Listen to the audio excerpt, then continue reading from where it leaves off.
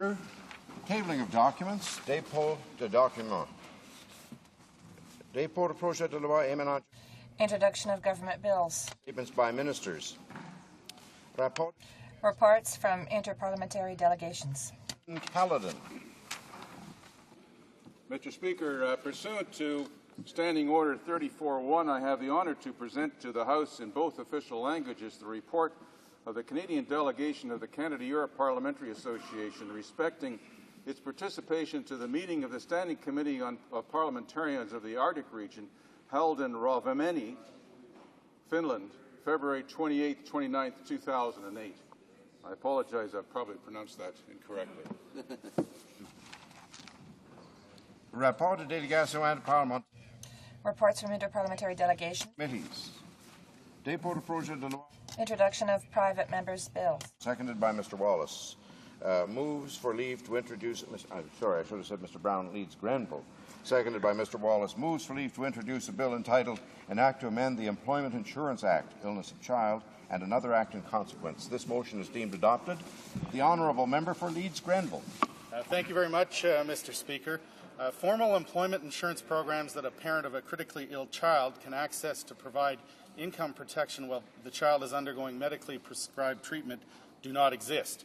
In most cases, this treatment takes the child away from school, out of daycare, and can often involve lengthy hospital stays. Childhood cancer is on the rise, and more patients are surviving. Current treatments can last a minimum of 6 months to a maximum of 3 years. Of necessity, one parent becomes the primary caregiver for the child and is instructed by doctors and nurses on how to administer chemotherapy at home, along with other toxic drugs. These medications make a child very sick and quite often at risk of death from the side effects. Return to normal routine, school or daycare for the child and work for the parent is almost impossible. There is no predictability.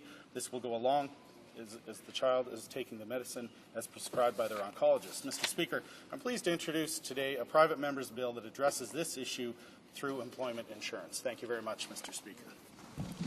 Mr. Brown leads Grenville, seconded by Mr. Wallace. Moves that the bill be now read a first time and be printed. Cette motion est réputée adoptée. Motion is deemed adopted. Quand ce projet When will this bill be read a second time? at the next sitting of the House. Dépôt de projet de loi émanant des députés. Introduction of private members' bills. Motion. Motions. L'honorable député. The Honourable Member for Joliette. Thank you, Mr. Speaker. I would ask unanimous consent of the House to adopt the following motion, that the House salute the celebrating of the State of Israel and underscore that the 60 years of Israel has had an opportunity to celebrate its acceptance in the Council of Nations. This is a democratic society, and we have a good relationship with Canada and Israel. And on the same opportunity, the House should reaffirm the support of Canadians to the right of Israel to live in peace and security within safe, recognized boroughs, and to the future creation of a Palestinian state living in peace and security with its Israeli neighbor within a safe border. Thank you, Mr. Speaker. Does the Honourable Member for Joliette have the unanimous consent of the House to present this motion? D'accord. Agreed?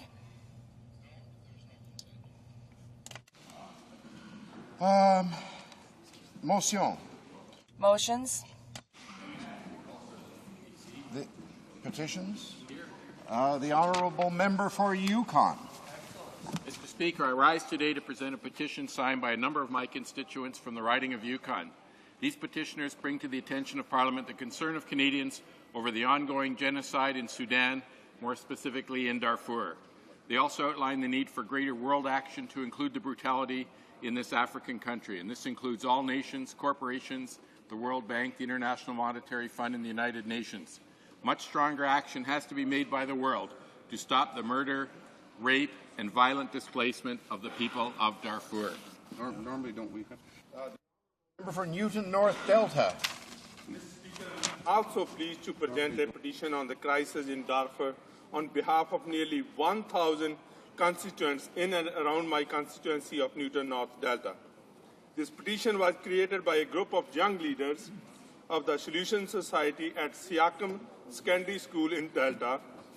The society works on positive solutions in social justice issues from homelessness to human rights violations across the world.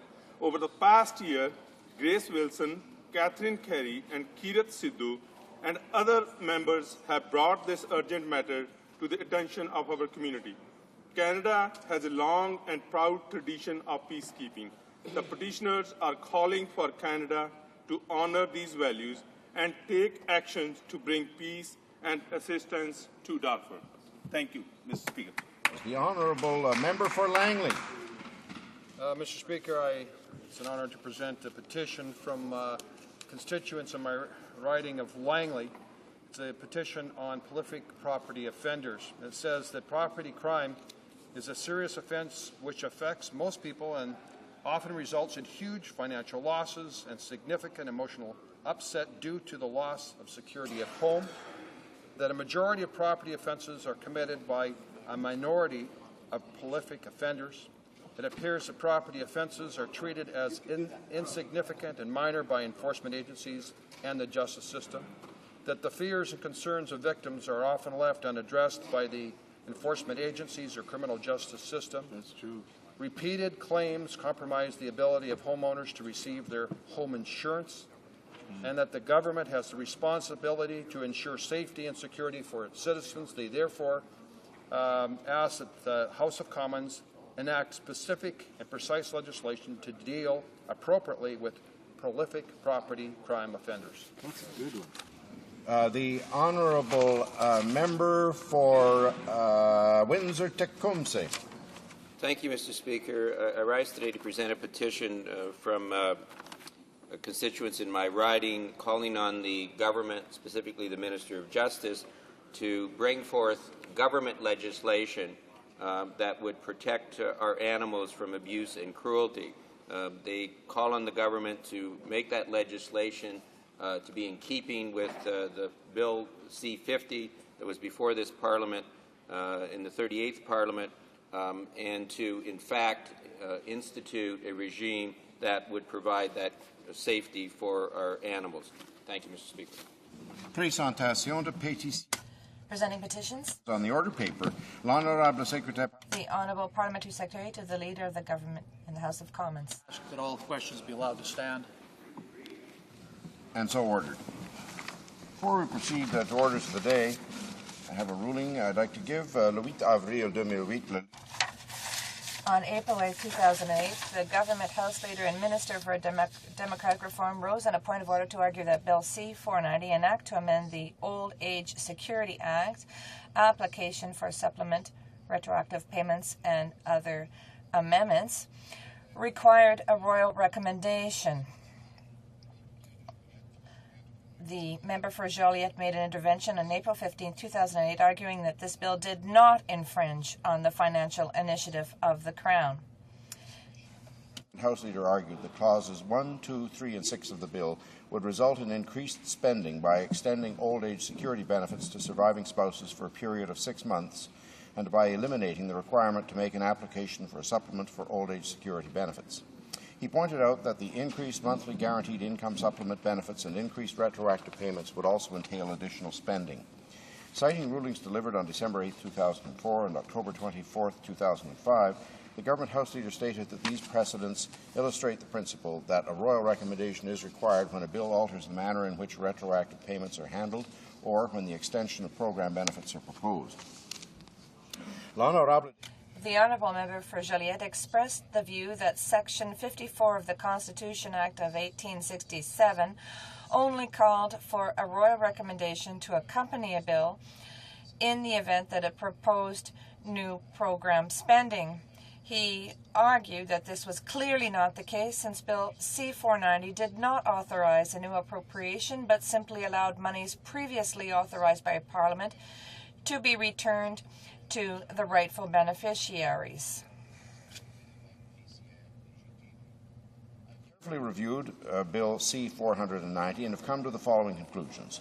Clause 1 of the bill, which seeks to extend old age security benefits to surviving spouses for a period of 6 months, would, in my view, clearly result in additional spending for a new and distinct purpose. Furthermore, clauses 2, 3, and 6 of the bill seek to alter the conditions and the manner in which compensation is awarded to old age security recipients by increasing monthly guaranteed income supplement benefits, modifying retroactive payments, and removing the requirement to make an application to receive benefits. It is true that, as the honourable member for Joliet pointed out, the proposed changes do not call for the actual creation of a new program. However, they would alter the conditions and qualifications that were originally placed on public spending on old age security payments when those benefits were approved by Parliament. Comme je l'ai rappelé, as I have reminded the House on a number of occasions, funds may only be appropriated by Parliament in the manner and as explicitly stated in Standing Order 79-1 for purposes covered by a royal recommendation. In my view, Bill C-490 alters the original purposes of the benefits, and therefore the bill does require a royal recommendation. Consequently, the Chair will decline to put the question on third reading of this bill in its present form unless a royal recommendation is received. At the moment, the debate is on the motion for second reading, and this motion shall be put to a vote at the close of the second reading debate. I thank the Honourable Government House Leader and the Honourable Member for Joliet for their interventions on this matter. du jour. Travaux des subsides, opposition. Business of supply. Mr. Martin, Sault Ste. Marie. Mr. Martin, Sault Ste. Marie, seconded by Mr. Sixay, moves that the House recognize the harmful effects on working and middle-income Canadians of the growing income gap fostered by this government's unbalanced economic agenda, including its failure to reform employment insurance to ensure that people who lose their jobs during economic downturns are protected and trained, and therefore the House has lost confidence in this government. Debate. The Honourable Member for Sault Ste. Marie. Thank you very much, Mr. Speaker, and I'll be sharing my time with the member for Burnaby Douglas. Mr. Speaker, I, over the last couple of years, have travelled across this country, meeting with and listening to people struggling with income security and poverty. You know, I, of course, saw many things that I expected to see, the growing difficulty that many of our most at-risk and marginalized citizens are having, keeping their lives together, putting food on the table, finding decent homes, and participating in the communities to which they belong. And their circumstance seems to be getting worse instead of better. And they know that a lot of this is due to the damage that has been done to the social safety net that we weaved underneath all of us over a number of years, and over the last 15 years has been literally tattered and torn apart and destroyed. But I've also seen, Mr. Speaker, some things that have surprised me, particularly in a time of good economy. I went into Calgary in Alberta, where oil is king, where the new economy is obvious by the rising skyscrapers that almost pop up daily in that city of great wealth. To discover at the foot of those buildings some 3,500 to 4,000 people living on the streets, homeless. Many of them people that you would expect suffering because of the difficulty they're having accessing government programs, with mental illness, suffering from addictions of various sorts. But even more startlingly, Mr. Speaker, is the reality of young people in particular who went to Calgary, attracted by the new economy, by the new work that was supposedly out there. And in fact, they got work, working at jobs that pay them not enough to be able to afford the very expensive housing that's available, if they can find it at all. Mr. Speaker, I also, in my travels, came into Toronto, where a report had just been released that studied the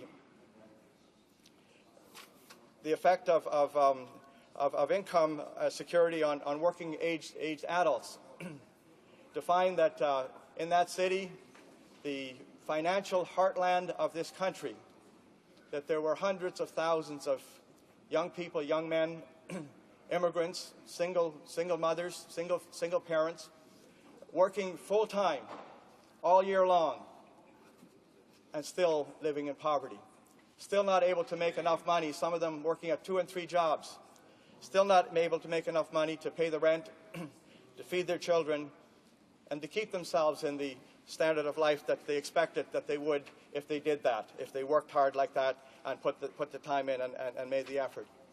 And then I moved from there to meetings with people in places like Hamilton and Welland, and I spoke to my colleagues from Windsor who tell me of the terrible impact of the downturn in the manufacturing sector.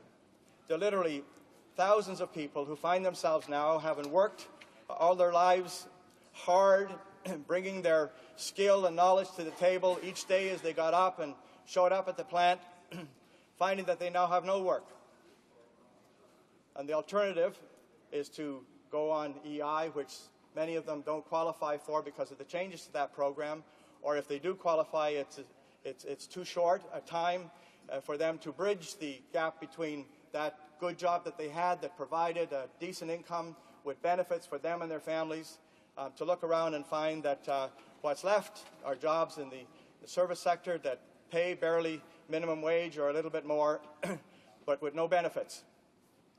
No way to make sure that their family have the dental care or the eye care and the different things that they had available to them when they had those good jobs in the manufacturing sector. 55,000 jobs, Mr. Speaker, have disappeared in that sector since January. Then I traveled for some time in my own backyard into Northern Ontario, where community after community, dependent for their livelihood on the forestry sector, on the work in the forests and the plants and the mills that for years existed and were very profitable and provided to the Canadian economy a great stimulus, are now shutting down. You have community after community barely hanging on, people losing their jobs, and again, some qualifying for EI, many not, and those who do, not for a very long period of time, having to move on. These are people who spent a large part of their life working in these industries. It's all they know. They brought to the table every day their best game. They made investments in homes. They built cottages on the lakes nearby. Some of them built small businesses, and now they're having to turn their back on that investment and head out to lands unknown, to Calgary perhaps, where they'll find that when they get there, they may get a job, but they won't have the support to be able to access the kind of housing that they'll need and to support their families. Same thing goes for a lot of communities in British Columbia, where forestry is under attack as well. And all this, Mr. Speaker, at a time when we're experiencing a good economy, so they say, in this country. Well, last week we had Stats Canada come out with a census report that told us, yet once again, because we've heard it before, but this time very definitively, that the rich are getting richer and the poor are getting poorer and the middle class are stuck or disappearing. And we have a government here in Ottawa obsessed with the notion that a good economy will lift all the boats. Well, the evidence is in, Mr. Speaker, and many of these boats are taking on water. Many of them, in fact, have gone underwater, and others are paddling without any boats at all.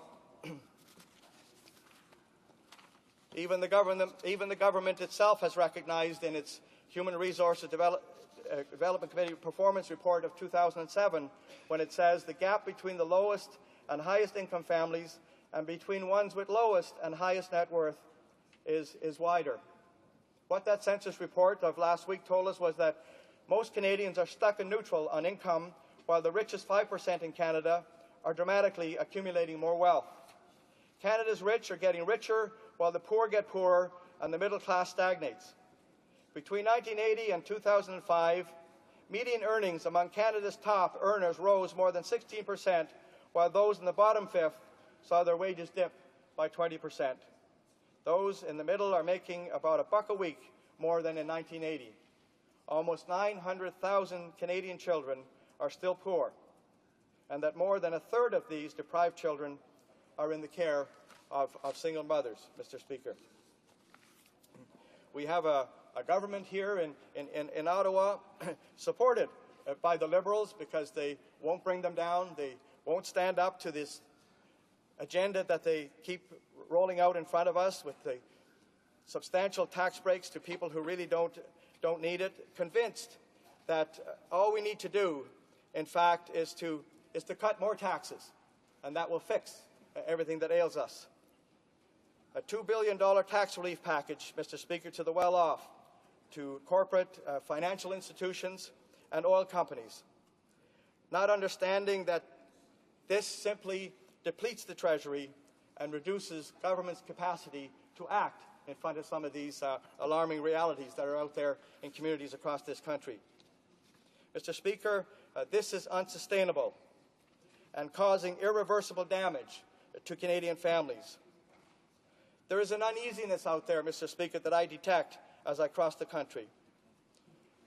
People are coming to the realization that none of them are ever anymore any further away from poverty than a paycheck or two. Mr. Speaker, people in this country used to look ahead. They used to look for the next rung. They used to understand that if they worked hard, if they got the training, if they made the investment, they would get ahead.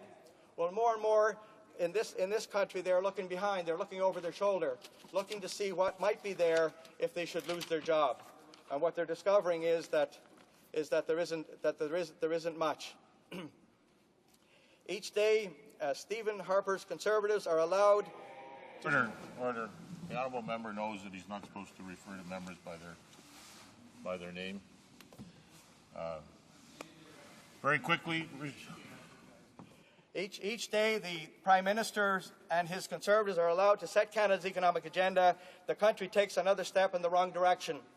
The unbalanced economic agenda set by Harper and the Conservatives means the damage being... Order. I warned the honourable member not to do that. He did it again. Questions and comments? The honourable member for Burlington. Thank you, Mr. Speaker, and I appreciate the speech by the member from Sault Ste. Marie. And in his comments, he referenced the StatsCan study in his remarks. And I'd like to note, Mr. Speaker, for the House, that many commentators and observers have debated certain aspects of the report over the last few days, specifically the overall focus of the study. And I want to read you one little quote before my question, to preface my question, from the Montreal Gazette on May 3rd. And I quote, "The emphasis put on some figures over others can certainly be misleading. Consider, first, StatsCan emphasized earnings from employment, but non-employment income, pensions, welfare, and other government transfers and so on reportedly counts for more than half of all income in the bottom quintile. So earning figures alone distort the gap between the rich and poor. Second, Canada now has more two-income families than it had in 1980, with more women in the labor force. Median family income from all sources was up by more than 11% since 1980, unquote." So my question to the member is this. Would the member care to comment on the debate, on what has been said and why the debate is going on the review of the StatsCan piece? And indeed, does he believe that family earnings are a more appropriate measure of well-being over individual earnings? Thank you, Mr. Speaker. The honourable member for Sault Ste. Marie. Well, I want to thank the member for his question and assure him that I read those very same articles. And it's obvious, if you read them correctly and the whole article, that in fact what's happening out there is people are working harder at more jobs, more people trying to bring income into the family and certainly adding to the productivity of this country, but really, at the end of the day, with not much to show for it, barely holding their own. So I say to the member and to this House this morning that this unbalanced economic agenda set by the Prime Minister and the Conservatives means the damage being done to working families is in fact irreversible. We have a moral imperative to act, and to act now. So I call on the Liberals and the Bloc to support us in this motion of non-confidence. Bring this government down, and let's get this agenda changed. Questions and comments? The honourable member for Montmagny, Ilek, Kamouraska, Rivière-du-Loup. Thank you, Mr. Speaker. I'd like to say at the outset that we will support the NDP motion because we feel that this government no longer merits the support of this House since the budget. We should have gone into an election and give our fellow citizens a chance to make different choices. There are two elements in the motion that caught my attention particularly. Talk about the income gap fostered by this government's unbalanced economic agenda. Well, there's $10 billion sent to the debt when at least $7 billion of that should have been used to relaunch the economy. And in terms of in employment insurance, even Canada's actuaries are saying that the reform being proposed is unacceptable. So I'd ask my colleague, with the support of the Bloc and the vote of the NDP, we'll see what the Liberals will do. Haven't we come to a crossroads? The government should have to answer to the public because they seem to stubbornly make choices that are not those desired by the majority of the population. Marie. Well, I agree, and I agree with the analysis he makes of the EI system as it has unfolded, the damage that's been done there, where hardly 40% of people qualify anymore, and in Ontario and Toronto, that's as low as 25% of people who pay in to that fund, who expect it to be there when they need it, and it's not there. Mr. Speaker, this damage has been done over 15 years of both Liberal and Conservative rule. It is an agenda that is unbalanced and unstable, and it's failing working families. Working families are scraping by, and this government doesn't care. Further questions and comments? The honourable member for Dartmouth Cole Harbour. Thank you, Mr. Speaker. I want to sincerely thank my colleague for bringing this motion to the floor today. We'll have lots of partisan stuff going back and forth, but I want to ask him as a colleague on the Human Resources Committee, somebody whom I respect, and somebody that we apparently share a common lineage as well. I want to ask him a question. He has worked hard, as have members of the Liberals and the Bloc, and to some extent the Conservatives, to embark on a huge poverty study. The committee has just started that study, to the delight of that member and to myself. And I want to ask him, does he not feel some certain pang of regret that this is a confidence motion whereby if people did support this, there's no guarantee that poverty study would take place again, hasn't done it before. Does he not feel some pangs of regret that this is a confidence motion, which means that if it passed, that poverty study would come to an end just as it's beginning? The honourable member for Sault Ste. Marie. Well, the member will know, and I appreciate his kind remarks, that I've been trying to get this poverty study on the road for some 4 years now. And finally, we do have it there, yet we don't see anything in the agenda of this government that reflects that it is really going to be interested in the findings and the hopefully comprehensive anti-poverty strategy that we can recommend after that study is done. I suggest to him that perhaps all of us who are on that committee might want to commit once this government is brought down and we have a chance to let the people of Canada make a judgment on their performance, that all of us get back to the table again after the election is over if we get re-elected and continue this very important and helpful work. Resuming debate, the honourable member for Burnaby Douglas. Thank you, Mr. Speaker, and I'm pleased to be able to second the NDP Opposition Day motion today about the harmful effects of the growing income gap fostered by the government's unbalanced economic agenda. Mr. Speaker, it's official now in Canada that in the Canada of the Conservatives, the rich get richer and the poor get poorer.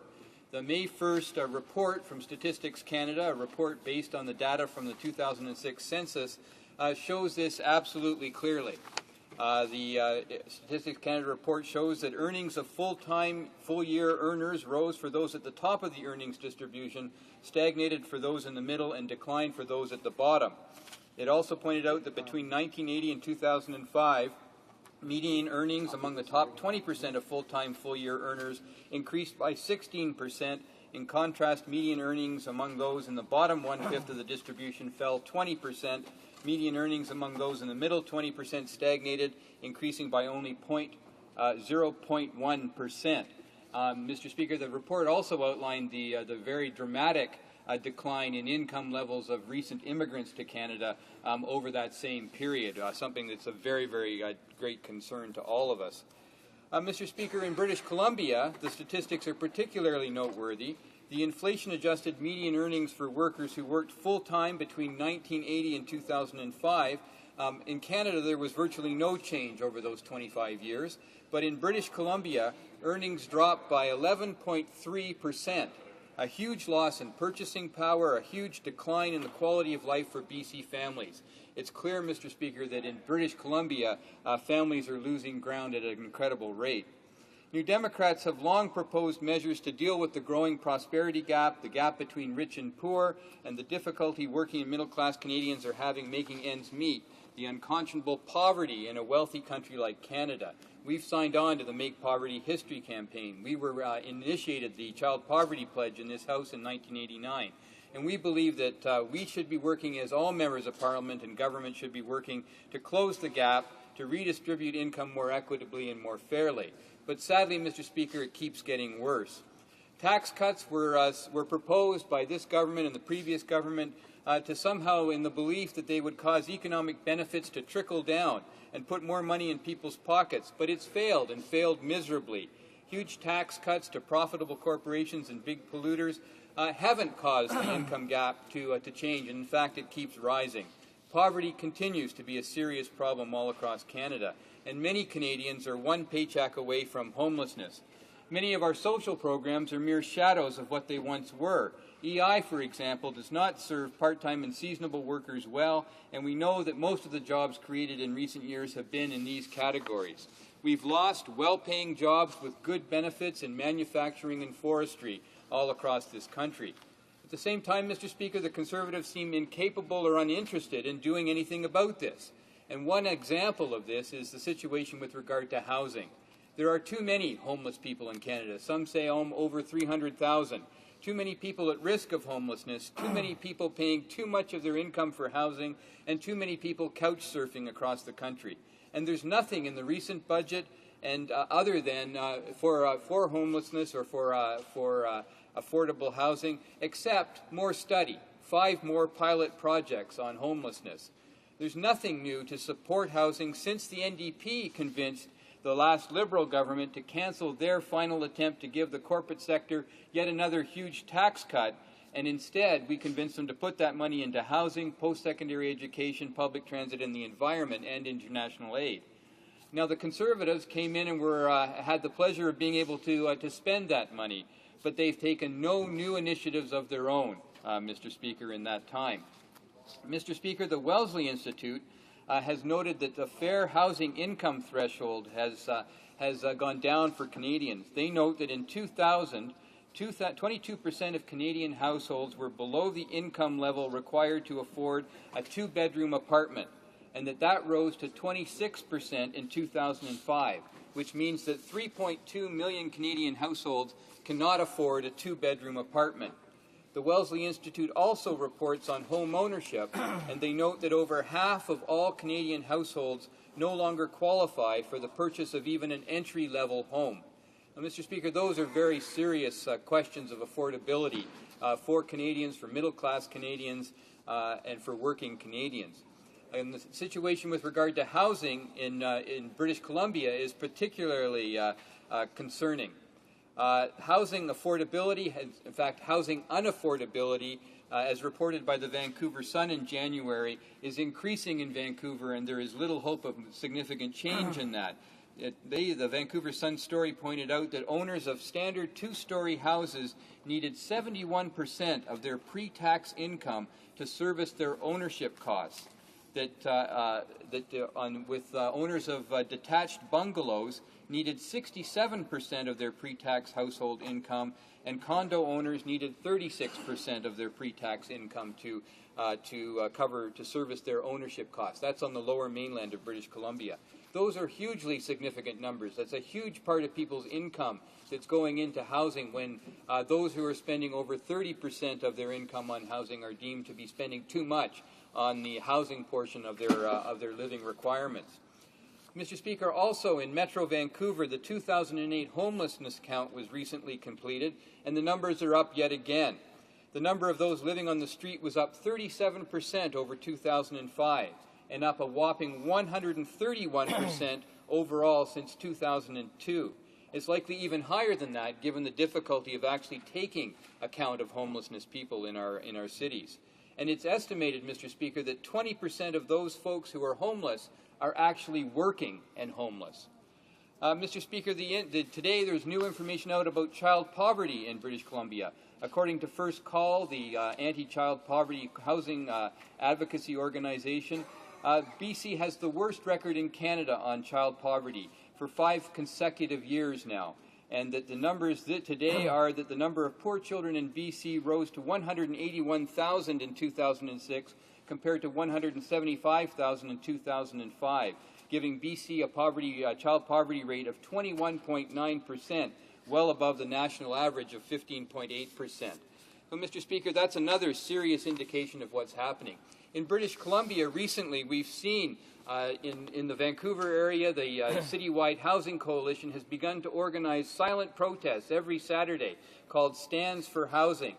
People stand on street corners in silent witness to the need, and the slogan is Homes for All. Last Saturday, there were 80 such stands in the province of British Columbia. They organized a province-wide stand. 40 on the Lower Mainland, including 2 in Burnaby, 18 on Vancouver Island, and 24 in the interior in the north. In Burnaby, Caitlin Burnett organized one, and the Burnaby Teachers Association and students from Burnaby North Secondary School organized the other. And I can say that the number of people, when I was attending these stands, who honked their horns in support, who called out from their car windows to explain their situation with regard to affordable housing, was incredibly significant, Mr. Speaker. People know the importance of this issue. They know how hard it's hitting them in the Lower Mainland. The Citywide Housing Coalition says that the #1 cause of homelessness in BC, and I quote, is the federal government pulling out of annual social housing program that brought as many as 2,000 units of affordable housing to BC each year. So, Mr. Speaker, it's recognized there, and in report after report after report in communities all across this Canada and by organizations all across Canada, that the federal government needs to be a key player in solving the housing problem in Canada. Well, Mr. Speaker, what would the NDP do around housing? We have a plan. We call for a national housing program that actually builds homes. And it's a 10-year plan to build 200,000 new affordable and social housing units, 100,000 renovated units, 40,000 new rent subsidies. It includes a green renovation program. We would immediately recommit to a continuation of the RAP program, the housing renovation program, the homelessness initiative. Both of these programs are set to expire in 10 months, and the government still has yet to recommit to their extension. We would see that the Canada Mortgage and Housing Corporation gets back into creative housing development and reinvests some of its significant profits into housing development. We would pass a housing bill of rights based on Bill C-382 from the member from London Fanshawe, originally proposed by the member for Vancouver East, to enshrine in law the right to housing and require by law the establishment of a national housing program. And we would take measures like my Bill C-532, which takes up an idea from the Canadian Real Estate Association to propose changes to taxation law to encourage reinvestment in affordable rental housing. Mr. Speaker, we can't have confidence in a government that has no plan, takes no action to address these issues. We can't have confidence in a government that pursues policies that only increase the gap between the rich and poor, and have no policies to end poverty and homelessness and to make sure that Canadians have access to safe, secure and affordable housing. Thank you, Mr. Speaker. Questions and comments? The honourable member for Esquimalt-Fuca. Thank you very much, Mr. Speaker. I want to thank the NDP for bringing up this very important motion today. It really deals at the heart of many of the constituents that we serve. And I want to ask my colleague on the other side, he has a lot of experience, as we all do, as we have in this issue, whether or not he thinks that something that the government could do that would be intelligent is for them to, yes, lower taxes on those who are in the poorest economic brackets, but also provide a Canadian low-income supplement for those that make less than $25,000 a year. And in doing so, there could be an effective redistribution of money for those who need it across age groups, which would include singles and families and the young and the old. And the premise, the condition, would be the amount of income that you make. Because we all see the number of people, whether they're seniors living in penury, families trying to make ends meet, singles who are living hand to mouth. All of them have the fundamental challenge of not having enough money in their pockets to pay for their basic needs. So I want to ask him whether or not a Canadian low-income supplement, and I have a private member's bill to do this, that $2,000 would go into the hands of people who make less than actually $20,000 a year. That would decline linearly to $40,000 And in doing so, you'd actually get real money in the hands of those who need it the most, and it would not compromise our economics and would not negatively hurt our private sector. The honourable member for Burnaby Douglas. Thank you, Mr. Speaker. Well, I appreciate that that's a helpful suggestion and certainly something that we should be considering. You know, Mr. Speaker, we have said in this corner of the House that the child tax benefit should be increased and that if the Conservatives had put the money from their failed increased baby bonus, their so-called child care program, into the child tax benefit, it would be at a level that actually delivered serious assistance to families with children in Canada. That's the kind of measure that we think should have been taken by now, and that would have been a much better way to spend the money that went into this failed child care program of the Conservative government. But, Mr. Speaker, we're not going to be able to do any of these kinds of programs if we continue the kind of tax-cutting program that the Conservatives are on. When they have gutted the fiscal capacity of government to assist Canadians who need the help of government, who need the collective support of their citizens, their fellow citizens across the country. And that's what we use our tax system to do. But instead, we've given away billions of dollars to the wealthy and to profitable corporations, to big polluters in Canada, and continue to do that at the expense of having the government's, of hurting the government's ability to assist Canadians with the kinds of programs that would really make a difference in their lives. Further questions and comments? The honourable member for Peterborough. Thank you, Mr. Speaker. You know, one of the things that really confounds me about this motion is that it flies in the face of the facts on how the Canadian economy is actually doing. The Canadian economy is outperforming by any measure any other economy in the G7. Employment is up. We've got the lowest unemployment level in over 33 years. We've got year-over-year salary increases of some 4.5%. We've reduced taxes. Families have came to me. I can't tell you how many families, how many seniors, Mr. Speaker, have came to me and thanked me for reducing their tax burden and how much that means to them. Regular, everyday people that are benefiting. And the domestic economy is strong, Mr. Speaker, very strong. We see domestic demand for everything from autos to homes incredibly strong. I don't understand the premise for this motion, Mr. Speaker. I think the NDP, just like the Liberal and the Bloc, they're looking for an issue, but quite frankly, Canadians aren't going to buy it. They know this is a good economy. I'd love to know why the member isn't speaking to the facts. The honourable member for Burnaby Douglas. Thank you, Mr. Speaker. Well, Mr. Speaker, if this member can justify the loss of just this year alone of 55,000 manufacturing jobs that pay good wages, that have benefits associated with them, replaced by part-time jobs, by low-paying jobs with no benefits. That's not the kind of healthy economy that we in this corner anticipate or look forward to, or think Canadians want to participate in, Mr. Speaker. I'd encourage him to maybe drop down to Oshawa and give that answer, or to Windsor and give that answer, or to come to Vancouver Island, where folks in the forestry industry are being laid off and are not being eligible for unemployment insurance benefits, or find that they run out after a very short period of time. Try that answer in those communities and see what kind of feedback he gets. Those are the people that we're concerned about here, Mr. Speaker, and we want to make sure that Canadians have well-paying jobs that have benefits. We want to make sure that Canadians are eligible for employment insurance, a program that over the last few years governments have taken billions of dollars and not put into benefit programs. In fact, have kept cutting back on the EI program. In fact, some of us believe that some of the progress that was made on the deficit and the debt was made on the backs of workers who contributed into the EI program. We need a program that actually assists people who are out of work in this country. And EI used to be that kind of program. Sadly, it's been gutted and is only a shadow of its former self, Mr. Speaker. Resuming debate, the Honourable Parliamentary Secretary to the Minister of Finance. Well, thank you, Mr. Speaker, and thank you for the opportunity to speak in opposition to today's motion. This House is going to hear a lot of rhetoric from the NDP during the course of today. A lot of skewed statistics. In fact, I think we've already heard some. A lot of misinformation. But before continuing, I'd like to refute something we've heard repeatedly from the NDP. If one were to only listen to that party on the issue of the Canadian economy, one would think we were in the midst of the Great Depression with double-digit unemployment. It's disappointing the NDP would paint such a pessimistic picture for Canadians, especially when you consider the actual state of our economy and the job market. We all acknowledge that certain sectors of the economy, like manufacturing, are having trouble adjusting to Canada's changing economy. Excuse me, and we've unfortunately seen some job losses specifically in these sectors. This must be truly difficult for those directly affected. We need perspective here, however. The Canadian job market has remained exceedingly healthy under our Conservative government, and let's review some of the facts. Over the past 12 months, 325,000 net new jobs have been created, 100,000 plus net new jobs in this year alone. What's more, the unemployment rate is near a 33-year low, with the share of the adults working at a record high rate.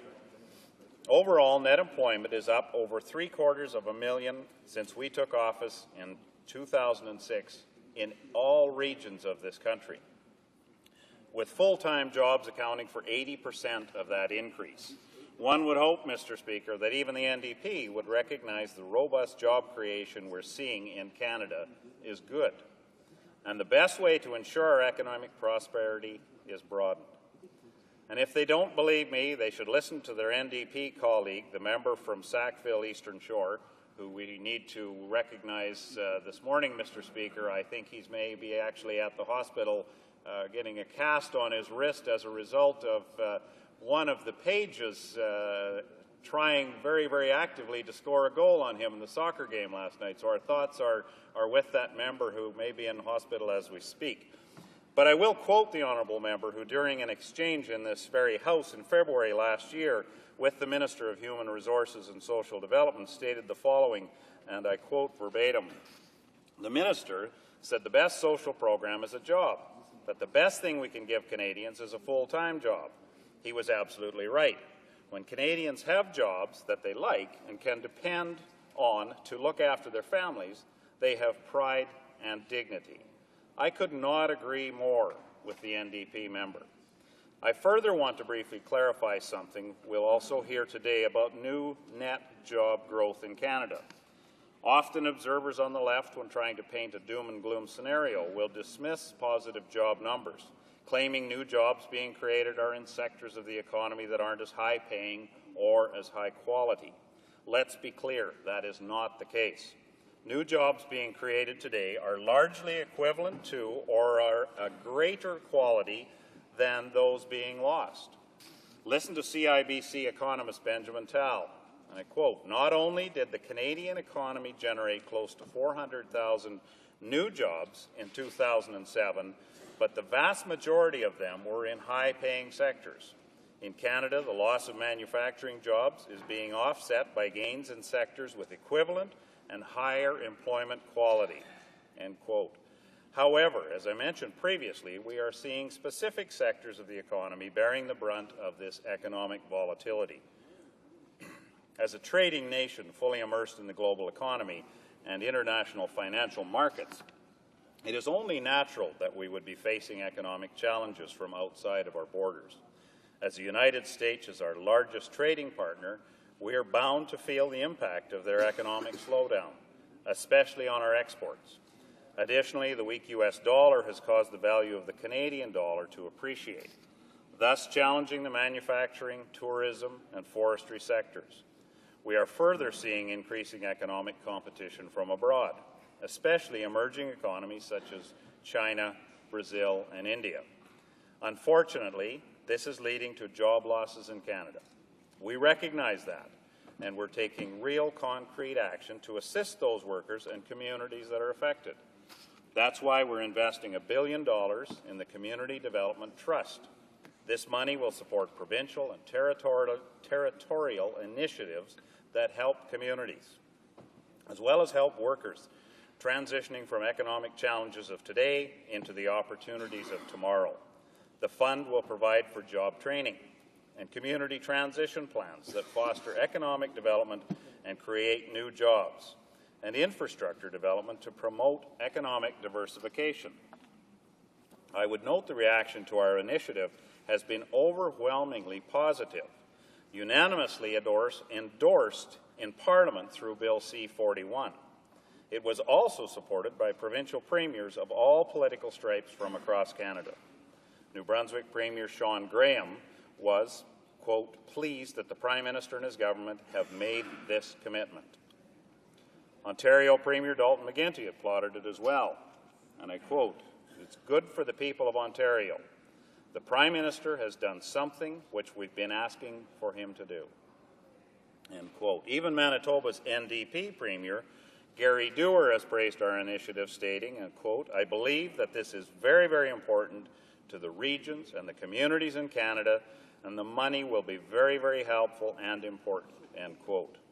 This Conservative government's approach has been to encourage economic growth and job creation, while simultaneously assisting those facing economic downturns. It's been an approach of balance.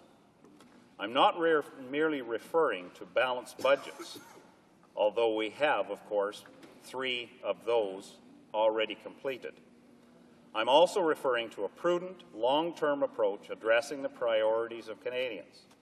That includes lowering taxes, reducing debt, and carefully managing government spending. That approach will allow Canada the ability to face the upcoming economic challenges. Indeed, our solid economic and fiscal situation has put Canada in a position of strength, well prepared to meet future challenges head-on. But you can't rise to a strong position like this in a hit-and-miss fashion, Mr. Speaker. In times of economic uncertainty, Canadians cannot afford leaders who would advocate panicky, Band-Aid, and ultimately short-term solutions. These are not solutions, but rather irresponsible attempts at public policy that would lead to deficits and higher taxation. Higher taxation that would only drive businesses and jobs away. In effect, only exacerbating the economic downturn it has attempted to correct, and further disadvantaging those Canadians today's motion purports to speak for.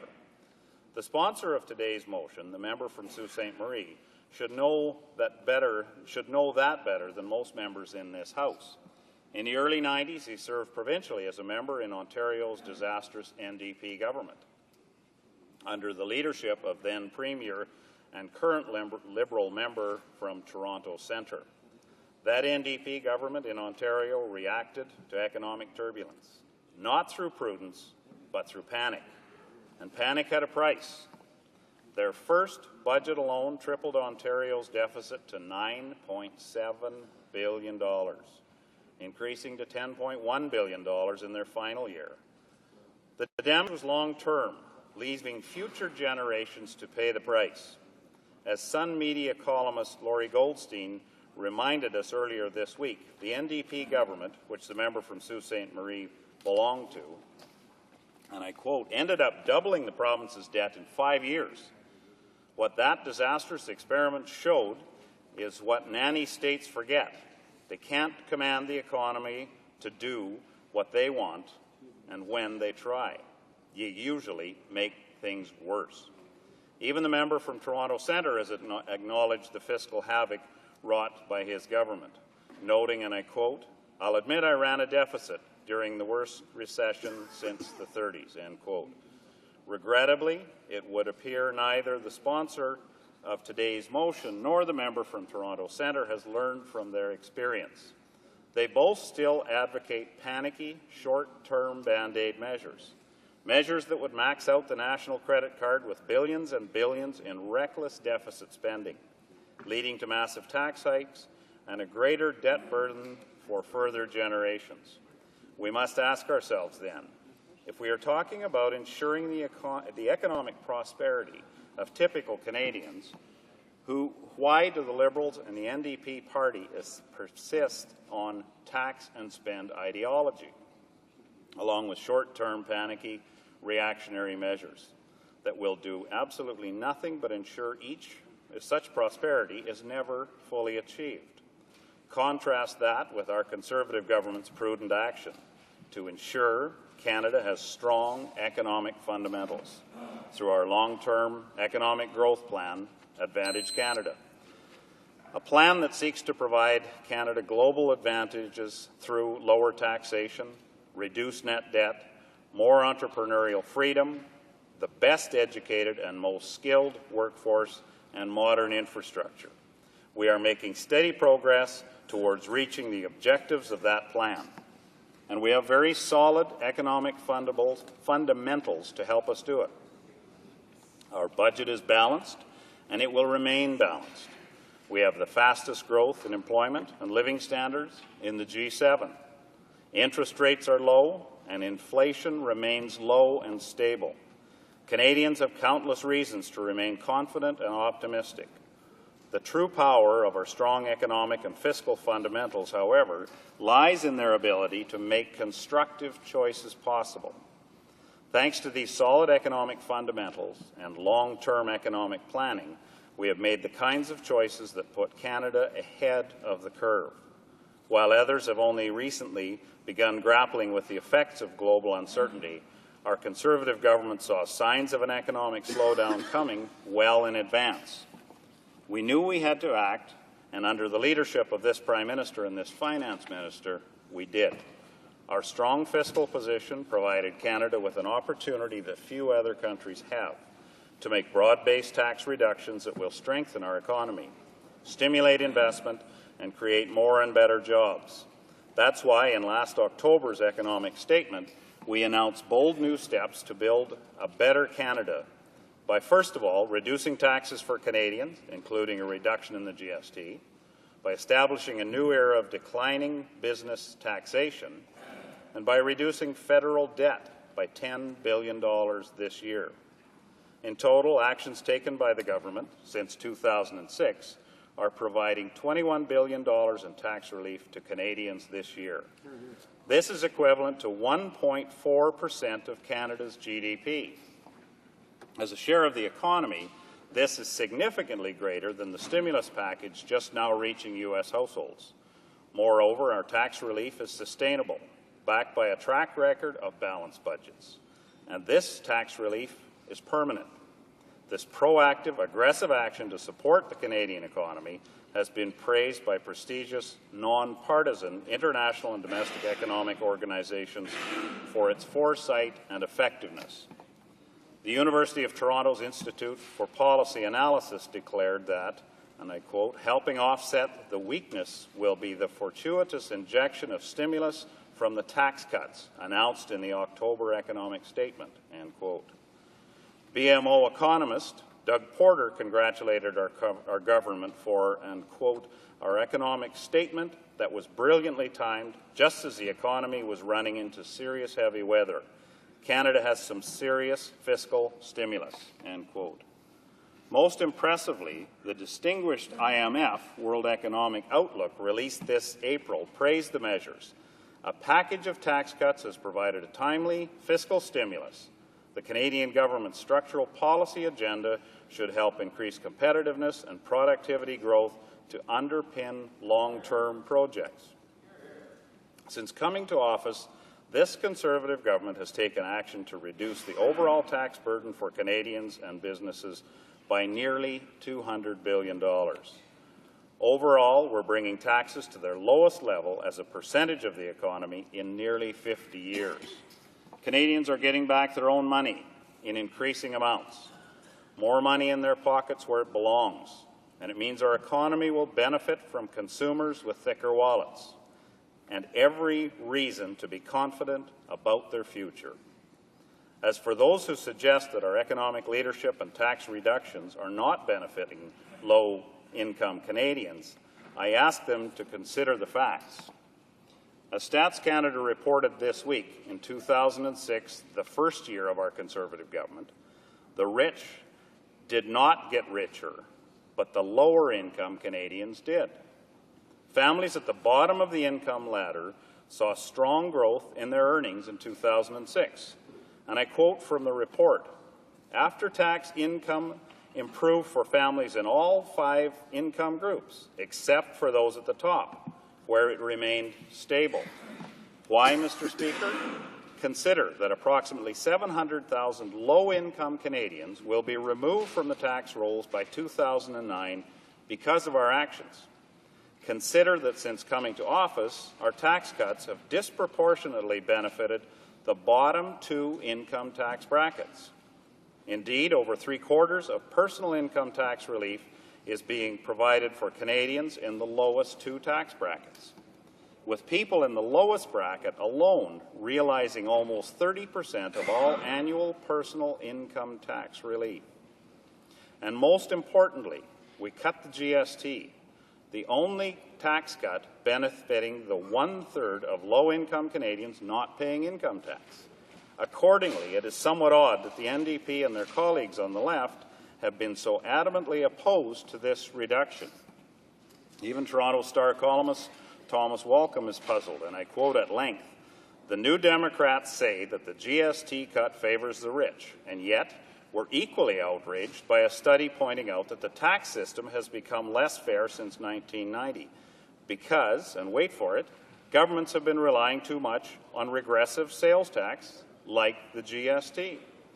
He continues, "The reason that sales taxes are unfair is that those toward the bottom tend to spend more money, more of what they earn, and hence pay more in sales tax as a proportion of their income than those at the top." He further notes, economist Mark Lee, who authored the Canadian Centre for Policy Alternatives study, calculated that roughly half of the increased tax burden borne by the poor between 1990 and 2005 came from small hikes in regressive levies such as sales tax. So in this context, it could be argued that the Prime Minister struck a small blow for social justice by reducing Canada's most notorious regressive tax. Indeed, it could be said that he took a small step towards rectifying the tax unfairness created by former Prime Minister Chrétien's Liberals. I find the left's attacks on the GST cuts both baffling and sadly indicative." End quote. Nevertheless, unlike the Liberals, we are taking concrete action to help low-income Canadians through tax measures, like the landmark working income tax benefit, ensuring people are better off as a result of taking a job, taxes reduced income support, and loss of benefits often discourage individuals receiving social assistance from working, clawing back nearly 80% of their income. This benefit, a first step we hope to build on, will increase income support while simultaneously strengthening work incentives. This is a move that has also been praised across the political spectrum. The Caledon Institute of Social Policy acknowledged it was a welcome addition to Canadian social policy. It fills a long-recognized gap in Canada's income security system. The NDP member for Winnipeg North approved our measure as a, and I quote, important program that goes in the right direction. Even Ontario's Liberal Finance Minister called it a progressive move. I think that will help those at the lower end of the income ladder, and I think the Conservative government has taken a good step. Clearly, today's motion ignores what this government has accomplished and will be defeated accordingly. For that, I applaud the Liberal opposition for once again expressing their unwavering confidence and approval of our Conservative government. Thank you. Questions and comments? The honourable member for Esquimalt-Juan-de-Fuca. Thank you very much, Mr. Speaker. I want to ask my colleague in his dissertation a central issue that he and the Conservative Party continues to press on, and they continue correctly to talk about the increase in GDP. But the central problem that we're talking about here is not one that deals with a central increase in GDP, but it's an issue of distribution. It's an issue of equity. It's an issue of those people who are not able, and I would disagree with some of his statements, the ability of people who are on the ground, who are the poorest people in our country, to be able to have the resources in their pocket to go to school, to get the skills training, to get the medical care that they require, to be able to get into a place where they have a roof over their head, to be able to have the medical care if you have a substance abuse problem or you have a mental health problem. These people can't get access to this. They don't have the money to do it, and the levels of government don't have the money to be able to provide for the type of care that these people need. They also need money in their pockets. So while, as a country, thankfully, we are doing well, but the people who most need our help, most need the help of this House, aren't getting it. So I want to ask my friend whether or not his government would reconsider some of their policies and be able to put a significant structural investment into access to skills training, money in the poorest people's pockets, help for our seniors, because the child tax benefit helps those with children, but does not help single people, does not help seniors who have had their children. So money in people's pockets, lowering tuition fees for students, better help to the provinces for mental health, disabilities, and substance abuse. These are the things that people need who most need it in our country. Thank you. The Honourable Parliamentary Secretary to the Minister of Finance. Well, thank you, Mr. Speaker, and I thank my honourable colleague who made such splashy headlines last weekend in one of our national papers and showing him giving blood. He probably still has the mark in his arm from that, and I applaud him for making a note of that and showing some leadership on that file as well, as he does on many other files, showing a great deal of passion for the poorer people, not only in Canada but in other countries too, and we should applaud the member for considering those that are less fortunate than we in this country. And I find it fundamentally appalling, if you will, Mr. Speaker, that we have this sort of a message going forward to Canadians from this House that all is doom and gloom in this country. The honourable member who just asked the question has seen what the poor people in other countries go through. And I'm sure, as I have, come back to this country and realize how fortunate we are to live in this country. How fortunate it was that our parents chose to move to this country, if not our grandparents. That we were born here, that we have stable governments, that we can actually look forward to having a job when we graduate even high school or university or college, and to have a party in this House that every time they stand on their feet, they condemn how fortunate we are by scaring people.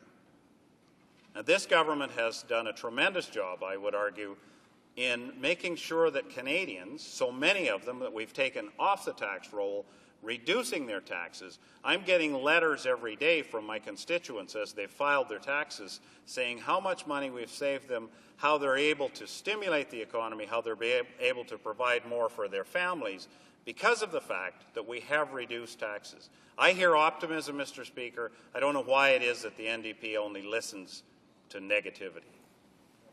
The Honourable Member for Sault Ste. Marie.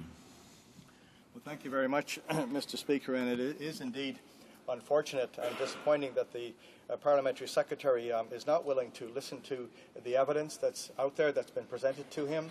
This StatsCan report that very clearly and supported by economists who have looked at it indicate that the rich are getting richer and the poor are getting poorer and the middle class is stuck. The anecdotal evidence that I saw as I crossed the country, Calgary is probably the most obvious example of this separation now between the rich and the poor. The 3,500 to 4,000 people living homeless at the base of these big buildings built in the honor of big oil. I'd suggest to this member that he spends too much time around the board tables in this country and not enough around the kitchen table of families in places like Hamilton and Welland and Windsor and communities in Northern Ontario ravaged by the downturn in the forestry sector of BC. Would he take some time and go out there and with some of his colleagues actually sit at a kitchen table and hear what those families and those folks have to say? The Honourable Parliamentary Secretary to the Minister of Finance. Well, thank you, Mr. Speaker, and I guess I take exception to the fact that the honourable member is suggesting that I don't listen to my constituents. I do have the privilege of representing a riding in Alberta. That riding is not filled with all rich people, Mr. Speaker, and I think everyone in this House realizes that. For the honourable member to suggest that I don't represent all members of my constituency, that I don't listen to the poor as well as those that have done well, I take exception to that, Mr. Speaker. I do spend much time throughout my riding, and I have visited many ridings across this country, and I'm hearing the same thing, that there are job losses. But these are resilient people. Canadians are resilient people. They've gone out mostly and found new jobs. That's why our net new jobs are over 750,000 in the last 2 years. I don't know how many times I have to stand in this House and repeat that number. That's net new jobs. Yes, people have lost jobs. We understand that. We empathize with that. But those resilient Canadians have gone out and found another job. And in most cases, Mr. Speaker, in 80% of those cases, those jobs are higher value jobs than what they had before. Canadians, we have faith in Canadians, Mr. Speaker. And I wish the honourable member from the opposition that put forward this negative motion, this motion that reduces Canadians' ability to have faith in themselves, I wish he would listen to his constituents that have faith in this government. Further questions and comments? The Honourable Member for Montmagny, Lille, Kamouraska, Rivière-du-Loup. Thank you, Mr. Speaker. I listened to the speech given by the Parliamentary Secretary to the Minister of Finance, but there's something about the speech that I just couldn't accept. We've had a debate in this House about the real situation experienced by citizens. We don't think like the government, and therefore we're being told that we shouldn't deal with this type of motion. It reminds me of the Bush administration a little bit. In the speech given by my colleague, he said that there are people throughout the world who are much poorer off than Canadians and Quebecers are. However, I've always believed that we should treat people outside as we do here. And how could the parliamentary minister explain the fact that we've left all this surplus money in the EI fund, we've plundered this money, and when it comes to the unemployed who have contributed to this fund, well, we have simply taken this billions of dollars from the fund and used them, and the international assistance, well, there's 0.3%. It's really gone down. So we've done nothing to help foreign countries, and at the same time, when we have the same situation with the unemployed in our House, shouldn't the government be looking at this rather than simply responding negatively to the opposition motion or to the NDP motion, which simply reflects the reality of people and the reality we're going to be seeing in the next campaign? The Honourable Parliamentary Secretary. Honourable colleague for his question. I do need to comment that I enjoy sitting on the Finance Committee with the Honourable Member. He provides some very strong input and does a great job of bringing his constituents' concerns forward and often raises the issue of lost jobs. And that's his job, Mr. Speaker, to do that. We on this side of the House in government share his concerns for what happened with the EI fund. I'm not going to try and defend what the Liberals did or did not do with that fund, but we recognized how it was failing the unemployed. And so that's why in this budget we've put forward suggested changes for it, an independent fund that cannot be tampered with by any government, Mr. Speaker, that is completely at arm's length from government, that will protect that money that is paid by both the employees and the employers when employees do get into a situation of job losses. Thank you, Mr. Speaker. Resuming debate, the honourable member for Dartmouth Cole Harbour. Thank you very much. Thank you very much, Mr. Speaker. I'm pleased to take part in this debate, and I want to let you know I'll be splitting my time with perhaps the foremost expert on economics in this House, the honourable member for Markham Unionville. Here, here. I want to thank my colleague from the Sioux for bringing forward this motion. We all come to Parliament and we work with our colleagues, and we forge relationships with other members of this House that can be very productive and based on respect, and that's the relationship that I feel I have with this colleague, and I know that other members of my family have it as well. This motion is one that needs to be addressed because it deals with a hugely important issue. Clearly, though, Mr. Speaker, and I'll say this up front, this is not an issue that Canadians would want and certainly don't expect to be the impetus for a national general election. The motion raises an issue that Liberals, in particular our leader, has brought front and centre to the national agenda and will be the centrepiece of our next national campaign, the timing of which will be determined carefully and not, Mr. Speaker, as a result of the latest move in a game of inside Ottawa parliamentary checkers. Mr. Speaker, a couple of months ago, the member for York Centre, an outstanding Canadian hero, embarked on a countrywide tour focused on poverty in Canada, and I think he went to more than 20 locations in this immense country. Canadians will know, knowing the member, that this was not a photo op, but somebody who was trying to find real solutions on poverty in this country. One of his first stops was in my riding of Dartmouth-Cole Harbour. Mr. Speaker, we thought we'd have a decent crowd, but we were all surprised to see over 300 people come out to a church basement in Dartmouth to talk about poverty, its causes, and some solutions.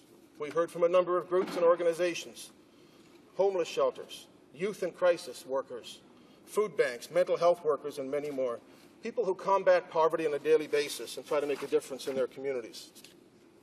And these groups expect their politicians, their governments, to do something about it. And we should acknowledge that improvements have been made over the years to help Canadians. Many major national initiatives, the Old Age Security Act, the Canada Pension Plan Act, and the Quebec Pension Plan Act, the Guaranteed Income Supplement in 1967, the National Child Benefit in 1997, which has had a significant impact on reducing child poverty in this country. We implemented personal income tax cuts. We brought forward the plan to strengthen health care, which of course followed from the 1960s plan to bring a national health care system into Canada. The member from York Centre understood that among the challenges facing low-income families was the lack of affordable and universal access to childcare. Our Liberal government signed childcare agreements with each of the provinces and territories, agreements that would begin to chip away at family poverty, allowing individuals to work to earn a decent living and support their families. And those childcare agreements were one of the first casualties of this Conservative government. Mr. Speaker, we all know we live in a prosperous country where our standard of living ranks among the best in the world.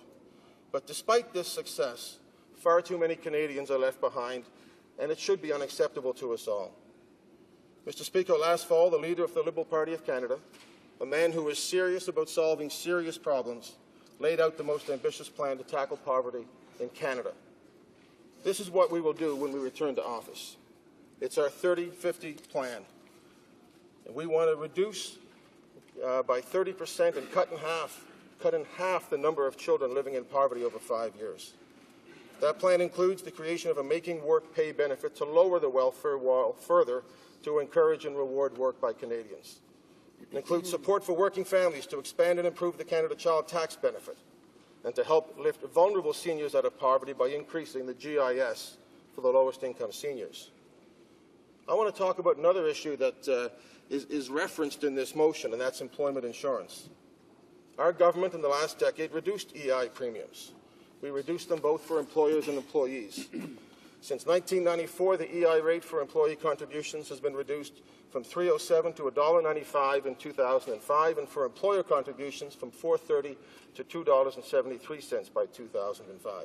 Fantastic. As a result of these rate reductions, employers and employees paid some $10.5 billion less in premiums comparatively than they would have paid in 1994. On the benefit side, Mr. Speaker, from 2000 to 2005, the Liberal government invested in the EI program. Parental benefits extended to 1 year. In 2004, a new employment insurance benefit, the Compassionate Care Benefit, was introduced. In 2004, a pilot program introduced to provide workers with 5 additional weeks of EI regular benefits in regions of high unemployment, and several other pilot programs to include benefits to those who are new to the labour market, to reduce from 910 to 840 hours. We went to the best 14 weeks of earnings, not a bad idea, for people in high unemployment areas, and increased benefits for working while on claim threshold. But, Mr. Speaker, I think we can all agree, and certainly members of my party understand, that we should do more. We should reevaluate employment insurance. And members in this House, from Labrador, from Madawaska-Restigouche, from Henri-Messier, and from Beauséjour and parts of Cape Breton, have stood up and been involved in discussions to make that happen. As Liberals, we've worked hard over the past 2 years to work with labour groups and other opposition parties to find common ground to improve benefits for EI recipients. We need to evaluate it. We need to look at a number of things, the wait period, what's referred to as the black hole. How about the expansion of sick benefits, as proposed in Private Members Bill C-278, introduced by my colleague from Sydney, Victoria, supported by members of the Heart and Stroke Foundation and the Cancer Society, recognition that the workplace has changed, that illness has changed. People are recovering from stroke and from heart attack, but they need support. This bill was supported by all parties except the government. It would have been a perfect thing for this government to stand up and do for workers in Canada. We need to address how EI relates to people who are working part-time, often women working in poverty, and we need to do more about that. Mr. Speaker, the government in Budget 2008 introduced an idea for a new Crown Corporation. It may be a good idea. Some people have called for a different agency to look at EI. But, Mr. Speaker, there's been no consultation of it. And if it wasn't for the fact that Liberals brought forward a motion supported by other parties to the HUMA Committee, Human Resources Committee, there would have been no consultation on this. Is $2 billion the appropriate amount of money as a reserve fund? What's the bureaucracy going to look like? Should there not be some consultation, some discussion with workers across this country? I think there should, Mr. Speaker. EI needs to be changed. We need to do it rationally and sensibly, balancing the workers and balancing employers. It's imperative for us to do that. Mr. Speaker, over generations, Canada has built a social infrastructure that's designed to help vulnerable Canadians. Improvements have been made. Public health care, pensions, EI, support for children and others, but we need to do more, and furthermore, I believe there is a public appetite in this country for us to do more. But today we have a government that seems to love power, but seems to hate government, and sees little or no role for government to assist those most in need. That's true. Partly through design, and in fairness, partly through incompetence, the federal fiscal framework has a reduced capacity to help. But Canadians want a government with a heart, a mind, and a solid plan to reduce poverty in this country. Our leader has put forward such a plan. In the next election, the Liberal Party will campaign on that alternative, and we are the only realistic alternative to this government. Poverty in our country is not inevitable, but it will take leadership, energy, and a national will to make the difference. We should talk about it here in Parliament. I'm pleased that we're also studying it at the Human Resources Committee. But to really make a difference, we need a government that sees a role for government, standing up for those who need help. A government that balances budgets, but not at the huge social cost, not at the huge social exclusion that we see. I believe the Liberal Party has the leader. I believe the Liberal Party has the plan. I believe the Liberal Party has the team to attack poverty in our country and work for those who need help the most. Thank you, Mr. Speaker. Questions and comments? The honourable member for Hamilton Stony Creek. Well, thank you, Mr. Speaker. And it's interesting on this side of the House to hear the comments, the positive comments about our friend from Sault Ste. Marie, and it certainly is appreciated because we know the hard work that this individual does.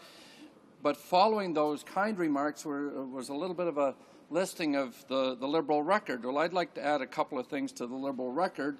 In the mid-'90s, we had... they'll be good.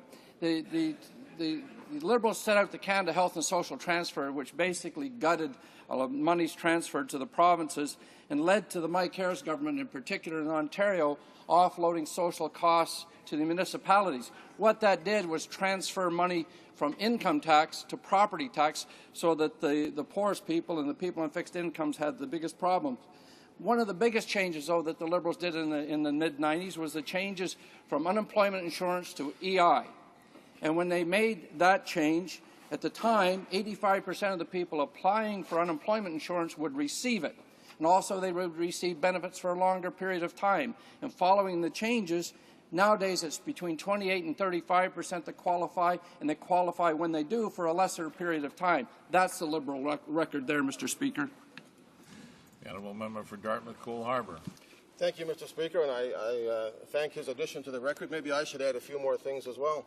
2004, the 10-year plan to strengthen health care, $41 billion. 2005, increased benefits for guaranteed income supplement. 2005, $5 billion invested for early learning and childcare, $5 billion invested for 5 years for the Kelowna Accord. I don't need to go into the fact that in 1993, Liberals took that side of the House facing a $42 billion annual deficit and a $500 billion debt, most of which built up over the previous Mulroney government. Conservatives take an economy, they make it worse, they turn it back to us. Mr. Speaker, we're going to have to do it again, and probably not too far from now. But we do it by balancing the need for solid economics in this country with an investment in social infrastructure that recognizes and understands that not everybody gets to be an equal beneficiary in the great wealth that is Canada. And a government should stand up for those who need help the most, and this one doesn't. Other questions and comments? The Honourable Parliamentary Secretary to the Minister of Human Resources. Thank you, Mr. Speaker. I just wanted to ask the member, because he sits on committee with me and he was so pleased that we're studying the EI account. However, I am very discouraged with our study because it appears that the study always is talking about a $54 billion surplus that was siphoned, was the words. And it was continually brought up, so I'm suggesting if the member is really that excited about the account, perhaps he can come and explain where the $54 billion went at committee, because we're having the account is not being studied as it should be, and I'm surprised that he thinks that this is going to be any kind of solution to the EI account. However, what he hasn't, he's named off a few promises that the Liberals made. What he didn't do is admit or assert who really delivered those promises, and that was this government. He also didn't stand up and vote for the $39 billion that we transferred back to the provinces after his government took $25 billion out of the provinces. So, Mr. Speaker, I just wanted to clarify a few things, that not to get excited about his EI account, that there's going to be any solutions, not with unless he can bring some sort of understanding to where did the $54 billion surplus go. The Honourable Member for Dartmouth, Cole Harbour. Mr. Speaker, I appreciate the Parliamentary Secretary. I enjoy her work on our committee. I enjoy working with her, and it causes me pain to see her so wrong on these issues. I hate to even suggest it because it seems mean, but she suggested that we promised things, but they delivered. Childcare, $5 billion for childcare. The Kelowna Accord, they were asking to see it yesterday. Apparently they haven't even seen the Kelowna Accord. They don't even know what's in it. And, Mr. Speaker, when they talk about the cuts of the Liberal government in the early 1990s, the Minister of Human Resources, among others, stood in this House and said they weren't deep enough. We didn't cut enough. Cut some more. Hurt the vulnerable Canadians. Liberals take a balanced approach, a sensible approach, balancing the economics of the nation with the need to invest in the social infrastructure that provides opportunity for Canadians who don't get them. This government doesn't do it. They get some nice people over there, interspersed now and then, but as a government, they're mean, and they're nasty, and they don't do anything for the people who most need the help in this country.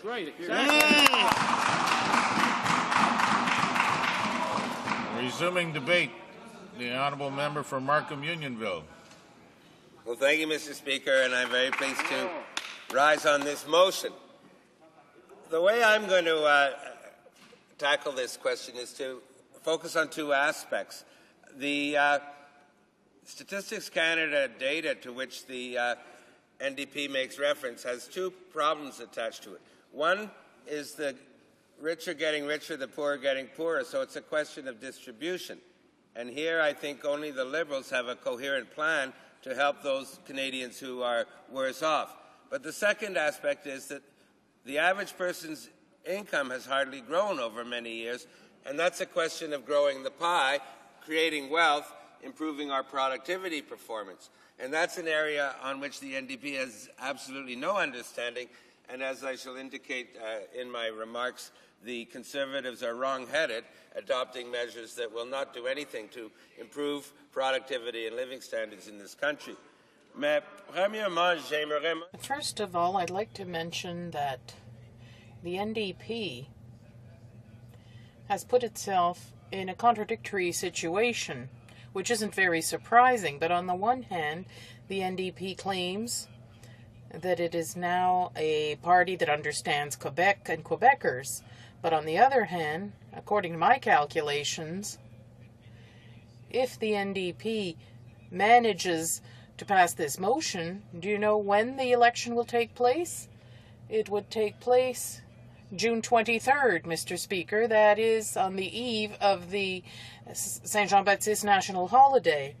So for a party that claims to understand Quebecers, this is mighty strange. The NDP is offering Quebecers a federal election on the eve of their national holiday. The issue here is to help those who are worse off. And on this issue, I at least agree that the NDP would be in the same spirit as the Liberal Party. The difference is we have a concrete and very ambitious plan, and we will form government at some point, and we will be in a position to implement this plan. And as my colleague has mentioned, this is the so-called 30-50 plan, where we have committed publicly to reduce overall number of Canadians living in poverty by 30% over a 5-year period, and to reduce children in poverty by 50% over a 5-year period. And by setting out those concrete targets, we are holding our feet to the fire, because the commentators will monitor our progress and make sure we hit our targets. And there are 3 basic components of this plan.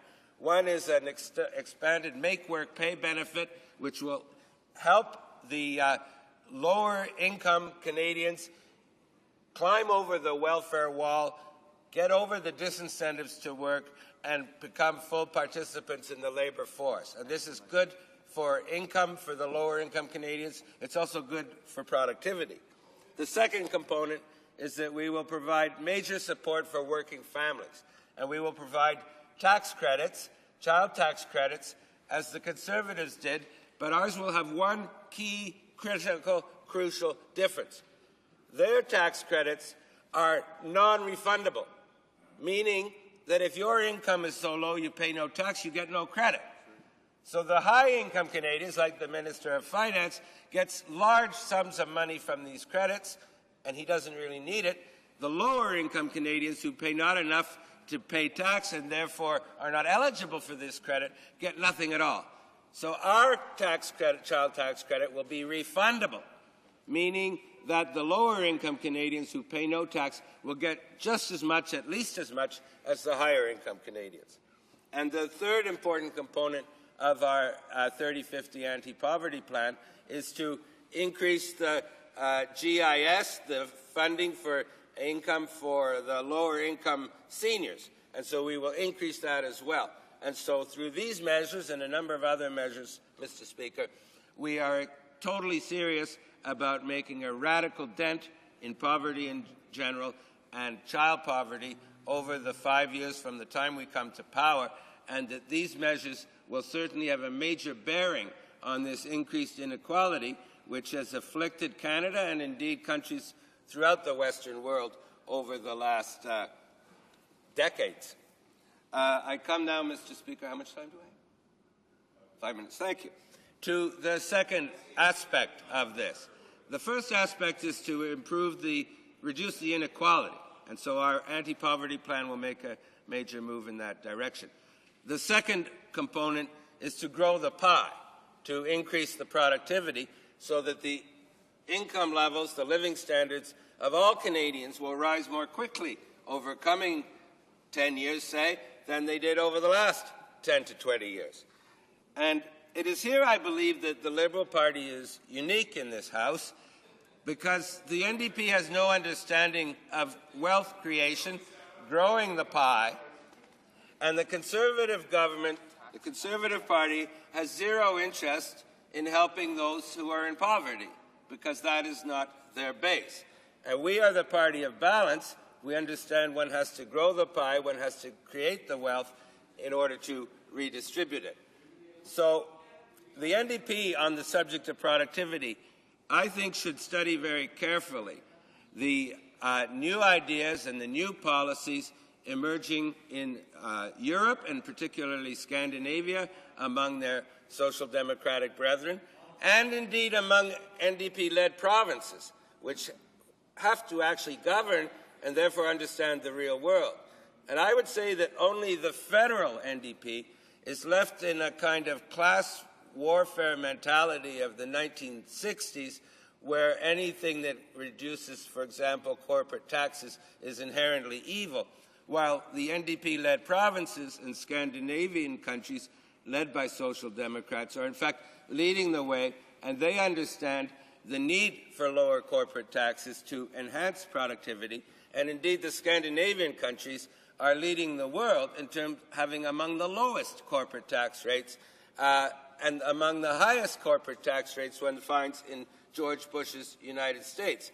So I would suggest to the NDP that it's necessary to grow the pie as well as to share the pie, because if you don't grow the pie and the pie shrinks, then you will have very little to share.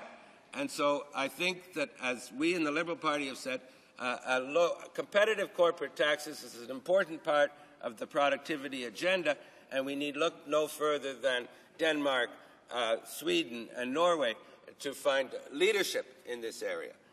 And I know the Conservatives agree with us on this, and following our leaders' call for lower corporate tax rates, soon thereafter they copied this idea. But another important angle about improving productivity and living standards is to tax smart.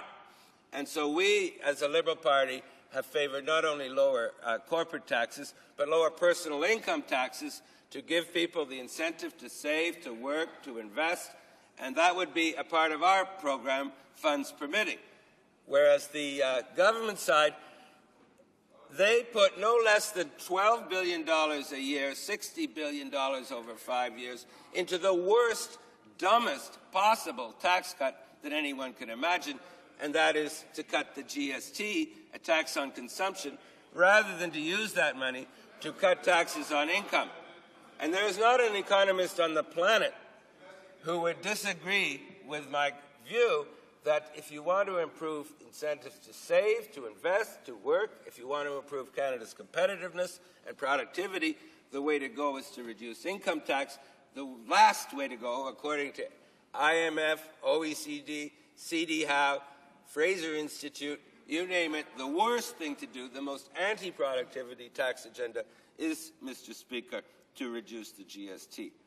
And so, to conclude, to deal with this problem of a growing gap and stagnant incomes requires a double policy to provide public assistance to those at the low end, which is at the core of the Liberal 30-50 plan, and on the other hand, to produce a sensible, credible, coherent plan to raise the productivity growth of this country and thereby grow the pie and enhance the living standards of all Canadians. So I submit to you, Mr. Speaker, that in terms of this balance between wealth creation and wealth distribution, it is only the Liberal Party that offers the balance that this country needs.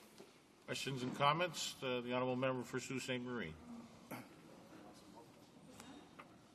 Well, thank you very much, Speaker. I'm always disappointed when I hear the arrogance of the Liberals and some other members of this House when they suggest that we don't know anything about the economy and that we shouldn't actually have any thoughts about the public life of this country because we'll never be government one day like yourselves. It's disappointing because it reduces the level of respect and dialogue in this place to one of not being very productive and helpful. The member talks about the Liberal anti-poverty strategy that was rolled out. The criticism of that, not just by us, but by others out there, the Toronto Star included, was that there was no substance. It's a lot like Liberal programs that have been rolled out. We saw the programs that were trotted out just before the election of 2006, that really, when the veil was lifted off, there was nothing there. There was no reference to Treasury Board for the money to support Kelowna or Kyoto or any of the programs that they at that time said that they were running on. So, this morning I heard the member, and he was, I guess, being honest here, that he supports the tax cutting agenda of the Conservatives. The Liberals did that when they were in government for 13 years, and it's the reason why we don't have the money anymore to transfer to the provinces to take care of things like health care and education and infrastructure. And, you know, the province of Ontario right now is in big trouble where its health care system is concerned because Mike Harris, who also had a tax-cutting agenda from 95 to 2003, depleted that treasury. So you depleted the Treasury from 93 to 2005. The Conservatives are now doing the same thing, and if you get back into office, I guess from what I... Order. The honourable member from Sault Ste. Marie keeps using the second person. He's not in the Ontario legislature where that's permissible. It's not permissible here. The honourable member from Markham Unionville. Well, thank you, Mr. Chair, and I'm afraid the honourable member doesn't seem to understand our 3050 plan. In fact, it was endorsed strongly by the Toronto Star. There is nothing more concrete than one can imagine. We lay out the exact measures that would constitute this plan. This plan has received strong endorsement from the anti-poverty groups and other social groups around the country. We are serious about it. We are going to do it. And in terms of his comment that we endorse this government's tax policies, I thought perhaps he was listening a little more carefully to my speech. The one thing we have in common is that we believe over time that Canadian corporate taxes should be competitive internationally. But I don't think any party in this House has been more critical of this government, both for reducing the stupidest, both for engaging in the dumbest possible tax cut, which is the GST, and also for its overspending, which led Canada from a massive $13 billion, which this government inherited from us just over 2 years ago, and with its overspending and its dumb tax cuts, it's taken this country to the brink of deficit. And just at the moment when the country needs support, when manufacturing needs support, because we're entering into a time of economic uncertainty, this government has depleted the Treasury, leaving the cupboard bare. It has engaged in the most irresponsible macroeconomic management. Order. We want to get one more question in. The honourable member for Leeds Grenville, and then we'll... Thank you very much, Speaker, and I've been listening very intently to my friend on the other side, and I really have simple questions for him, Mr. Speaker. These can be answered in simple yes, no. First of all, does his party support, if they were to get back into government, raising the GST? My second question is he going to support this NDP motion today? And thirdly, is he going to vote to bring down the government? They're simple yes, no questions. I know the honourable member, when he gets up in question period. Honourable member from Markham Unionville, briefly. I think the honourable member, while I thank him for his questions, doesn't have the right to impose one-word yes, no answers on his colleagues in this House. But I will nevertheless answer his questions. Our leader has been absolutely clear that we will not raise the GST when we come to power. He has said that many times. So I would question the honesty of this government when they send out 10%ers with a 5% picture of Prime Minister, 7% picture of our leader, because that is absolutely dishonest when he is on the record as having said he will not raise the GST. So that's a very direct answer to you. Order. The time has expired for answering the other question. Resuming debate, the honourable deputy. The honourable member for Chambly-Bordua.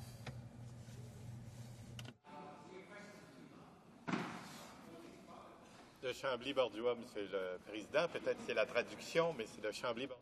Chambly-Bordua, maybe it was a translation problem. Chambly-Bordua. I'm very proud to represent that riding, and my constituents, and everyone basically, is interested in today's motion. First of all, I'd like to congratulate our colleague from Sault Ste. Marie for tabling this motion today, which gives us an opportunity to discuss an overly neglected issue, which is important in all regions where there's poverty. I would have liked to be able to ask our colleague from Markham Unionville a question earlier, but I guess I'll have to wait till later. And maybe I could refer to my question in my speech. Mr. Speaker, the motion is interesting because it connects the issue of the income gap with other factors that create poverty. When we talk about EI, I think that's the program that's been the most undermined and hollowed out by the Liberals and then the Conservatives. The result is that people have been deprived, denied what they've been denied their due. And why? Just to inflate the fund, to create a surplus, to be used to pay down the debt and for other government purposes. The Conservatives are probably using some of that $54 billion surplus in the EI fund. Probably they're using some of that for national defense purposes and for highly questionable spending, Mr. Speaker. The content of this motion is all the more interesting because it calls on us to make some value judgments, some choices about the values we hold as a society. We are here first and foremost to represent people, ordinary people, not economic interests, not lobbies, not to enrich consortia or other groups. As we see right now under the Conservatives, all the money is going to oil companies or war efforts. But our efforts should actually go on a priority basis to people, ordinary people. And that's why this motion is so appropriate, and we're going to support it. We're in favor of this. We're going to vote for it. And we'd like to encourage our other colleagues in the House of Commons to vote for this motion. If our colleague from Markham Unionville wants to be credible in this House, he should have said that we too are going to vote for this motion. Announcing a plan is not going to convince this House that the Liberal Party's sincere about wanting to deal with poverty, because they're the ones, more than any other party in the past 13 or 14 years, they're the ones who contributed to making the working class poorer. Recall that in 1997, and I refer to the issues the member for Markham Unionville raised from the Liberal Party, the Liberals are the ones who cut the POWA program, the program to help older workers. So workers aged 55 and over were pushed into poverty. Those who couldn't retrain, they were stripped of any other recourse than welfare in their provinces. Those parties, the Liberals together with the Conservatives, because the Conservatives also saw to it that seniors, older workers, seniors who are entitled to the guaranteed income supplement were not informed of their right. And among those people are those that needed it the most vulnerable, the least aware of their rights. They were deprived of $3.5 billion collectively. Our colleague earlier, if he'd wanted to be credible, he should have apologized. He should have said, we got it wrong, we were responsible, and we will now vote in favor of this motion. Had he wanted to be credible, our colleague from the Liberal Party, he would have said, we're not going to hitch our wagon to the Conservatives, and what we did to EI was wrong. We were unfair to the unemployed, and today we're going to vote for this motion. And at last we're going to say we're going to take a new tack to try to correct the injustice that was done to all these people who lost their jobs. by tightening up EI eligibility, the previous government managed to exclude around 60% of the unemployed from EI benefits. Of those who lose their job, only around 40% qualify for EI benefits. That's an injustice, Mr. Speaker, and it's also a very serious economic crime committed against those families, the families of the unemployed, the affected regions, and also provincial governments.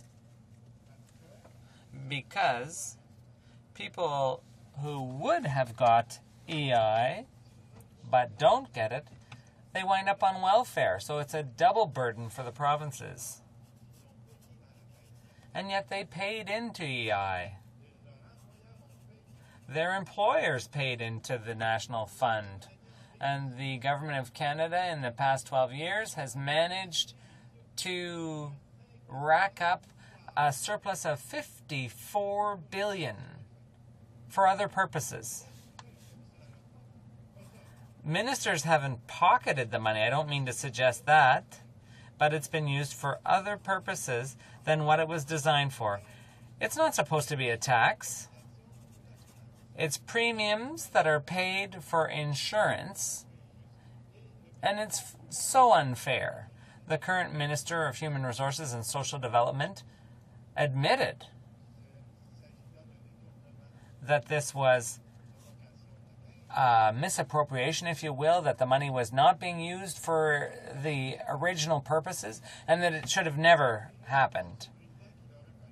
But once he admitted that, once he's recognized the injustice, well, one would expect him to say the logical conclusion, we're going to remedy this injustice and we're going to accept the unanimous recommendation of the Human Resources and Social Development Committee in 2005, and that recommendation was that all that money that had been redirected, the $46 billion that is now $54 billion in surplus, should come back to the EI fund at a rate of $1.5 billion per year. That is what would be needed to do it all legally and legitimately. This would be then treated as a loan to the government. In the same way the government borrows money on financial markets, this would be a loan from the EI fund to the government, and it could be repaid. We expected the Liberals to accept this, but they turned a deaf ear to it, and they continued to use the EI fund for their own purposes. The Conservatives are now doing the same. They've been doing it for 2.5 years. They now admit they shouldn't have done it, but what about the logical conclusion? They should stop doing it. They're just as guilty as the Liberals. There's a principle that the person holding the bag is just as guilty as the person putting the money in the bag. And now the Conservatives are holding the bag. So why aren't they taking action? So now we're finding ourselves in a situation where the two parties, and supported, of course, the Liberals who will be in supporting this, we find ourselves in a situation where neither party has credibility. So when we're told about a plan to eliminate poverty, that there's going to be a strategy to eliminate poverty, one party, just like the other one, and here I refer to the official opposition or the party in party, neither party has any credibility, Mr. Speaker. As for the current government, it has added to the burden of the poorest workers and families. I'll give you an example. There was a national daycare program on the works. So first thing that the Conservative government did was eliminate it. In Quebec, implementing a daycare program paid in part by the state, paid in part by the parents, brought the poverty level down by 3%. That's very significant, Mr. Speaker. So when you take this opportunity away from the rest of Canada, well, it will impoverish people further. And what about recourse for a women's group who want to defend themselves? This part of society has had a difficulty in getting access to various employment opportunities and legal opportunities, but we know that only 33% of women, of all those who lose their job, only 33% can hope to receive EI benefits. So when we look at factors exacerbating poverty, well, we don't have to go very far, Mr. Speaker. We don't have to look very far. It's the government. And the government continues to cut back, slash measures designed to fight against poverty. But for the past 18 years, the Canadian government, on several opportunities, have undertaken strategies to eliminate poverty, but the impact has been just the opposite. Stats Canada, I believe just 1 week ago, said that the gap between the rich and poor in Canada is growing and has been growing since 1980. So the wealth have become wealthier by 16% and the poor are poor by 20%. Not serious. Those who have the responsibility to make decisions were elected by saying we'll do better than the previous government, by supporting, on the one hand, decisions made by the previous government, but they added to it by cutting back, by cutting already existing programs, Mr. Speaker. So if we look at the EI benefits, well, the solution is not too complicated. We know what the solution is. We've had these measures in the past. They've existed. One of the programs that acted as a social safety net, and which was very effective and ensured that poverty was not exacerbated, was the employment insurance plan, of course. People who found themselves jobless without any income would have at least a minimum amount of money in order to meet their family's needs. This wasn't a gift given by the state because only employers and employees contributed to this fund. And the whole purpose of this account or fund was that it would constitute employment insurance or unemployment insurance. The previous government changed the name of the program from unemployment to employment. One would think that this is just a question of terminology, but no, not really. When the name of the program was changed, well, emphasis was put on, as soon as this name change took place, people started putting their hands in the fund and using the money for other purposes. That was a real source of concern, and we are suggesting that we go back to the primary mission of this EI fund, that is, a fund dedicated to support people who have lost their jobs. What do we need to do, Mr. Speaker? We have to loosen up eligibility criteria.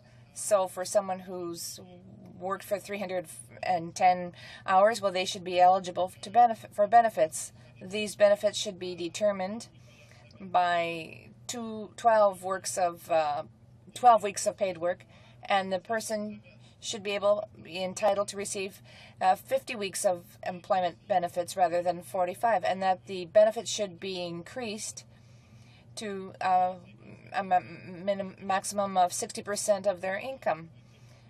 People are going to say 60%. Well, don't forget about that, but that's not all that much, Mr. Speaker. We must remember that the people who lose jobs, generally speaking, are those in low-paying jobs, but even in a high-paying job, when you're living off of 60% of what you used to have, well, you already have to change your style of living. And this is losing a job is always a very serious matter, especially when you consider it's 40% of their salary. That at least would be one way of resolving the problem. And the drama is that, we tabled a bill in this House, C-219, which dictated all of these measures. These were all measures that were recommended by the committee on Human Resources and Social Development, a House committee. And the very mandate of this committee was to provide advice to the House and to the minister. I would remind you that this committee supported all of these measures which appeared in this bill. So what happened, Mr. Speaker? The Conservatives said that this bill needs to get a royal recommendation, and it won't be given. It's incredible. It's not money that belonged to the Consolidated Revenue Fund. This is money that belonged to the workers, and the Conservatives decided to use this bill tabled by the Bloc. The purpose of our bill was to make our system more humane, and this fund was funded by the employees, but the Conservatives refused to give the bill royal recommendations. The leader of the NDP and the leader of the Bloc Québécois sent an official letter to the Prime Minister asking for royal recommendation. The leader of the official opposition refused to sign the letter. Can you believe it?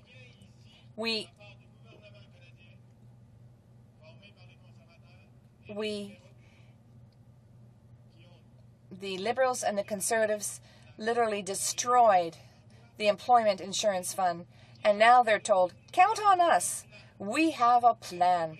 Well, Mr. Speaker, when they announce a plan, well, that's a good reason to be concerned, because when they come up with a plan, it's to make people's lives even more miserable. So their past plan, well, is an example of what they're capable of doing. And here I refer both to the Conservative and Liberal governments. So when we're told that we should have confidence in them, no, Mr. Speaker, the motion, the NDP motion, expresses the feeling of the people, and that is that the population doesn't have confidence. Why? Because neither party has been able to assume its responsibilities to protect the social safety net and ensure that there's a balance between income, development of wealth, and sharing and distributing this wealth. The government has really dismissed this, and people, as a result, are vulnerable. Not only couldn't the government doesn't care less about it, but they've made the situation even worse. They've exacerbated it. So today, Mr. Speaker,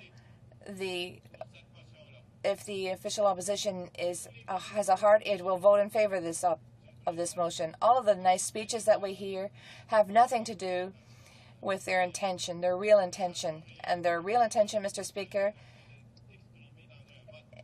is always expressed in a vote. And my concern is that, once again, they support this policy, this conservative fiasco, maintaining measures that are completely unfair to the working class and the people who are in the greatest need in our society. So this government works for the war, the oil patch, and the nuclear commission. But what about humanity? Nothing for humanity, Mr. Speaker. Thank you. And I will conclude on this note. And I would invite all of my colleagues who want to really represent their constituents properly to vote in favor of this motion, Mr. Speaker. Thank you. Secretary to the Minister of Human Resources. Thank you, Mr. Speaker. I do sit on the committee with a member, and I have some respect for the member, although I do, when he talks about confidence and credibility, I do wonder about the member because he subordinates everything to separation and to taking Quebec out of Canada. So therefore, I don't really have. don't really believe that that sometimes his comments about us is in fact representative of what we are doing with the EI account. What we are doing, and he sits on the committee, we are improving the governance of the account and the management of it. It is continued in this since the throne speech. We made that commitment to improve the governance of the EI account, but this member is perpetually looking to try to put more money into the reserve fund and to get the $54 billion. So my question is to him, as he suggests that we should reimburse these billions of dollars to the workers, how would he suggest we do it when there is no $54 billion surplus, as he hears at committee over and over again? How would he suggest it be implemented? Where would the money come from? Would it be from the workers? Would it be from higher taxes? I would like to hear from the member just what his intentions are for in reimbursing our Canadian Revenue Fund. I have a deputy addition. The honourable member for Chambly-Bourgeois. Thank you, Mr. Speaker. Until we become a sovereign state, we will continue to debate and defend the interests of our constituents. And when we defend these interests, and most of the time the people of Quebec, we are also defending the interests of those who live outside of Quebec. Our interest is to ensure that what is good for Quebec is good for people who live outside Quebec. And when it's bad, well, we say so. And that's what's happening, Mr. Speaker. The parliamentary secretary, my colleague, who is also a member of the Human Resources Committee, knows full well that when she asks her question, she knows what we're talking about. The minister himself recognized that this $54 billion was diverted from the fund, and this money did not belong to the Consolidated Revenue Fund. It belonged to employers and workers, and this $54 billion is not going to jeopardize the country if it's reimbursed, as the Human Resources Committee proposed, at a rate of $1.5 billion per year over the years. And the fund, we will set up the new fund with the office, and it will be established using this money. So when the government takes out a loan, it has to pay back. It doesn't say to the bank, well, I use the money for other reasons, but the money's all gone. So you have to understand that I did use the money for a good purpose. Well, the bank's going to say, you owe me this money. Why doesn't the government do the same thing with employers and workers? The government owns this money, owes this money to the people, and it's even accounted for in that matter. This is a fund or an account where it containing $54 billion, which was used for other purposes. The parliamentary secretary maintains that we should recognize that we can no longer cheat. Because yes, it is cheating. If we don't allow it for one person, why should we allow it for another? When the government says when we go to the fund when the fund has to go to the revenue fund, it'll have to pay back. Why not vice versa? When the government puts its hand into the employment fund, it seems to me that it should have to pay back. That makes logic to me. In trying to present another argument, well, it just doesn't make sense to me, Mr. Speaker. Stony Creek. Thank you, Mr. Speaker, and I want to thank the member from the bloc for his heartfelt and well-informed speech today. Many Canadians will realize that for the last 15 years they've lived under two governments, first the Liberal, now the Conservative. They've spent most of their time supporting big corporations and very little time on Canadians' needs. And the member from Markham Unionville was speaking earlier, and he talked about the fact how his leader, the Liberal leader, had called for the very tax cuts, the $14 billion every year tax cuts from big corporations, which has taken away the fiscal capacity of government to enact new programs to help Canadians. So we're very concerned of that in the NDP. But we also had the Liberals that had 5 surpluses, 3 majority governments, and siphoning $50 billion off the EI fund, and they didn't get it done. In fact, Canadians fell farther and farther behind during that time period. Now, the Liberals can't have it both ways. You know, you can't take $14 billion out of the capacity of the country and expect to do those things. This new program they're talking about, how can they fund it? They're going to have to raise taxes. There's no doubt about that. And as far as this motion before the House today, I heard the call, the passionate call from the Bloc to the Liberals to vote down this government, to stand with the Bloc and the NDP and do that here today. But you know that that's not likely to happen. They'll likely vote for the interest of the Liberal Party instead of the interest of Canadians. The Honourable Member for Chambly-Bourgeois. I'd like to thank my colleague for his question, Mr. Speaker. You know, the Conservatives and the Liberals want us to forget about this $54 billion. They often say that this is a theoretical $54 billion, but the employers and the workers don't view it as theoretical. They view it as real money. So, Mr. Speaker, we must not forget about this $54 billion. Quite the opposite. But what do they want? They want to go even further. They want to go even further when they divert this money. They're saying, we want to justify the fact that we stuck our money in the funds by saying we use the money for a good purpose. But that is a betrayal of employers and workers. And here we don't have that. It is not in our tradition to do this. Questions and comments? The Honourable Member for Burnaby Douglas. No. Burnaby New Westminster. Burnaby New Westminster. My Merci apologies. beaucoup. Puis j'ai beaucoup apprécié. Thank you very much. I greatly appreciated the speech by my colleague for Chambly-Bourgeois. It's very important, this question raised by the NDP in the House today. But I'd like to get back to an issue we discussed here in the House about a year and a half ago on the softwood lumber agreement. Because this degradation of family income that we've seen under the Conservatives and that we saw under the Liberals is due to the fact that there's been a hemorrhage in the softwood lumber industry in Quebec as elsewhere in Canada. In BC, they lost a lot of plants. In Quebec, too, thousands and thousands of jobs were lost because of the ratification of this softwood lumber agreement. The Liberals supported the Conservatives, but so did the Bloc. I'd like to know whether today, now that he knows that this agreement was devastating for the softwood lumber industry in Quebec, whether he regrets having support that softwood lumber agreement. Does he understand now that this agreement was clearly not in the interests of Quebecers and Canadians? The Honourable Member for Chambly-Bourgeois.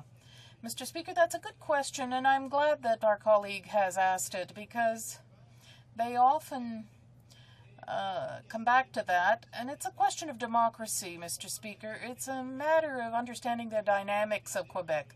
What the NDP has difficulty understanding, unfortunately. The NDP, in its name, they have democratic. Well, let me remind the member that in Quebec, they are called the New Democratic Party, Nouveau Parti Démocratique. It's less new than it used to be, but anyway.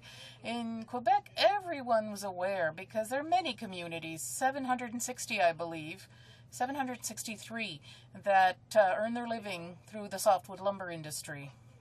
So throughout Quebec, we were closely monitoring what was happening. We were very well aware of the situation of softwood lumber. And the debate took place. All stakeholders, employees, unions, and the industry itself, the organizations of employers, the whole forum for the industry, they were unanimous. They said, we have to have this settlement. It wasn't a good settlement for them, but under the circumstances, it allowed them to just tread water in the meantime. And that was a strategic choice. They had no choice. So, Mr. Speaker, we voted for it because Quebec was unanimous. They said we had to vote for it. Is our colleague telling us that we should have gone against the will of Quebecers? He persists saying that. Resuming debate. Please the débat. The Honourable Member for Burnaby New Westminster. Thank you very much, Mr. Speaker, and I will be sharing my time with the hard-working Member of Parliament for Windsor West. Very proud to be speaking today in the House on this motion for the NDP, which expresses no confidence in this Conservative government for its completely unbalanced economic policy. Mr. Speaker, no surprise, the Conservatives are continuing the same unbalanced economic approach that we saw from the former Liberal government and that we saw from the former Conservative government before the Liberals came to power. So, Mr. Speaker, what we've seen essentially over the past 20 years is a steady economic degradation in the lives of working families from coast to coast to coast. Mr. Speaker, the figures are pretty compelling. That most working families sitting around their kitchen table tonight after their shift are going to be talking about the fact that they're earning less now than they were even 20 years ago, Mr. Speaker. 2/3 of Canadian families are earning less than they were in 1989, when the Conservative government pushed through the Canada-US Free Trade Agreement. And subsequently to that, we had the Liberals pushing through with the Conservatives the NAFTA agreement. And we've essentially seen through trade policy that what those agreements have benefited have been the wealthiest citizens in Canada. That most working families earning less. So the trade policies that the Conservatives put forward, like the Liberals before them, are policies that are structured around the boardroom table and not structured with the interests of those who are sitting around kitchen tables, Mr. Speaker. Now let's talk about what the results of the last 20 years have been, because the NDP has been very clear. We want to renegotiate NAFTA. It hasn't been in the interest of most Canadian working families. And we've been very clear about that. We're the only party in the House that says to Canadians, things haven't worked. On the bottom line, these trade agreements have failed, and we're going to go back and renegotiate. And happily, Mr. Speaker, as you well know, we now have the two leading contenders for the Democratic nomination in the United States, who are running for president in November, agreeing with the NDP and saying it has to be renegotiated. And, Mr. Speaker, as you well know, the PRD, the major opposition party in Mexico, is also saying the same thing. So what we have is increasingly progressive forces in all three countries saying it hasn't worked. Mr. Speaker, what's happened over the last 20 years is for middle-class Canadians, essentially, they've lost about $1,000 in real terms out of their pocket. They're actually earning less now, about a week's wages, than they were back in 1989. For lower middle-class Canadians, Mr. Speaker, they've actually lost even more, probably about $1,200, because they've lost, on average, 2 weeks of income for each and every year since 1989. And for the poorest Canadians, Mr. Speaker, as my colleague from Sault Ste. Marie said earlier, the income decline has been catastrophic, Mr. Speaker. A month and a half of income they've lost on average, close to $2,000 for each and every working family across the country. So for the Conservatives to pretend that everything is fine is simply ridiculous, Mr. Speaker, but they talk to the wealthy. And the wealthiest of Canadians now take half of all the real income in Canada. And their income's gone up 20% in that same period. So if you're a Liberal or a Conservative, only talking to corporate lawyers, only talking to the wealthiest people in society, I guess you get kind of out of whack. You simply don't understand the economic fundamentals and the failures that we've seen from this current Conservative government and the former Liberal government, Mr. Speaker. The statistics are compelling. 2/3 of Canadian families are earning less, and we now have levels of income inequality that we have not seen since the Great Depression, Mr. Speaker. It has been a catastrophic failure of economic policy, of economic fundamentals.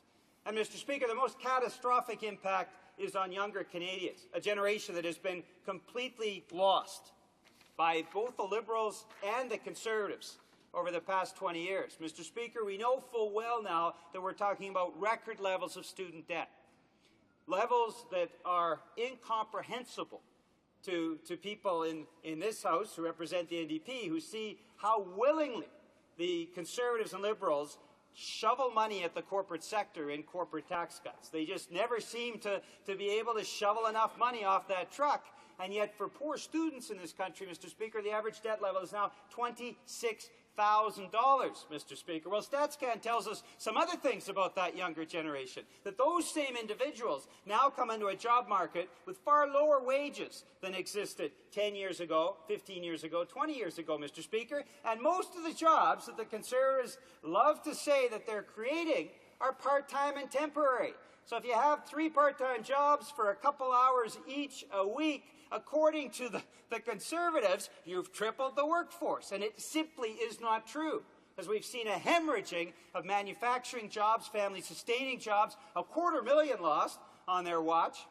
And at the same time, what they've managed to create is part-time, temporary jobs. Nothing that will allow those students to pay off their record levels of student debt. And here's another thing, Mr. Speaker, that the NDP opposes, the fact that those jobs, because they're part-time and temporary, don't come with pensions. They don't come with benefits. So the generation that we're sacrificing with record levels of student debt, created by the Liberals, continued by the Conservatives, are the same individuals that are earning less to pay off that debt. And when they finally manage to get through the process of paying off their student debt, when they reach retirement age, Mr. Speaker, most of them will not have access to company pensions. What are we doing to the nation's youth when we mortgage them to that appalling extent? And, Mr. Speaker, Liberals and Conservatives have been doing the same thing now for 20 years. That takes massive change, Mr. Speaker, and that's why I think more and more Canadians are looking to the NDP. Now, Mr. Speaker, I come from British Columbia, and we've seen the effects of Conservative economic policies. I guess that's almost an oxymoron, because there's nothing of policy in their economic approach. It's simply shovel money at the corporate sector. But we've seen the impact of the softwood lumber agreement. 10,000 jobs lost in British Columbia since the agreement was pushed through with the support of the Liberals and, unfortunately, the support of the Bloc. And we've had a change in government that brought the Liberal government in British Columbia, and the median figures are very compelling, Mr. Speaker, of what the Liberals have done provincially, along with the federal Liberals and the federal Conservatives to British Columbia. For most British Columbians, since 2001, since the BC Liberals came to power, their median income has gone down, Mr. Speaker. This is for all age categories up to the age of 55. That we're seeing individuals in the age of 20, the age of 30, the age of 40, the age of 50, and their real income has gone down. They're earning less now than they were when the NDP was in power. Well, Mr. Speaker, these are compelling economic facts. This is the compelling economic bottom line. In this corner of the House, we're not economic cheerleaders, unlike the Conservatives and Liberals, who like to say everything's going well because the wealthy in Canada are doing well. We're the ones who look at the hard facts, we're the ones that look at the figures, and we're the ones that say that this has been a fundamental failure of economic policy. And that is why we cannot express confidence in this Conservative government.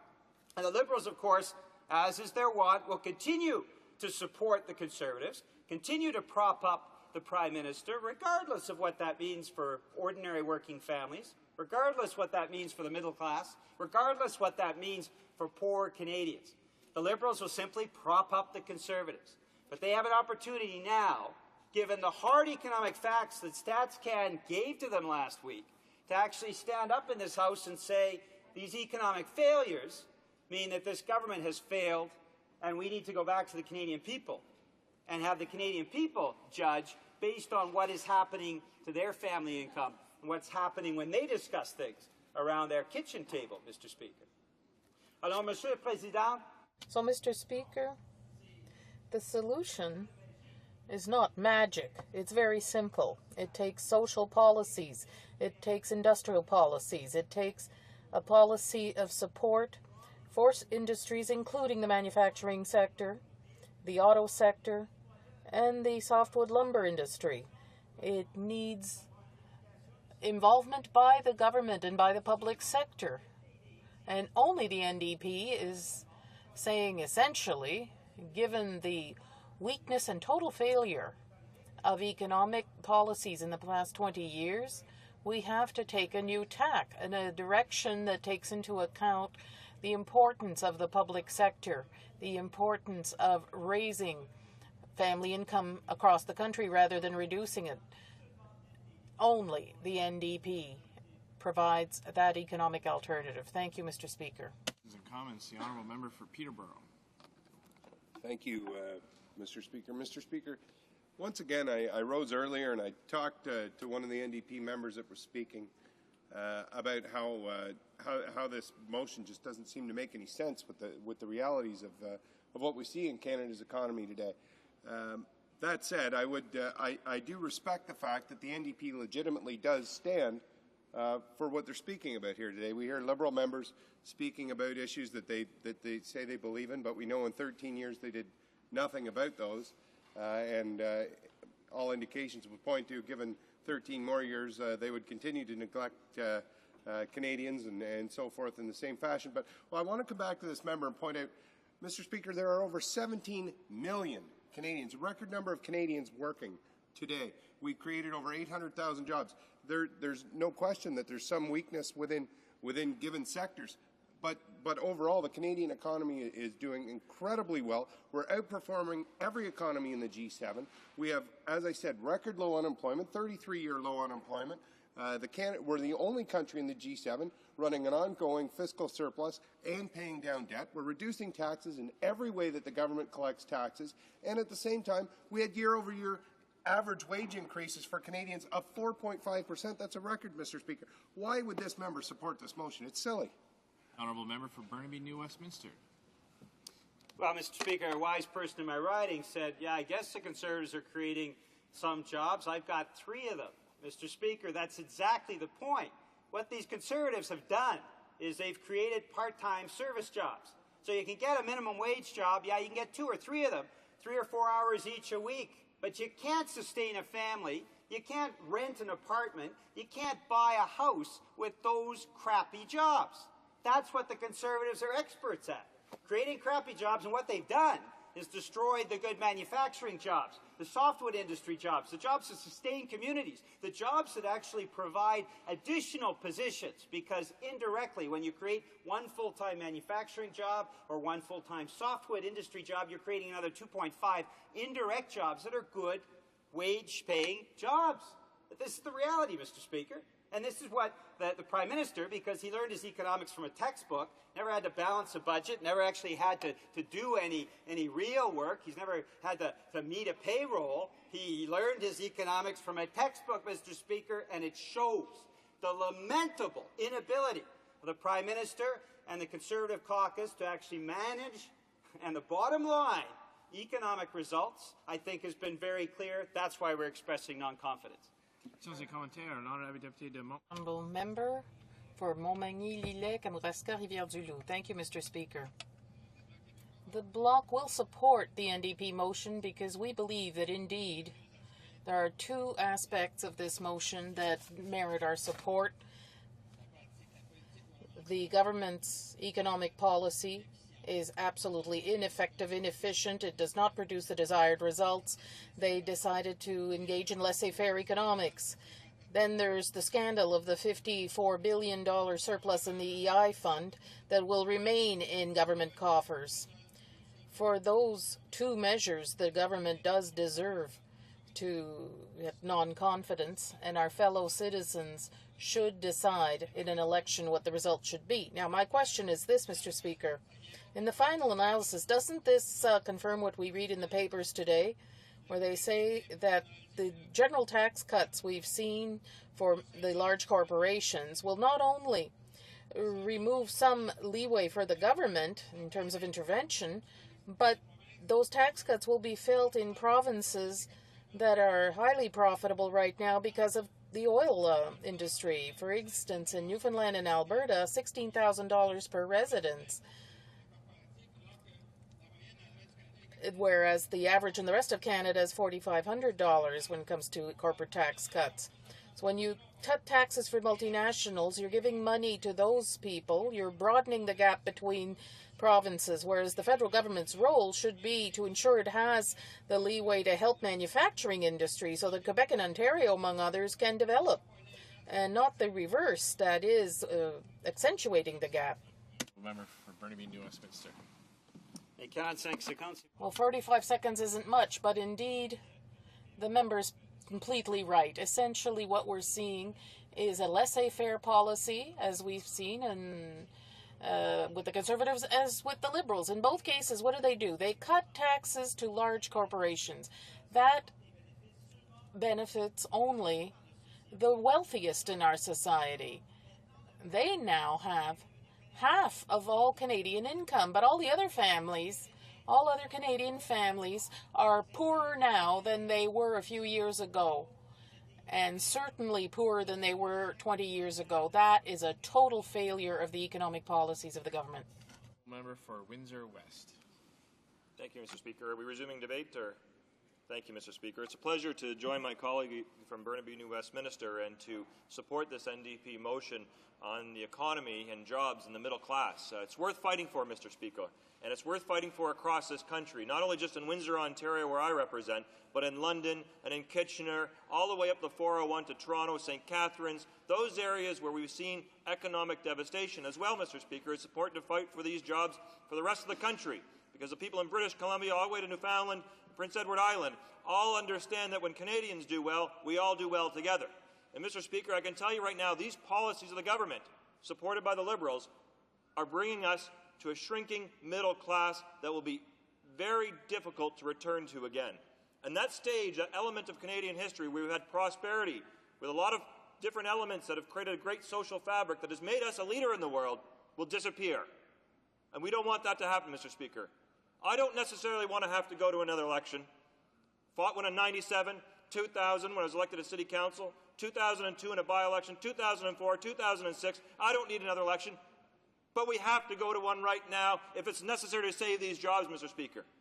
Because at the end of the day, we're witnessing, and I have the calls in my office every single day, people and their dreams are going up in smoke because there's not the proper strategy and economic planning that should have been there during times of prosperity. And the policies right now are stripping us of our capability to compete in this world.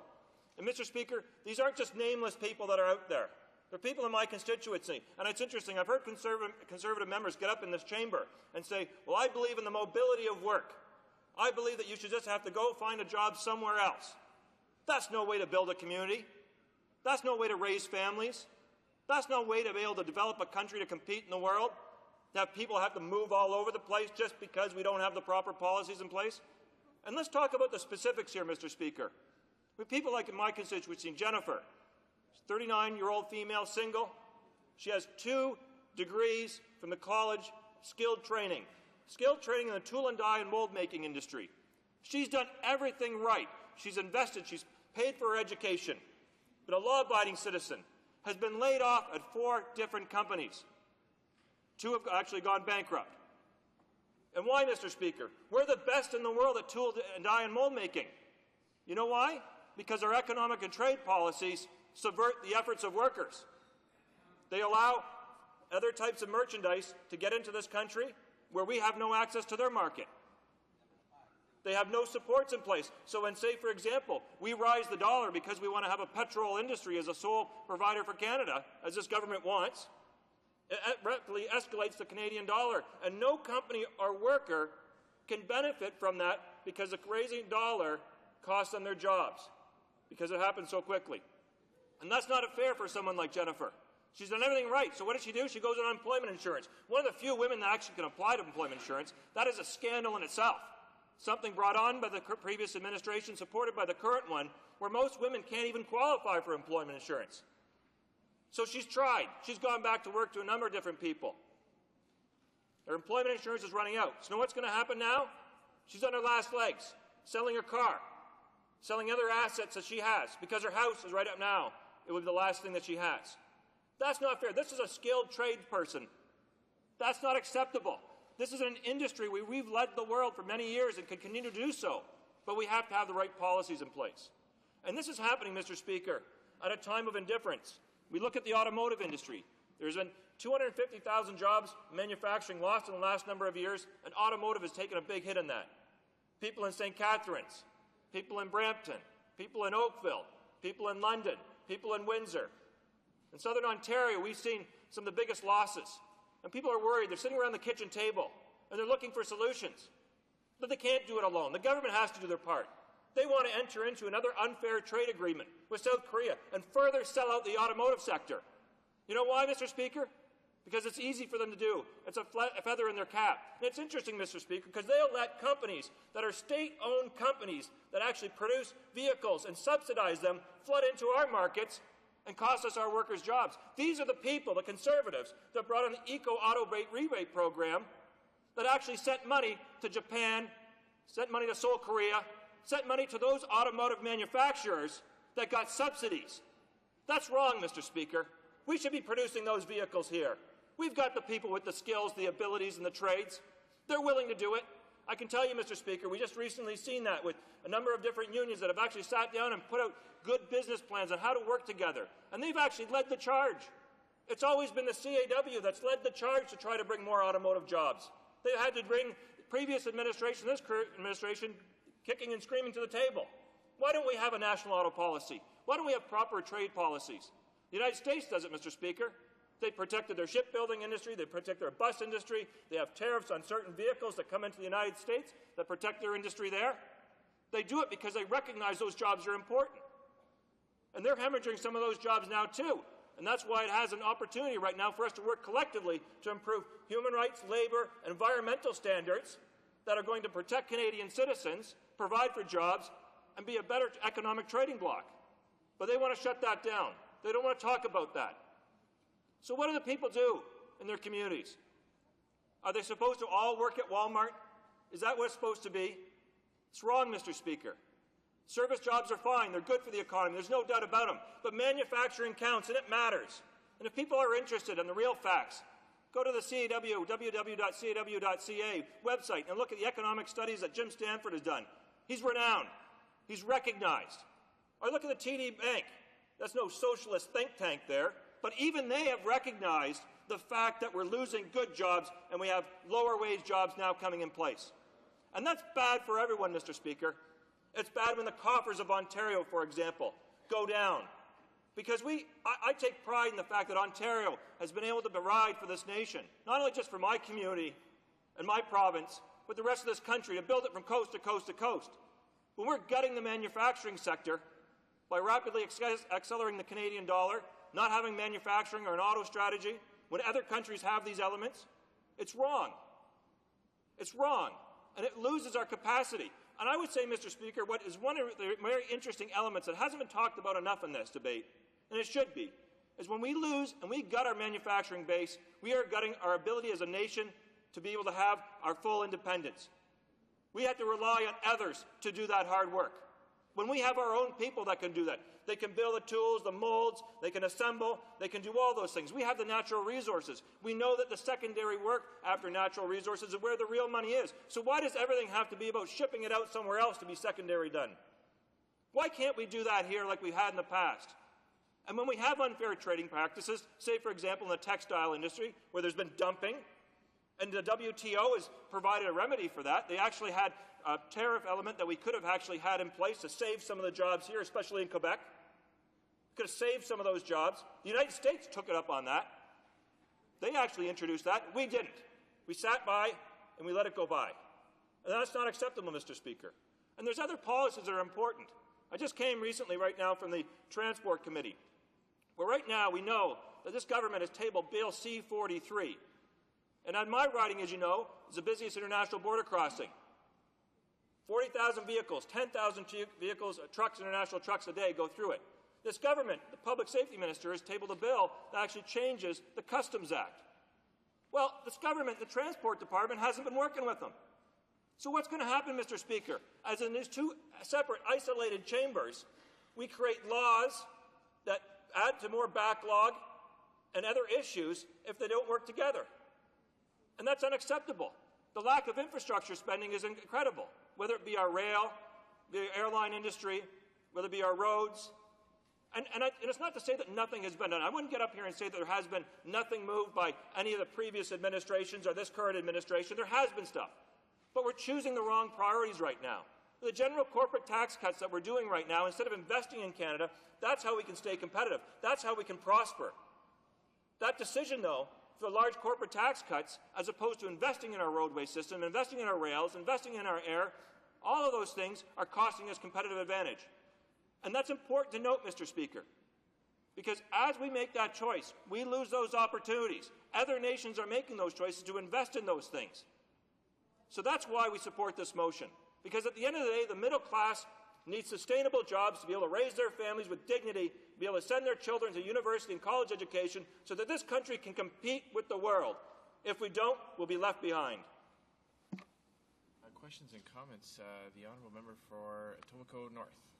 Well, thank you very much, Mr. Speaker, and I think the member from Windsor West is definitely onto something, and that this Conservative government that has been in power now for 2 years plus and keeps talking about how they're getting the job done. Well, obviously, they're not getting the job done when it comes to the incomes of working and middle-income Canadians.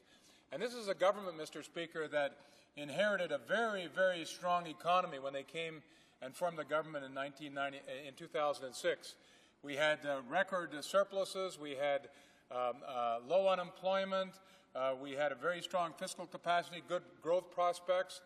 And what did they do, Mr. Speaker? They spent and they left the cupboard bare. So that we're now looking at, the Bank of Canada, in fact, came out with an estimate that growth this year could be 1.4%. Well, Mr. Speaker, at 1.4%, we're heading into a deficit. So what kind of flexibility does this Conservative government has, who keeps saying they're getting the job done, to deal with the challenges facing low-income and middle-income Canadians, where they've taken away the flexibility that our Liberal government gave them when they formed the government in 2006? The honourable member for Windsor West. Thank you, Mr. Speaker, and I appreciate the member's comments and question. And I say this with all due respect to the member, because I know he works hard in this House, but at the same time, it's difficult to hear their support continued for these policies, because the tax cuts that are happening right now have been basically cheerleaded on by the Leader of the Opposition from day one. In fact, he actually called for deeper corporate tax cuts. And let me explain kind of, Mr. Speaker, the difficulty that we have with regards to the current system and how the economy is really hurt by this. Is that you have, say, for example, the middle-class workers in the auto sector, for example, the struggling auto sector we have right now, versus that of, say, for example, the industry out in the oil and gas sector, where they're making record profits. Well, these tax cuts are going to give them record windfalls. But if you're in the manufacturing sector, if you're a tool and die mold maker right now, and you're breaking even or losing money, a tax cut doesn't do you any good. You can't invest that even into new technology and new resources to be able to compete. You wither on the vine. And that's what's been happening. So that's why you've had a major push, even from the economic sector, to say, hey, listen, this is nuts. This doesn't make any sense. Why should the banks and the oil and gas company continue to get record windfalls at the expense of working Canadians? Questions and comments. The honourable member for Peterborough. Thank you, Mr. Speaker. I guess we're learning as we go here. The Liberal Party now refers to excess taxation as flexibility. I suppose there was $52 billion in flexibility in EI when they were government as well, Mr. Speaker, since they ran enormous surpluses, which were really a tax because they didn't create a specialized fund for EI. It all went to general revenue, so that $52 billion that they ran in surplus was really just a tax. So I guess that was flexibility, Mr. Speaker. So when we talk about flexibility as a Liberal Party, what they really mean is we like to tax Canadians to death and then have enormous surpluses, and then we cut some of that up and give it to our friends. But we only talk about that when we're caught.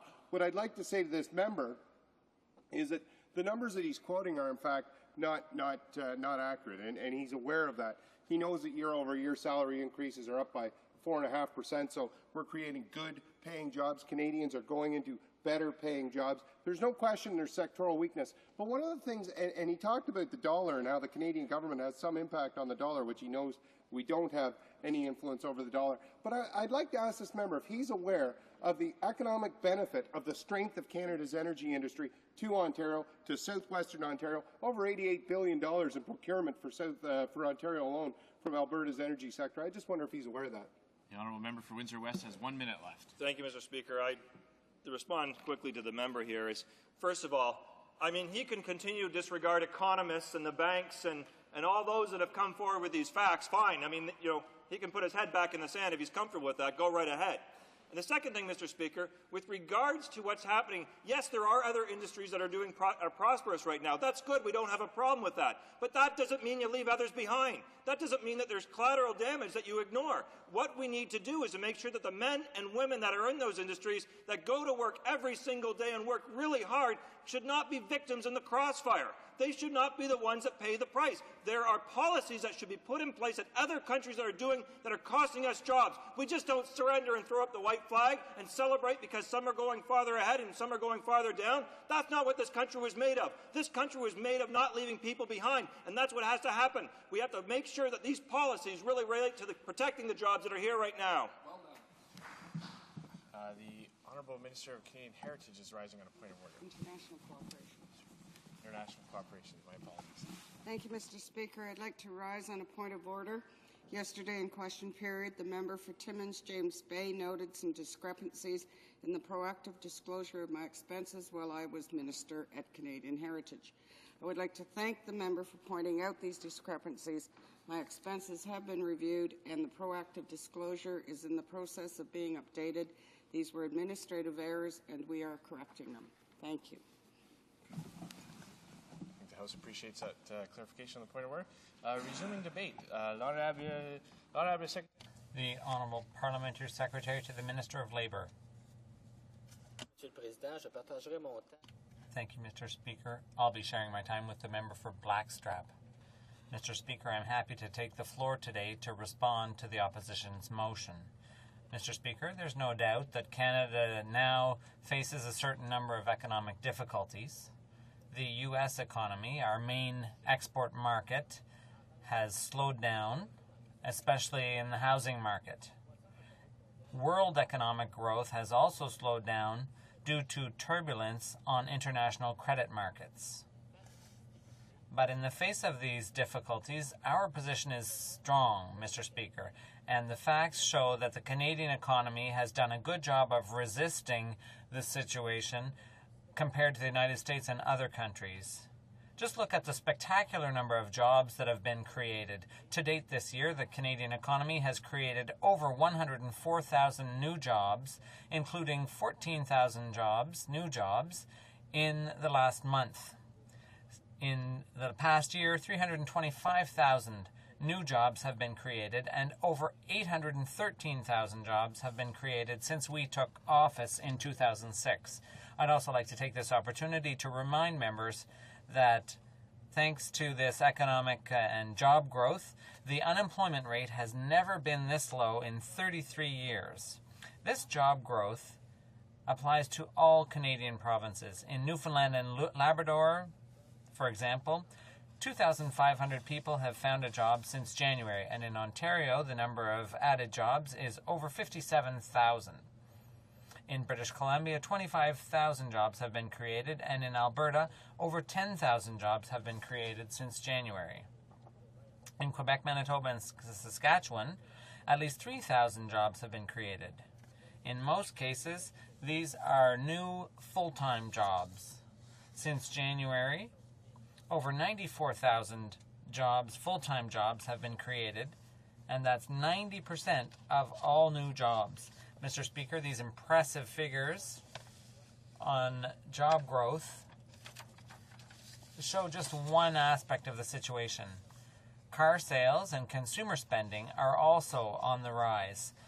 Canada's economy continues to grow, and corporate and household finances are solid. Inflation remains low, stable, and predictable, and we've reduced the public debt to levels that we haven't seen since before the 50s.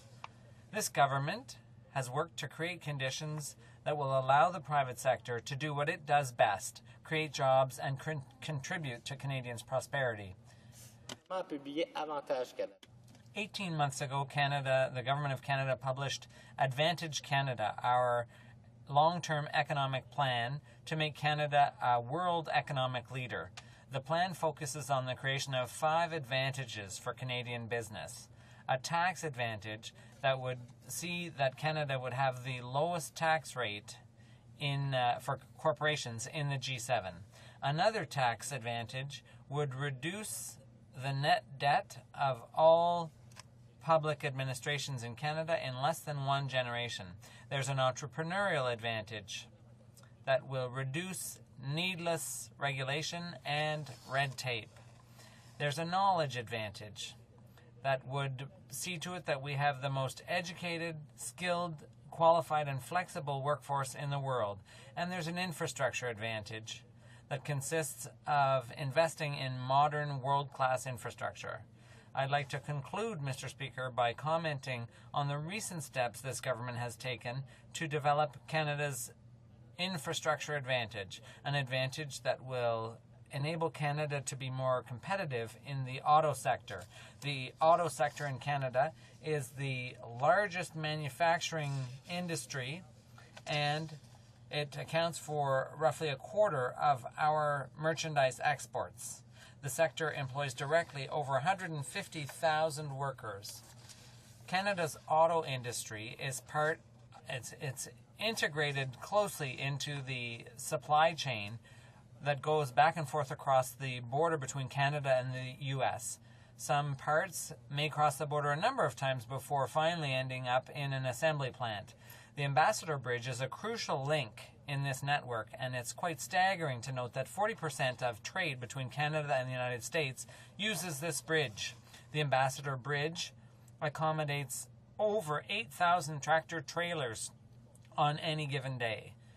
It's a private bridge. It was built in 1928 before the crash in 1929. It handles a volume of trade greater than that between the United States and Japan. As everyone knows, this bridge has been used beyond capacity, and it's a weak link now, and any failure in that link would have a devastating effect on the supply chain in the auto sector. In Budget 2008, our government earmarked an amount of $400 million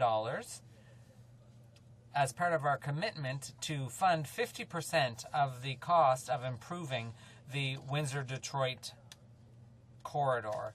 These funds will contribute to the construction of a new access route that will link Highway 401 and the new bridge. The goal is for the bridge to be built by 2013, and we're determined to have it built in order to strengthen our auto sector and facilitate the transportation of parts and vehicles. Ontario's Chamber of Commerce described the construction of this new highway as a critical step towards opening this new international passageway.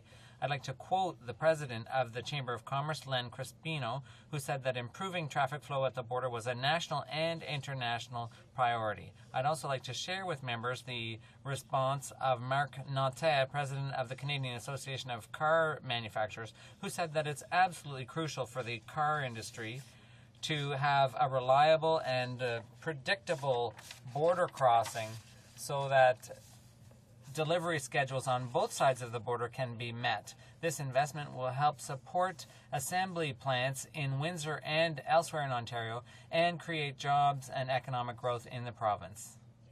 I'd like to point out to members that these investments are in addition to the $75 million this government is providing over 2 years to fund the operations of the Canadian Border Services Agency in order to further facilitate the movement of goods and services. It's also added to the $250 million we announced in Budget 2008 in order to support innovation in the automobile industry. Mr. Speaker, the Canadian economy has never been so strong. We've taken concrete steps to promote competitiveness, the competitiveness of the Canadian auto sector, and we've also laid the groundwork for Canadian economic growth in the long term through the implementation of our Advantage Canada program. Thank you, Mr. Speaker. Stony Creek. Well, thank you, Mr. Speaker. Well, Mr. Speaker, with the Liberal leader cheering the finance minister on earlier when the budget was passed, they took $14 billion each and every year out of the full capacity of our country. And now that's a huge loss of capacity for this government or any government to help those Canadians that are not part of the new jobs that you're talking about. And in Hamilton, in particular, there's over 93,000 people living in poverty, mostly women and seniors, Mr. Speaker. And that's a group of people that are falling farther and farther behind. And we know that the private sector won't stand up to protect the seniors and these women. That's the government's job. And when will they take up that job, take up that challenge, and start defending the people that are at the bottom and not those that are at the top all the time, not the corporations that you always support, but the average working family and those that have the misfortune of being unemployed or retired on a fixed income. The Honourable Parliamentary Secretary to the Minister of Labour. Thank you, Mr. Speaker. As we mentioned in the speech from the throne, our government will continue to invest in our families and help those who want to get out of the cycle of homelessness and poverty. We are making significant investments to help individuals and families. $13 billion in the form of child tax benefits, including the universal child care benefit and new tax credits for children. $9 billion for people suffering from a disability. $13 billion for seniors. In our 2008 budget, we had increased support for older workers. And also, Mr. Speaker, $550 million for revenue earned. The Honourable Member for Esquimalt-Wanda-Fuka. Thank you very much, Mr. Speaker. I would like to ask my honourable colleague from the government a fairly simple question. And it has to do with the GST reduction that his government put forward. It's going to cost the taxpayer about the government coffers about $12 billion. It's preferentially going to help those who make more money because obviously the more you spend, the more you get back. People who are poorest do not derive much of a benefit from this because most of their monies are spent on food and rent, which are GST free. So my question to my colleague is, wouldn't it have been a lot more sense is to rather than reducing the GST 2 percentage points, take that money and put it into things such as lowering tuition rates for students, putting a refundable tax credit for the poor, particularly for those who make less than $20,000 a year, working with the provinces to establish a countrywide strategy for affordable housing, dealing with putting monies into health care for those issues that affect those who are living on the street. That, in my view, would be a much more prudent and effective use of limited taxpayers' funds. $12 billion could go a long way to helping those people who are poorest in our country. The Honourable Parliamentary Secretary to the Minister of Labour. Mr. Speaker, our government has respected its commitment to reduce GST from 7 to 5%. The GST reduction is going to help all Canadians, even those who don't earn enough to pay taxes. This new credit means $1.1 billion given back to Canadians, low-income Canadians. The government is also ensuring that work is going to be offered to many more Canadians, low-income incomes, thanks to the tax credit for revenue earned. Our 2008 budget strengthens this measure by making it easier for low-income Canadians to put more money in their savings accounts, particularly with a tax-free savings account.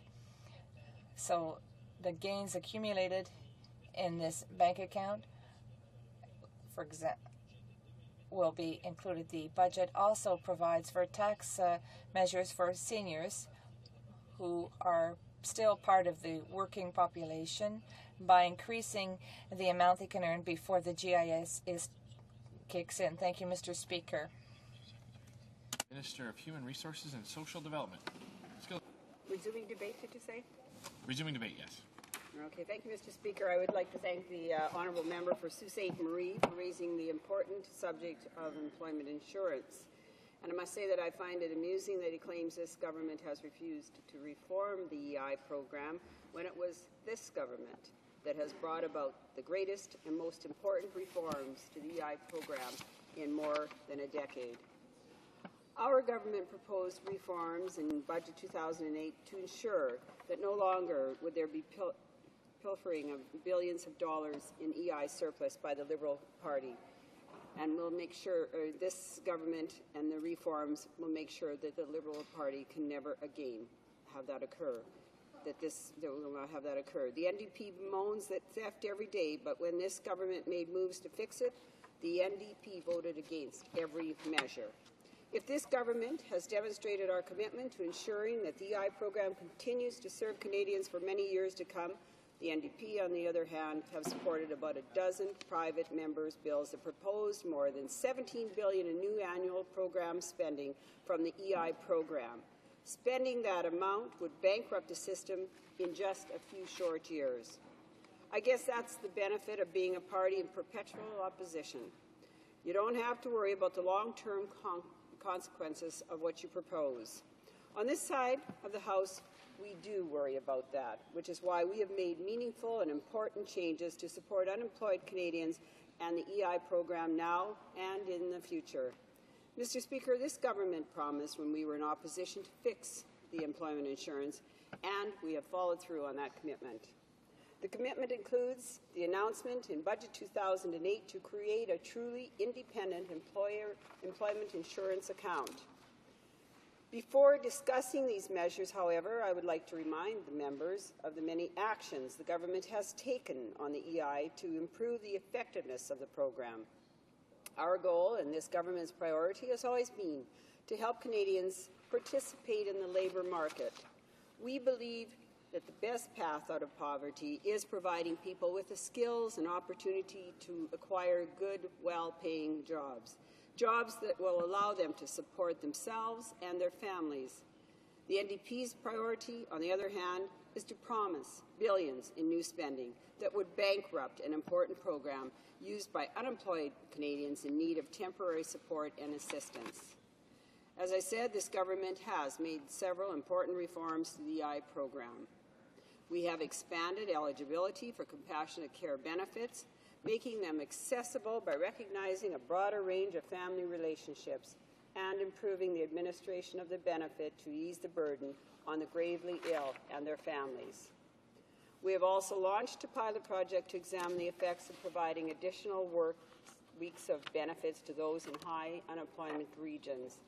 And we have extended EI transitional measures for 2 regions, New Brunswick and Quebec, to provide easier access to employment insurance and longer benefits for unemployed workers in those regions.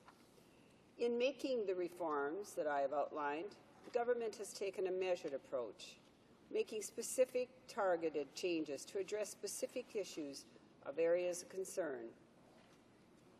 The NDP, by contrast, simply support every proposed measure to increase benefits, which would drain the EI program and leave Canadian workers without an important safety net.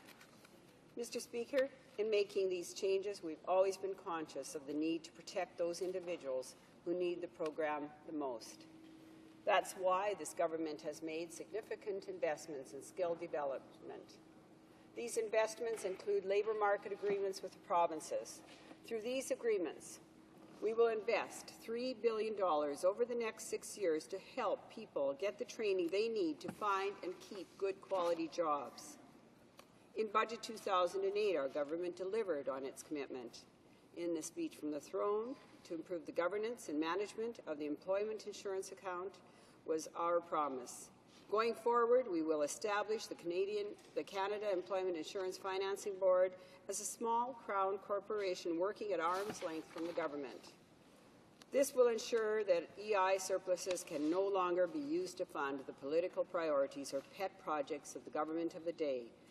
Any EI surplus funds will be used to reduce EI premiums and increase EI benefits. For too long, EI has been just another tax on employers and employees, a tax that Liberals used to announce legacy projects at election time, and a fund they dipped into shamelessly to buy votes and reward their corporate friends. That is the kind of thing that will never be permitted to happen again, thanks to the actions of this government. It is also important to note that Budget 2008 committed to funding a cash reserve in this new account. This cash reserve will be $2 billion. The $2 billion amount is being established as a contingency fund to ensure that the premium rates remain stable and predictable. It's an unlikely event that this reserve is insufficient to cover any deficit in the EI account, Canadians can be assured the Government of Canada will continue to pay EI benefits with funds from the Consolidated Revenue Fund. Our approach, Mr. Speaker, addresses concerns expressed by a whole range of stakeholders, including employers, employees, labour groups, and chambers of commerce across the country. The Canada Employment Insurance Financing Board will be run by directors who have necessary skills and expertise to effectively carry out the organization's mandate. Mr. Speaker, the Prime Minister promised to put an end to the era of patronage in Ottawa, and that's why this government has mandated that the members of this board will be selected based on merit, following recommendations from a nominating committee which includes the commissioners of workers and employers. Through this process, business and labour will play a role in ensuring that only the most qualified individuals are selected to manage decision-making around the setting of EI rates and management of the reserve fund. Our plan, Mr. Speaker, is one that looks to the future, and it ensures independent decision-making regarding the management of the employment insurance funds and making sure that these funds are used only to pay for employment insurance benefits. Premium rates reflect actual program costs and take into account investment returns so that the Canadians pay the right premium rates, just sufficient to cover the cost of benefits received, no less, no more. That program is on a firm financial footing going forward, and this is well positioned to withstand changing economic conditions. Mr. Speaker, these are responsible and long overdue changes. They are financially sound and they make sense for the workers and employers who pay the premiums and who use the program. I must point out they are changes that the New Democratic Party voted against. Thankfully, the Liberals have seen the error of their past ways and have allowed this budget to pass so that we can finally reform this important program. Mr. Speaker, our approach to employment insurance financing is the same as it has been to all the improvements that we have made to the EI program. We've combined sound management with good governance. We have sought to protect people while they are unemployed and provide opportunities for them to gain the necessary skills to participate fully in the labour market. This is the approach we will continue to take, and it is an approach my honourable colleague ignored when he put this motion forward. Thank you, Mr. Speaker. Merci beaucoup. Questions and comments? Questions et commentaires. L'honorable député d'Acadie-Bathurst. The Honourable Member for Acadie-Bathurst. Thank you, Mr. Speaker. Question about this new kind of a crown corporation, arm's length to the government, about the employment insurance and to decide what will be the premium. I'd like to know from her, when we look at Crown Corporation, for example, when we raise a question here in the House of Commons about CBC or Radio-Canada, which is a Crown Corporation, the answer of the minister all the time is, this is arm's length to the government, we will not answer the question. When we raise a question about Canada Post, for example, it's the same thing. They say, well, we cannot answer, go see Canada Post because they are arm's length to the government. Is it not what happens with the one about the employment insurance? When elected members of parliament want to question what's going to happen to the funds of the employment insurance, my first question is that now we will not be able to raise questions for Canadians in this House of Commons because we will be treated the same way we're getting treated with the other corporation. And then, when we look at the $2 million that will be the $2 billion put in the account of the employment insurance, the Conservative government, when they were in the opposition, was doing the promotion that the $57 or $55 billion that was taken away from the working people, that if they were to be in power, they will bring in the next 10 years back the $55 billion back in the fund of the EI. Did they change their mind? Or they're saying, no, start living, the members from Acadie-Bathurst, and start to look for the future, and we have the government that spent all the money already. I'd like to see your position on that position that they had when they were in the opposition. The Honourable Parliamentary Secretary, the Minister of Human Resources and Social Mr. Development. Speaker, first of all, the member has to understand that the new Crown Corporation will be just there to manage and to govern the fund, the $2 billion fund. It will be not there we as Parliamentarians will be watching over the benefits, and also the EI programs will still be delivered by the government. So he has no worries about having to ask any questions.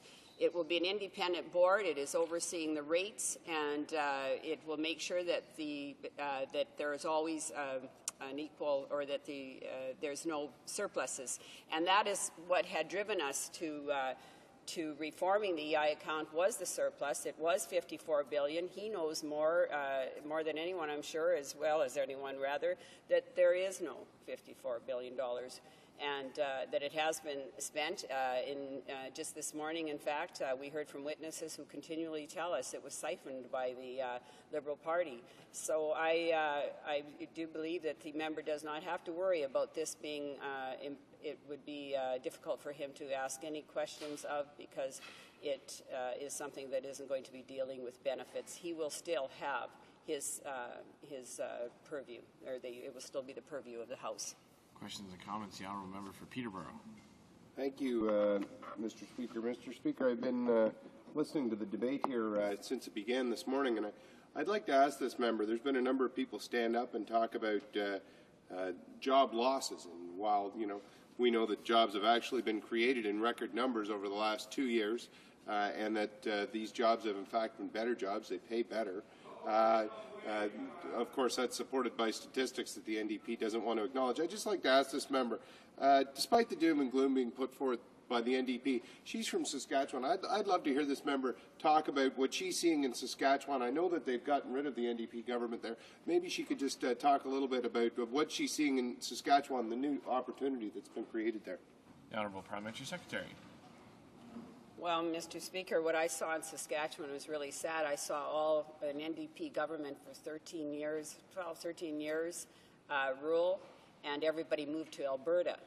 But however, we have now got a new Conservative government, and federally we also have encouraged we've encouraged the resources, we've encouraged science and research. Agriculture has benefited from this federal Conservative government. We now have a Conservative government in power in Saskatchewan that is going to grow the economy. So we now are dealing with a labor shortage. Just as I understand, BC will be short 350,000 workers. Alberta will require 100,000 workers, and probably more as they all move home back to Saskatchewan. Ontario will need 560,000 more workers by 2030, and Quebec will have 1.3 million job openings by 2016. So, Mr. Speaker, I just want to put on record there is labor shortages from coast to coast to coast, and the economy is booming, but under this government, under the Conservative government. Thank you. And under this Prime Minister. Resuming debate, the Honourable Member for London Fanshawe. Well, thank you, Mr. Speaker. Mr. Speaker, today only 1 in 3 unemployed women collects employment insurance benefits. This number is down from 70% of unemployed women who collected in 1990. Changes to employment insurance in the early 1990s under the Mulroney government reduced EI access for part-time, seasonal, and low-income workers. Women, who account for about 7 in 10 of all part-time employees, were therefore disproportionately and most negatively affected by these changes. In 1997, the then Liberal government introduced more changes to the EI system. Eligibility for EI used to depend on the number of weeks worked. When the Liberal government converted EI eligibility to depend on total hours worked, it made changes that were grossly unfair to many workers. The government used a 35-hour work week as the average to calculate the new rate, but ignored the fact that women, on average, worked 30 hours a week. Under the previous system, those working an average 300 hours in a 20-week period were eligible for EI. Devastatingly, the requirement for eligibility doubled or even tripled, excluding women from qualifying for benefits. According to the Canadian Centre for Policy Alternatives, 40% of working women work in non-standard work arrangements. They're employed in part-time or temporary, casual, and contract work. Many women hold multiple jobs or are self-employed. Those who are self-employed or work on farms will find they are not eligible for employment insurance at all. On top of this, most women have to work shorter hours because of their caregiving responsibilities. They look after minor children, elderly parents, or sometimes both. Mr. Speaker, our workplaces are changing. No longer can people depend on finding full-time work with an employer that lasts the rest of their lives. Many of my constituents are losing their jobs in the manufacturing sector as jobs are exported overseas and factories shut down. These manufacturing jobs paid living wages and provided good benefits, allowing workers to retire in dignity with adequate pensions. Unfortunately, these jobs are evaporating, forcing workers, and especially women, into non-standard work arrangements. In 2004, 34% of jobs fell into this category. Some of these jobs are part-time, temporary, contract work, casual, or require workers to be self-employed. Many workers need to hold multiple jobs to make ends meet. Because these non-standard jobs have irregular or part-time hours, they reduce eligibility, especially for women, to qualify to EI. Over 40% of women compared to 29% of men work in non-standard work arrangements. Women who have to leave the workforce because of caregiving responsibilities are considered new entrants when they return to work. These women have to start from scratch to accumulate sufficient hours to qualify for employment insurance. In our system, where eligibility is based on the number of hours, quite simply, Mr. Speaker, women suffer. It's irresponsible. It was irresponsible for the Liberal government not to take into account the difference in the workplace participation of men and women when redesigning the EI program in 1997. Now, this Conservative government has refused to make any changes to make EI more inclusive. To compound the problems, this current government's budgets have failed to invest in strengthening our economy and have opted instead to reduce social spending in favor of tax cuts. Unfortunately, for 68% of Canadian women, these cuts are meaningless because they do not benefit. They don't earn enough to qualify. Consecutive Liberal and Conservative governments collected EI premiums but forgot to distribute the proceeds. And, Mr. Speaker, I need to tell you at this point in time, I'm splitting my time with the member from Acadie-Bathurst. The $55 billion in EI surplus was not put into the pockets of unemployed workers. The people whose paychecks created that surplus. Because our maternity and parental leave programs are based on the EI system, women once again are falling further and further behind. And due to lack of safe, affordable housing and early learning and childcare programs, women are insecure. It should come as no surprise that the birth rate in Canada is decreasing. Without security, women and families cannot thrive. And this is particularly, Mr. Speaker, when you consider that the job losses in London, which number in the thousands, London, where I am the Member of Parliament, include Vitec, Siemens, Beta Brands, and auto sector jobs, and have increased with the recent loss of jobs at Jones & Sons. These are the jobs that sustain families and communities. Manufacturing is a critical piece of the London economy. London is home to 40,600 manufacturing workers. It accounts for 1 in 7 area jobs, makes a substantial contribution to London's research and development capabilities, as well as economic growth. In 2006, London's manufacturing workers contributed $422 million to provincial and federal income tax, supported $109 million in municipal property tax, and generated $14 billion in economic activity. This is a matter of fairness, Mr. Speaker. These people deserve to have jobs. There are, of course, solutions. The Standing Committee on the Status of Women, in 2 reports, the interim report on the maternity and parental benefits under employment insurance, the exclusion of self-employed workers, and in improving the economic security of women, Time to Act, made very clear recommendations. Some of these recommendations are that HRD SDC removed the 2-week waiting period at the beginning of the benefit period for the receipt of maternity and parental benefits, thus making applicants eligible for benefits during the entire 52-week period covered by employment insurance. That the Department of Human Resources and Social Development expand the maternity and parental benefits program to cover 2 years and increase the benefit rate to 60% in order to help parents balance their paid and caring work. That the federal government extend eligibility for maternity and parental benefits by changing qualifying requirements to allow parents to reach back over the 3 to 5 year period prior to the birth of a child. That the federal government change the eligibility criteria under the Employment Insurance Act to increase access to benefits to persons in part-time or part-year work. That the federal government amend the Employment Insurance Act to allow self-employed persons to opt into the special benefits program under the Employment Insurance Program, such as maternity and parental benefits and the compassionate care benefit. And the NDP further expanded these recommendations to include the maximum yearly insurable earnings should be increased to $51,748, the eligibility criteria lowered to 360 hours, the benefit increased to 70% of regular earnings, and that maternity and parental leave become a distinct benefit under EI. Unfortunately, neither the Liberal nor Conservative governments were interested in any of these recommendations. And, Mr. Speaker, there are bigger problems for women in this country than just the need to amend the EI program. This government we see here seems to fear women because it cut the court challenges program, refused to implement pay equity, will not invest in safe, affordable housing, refuses to implement a national child care program, and cut the operating budget of Status of Women Canada and eliminated funding to most major women's organizations. Just last month, Lise Martin of the Canadian Research Institute for the Advancement of Women ended her 10-year tenure at the helm of the Central Women's Equality-Seeking Organization.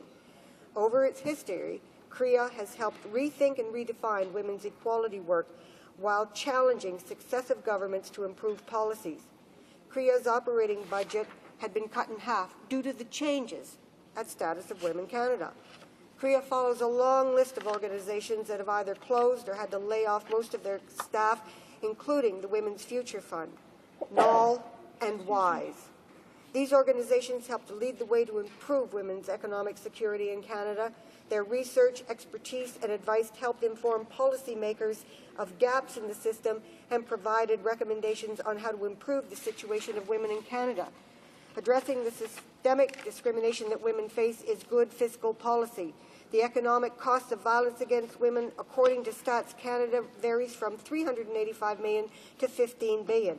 Each year, women are key contributors to our communities, our economies, but this government doesn't seem to understand that women and children need their understanding and support. Mr. Speaker, no nation can hope to fully realize its potential, create a strong economy, or support successful communities when half of its citizens can be silenced by poverty, lack of services, or a sense of powerlessness.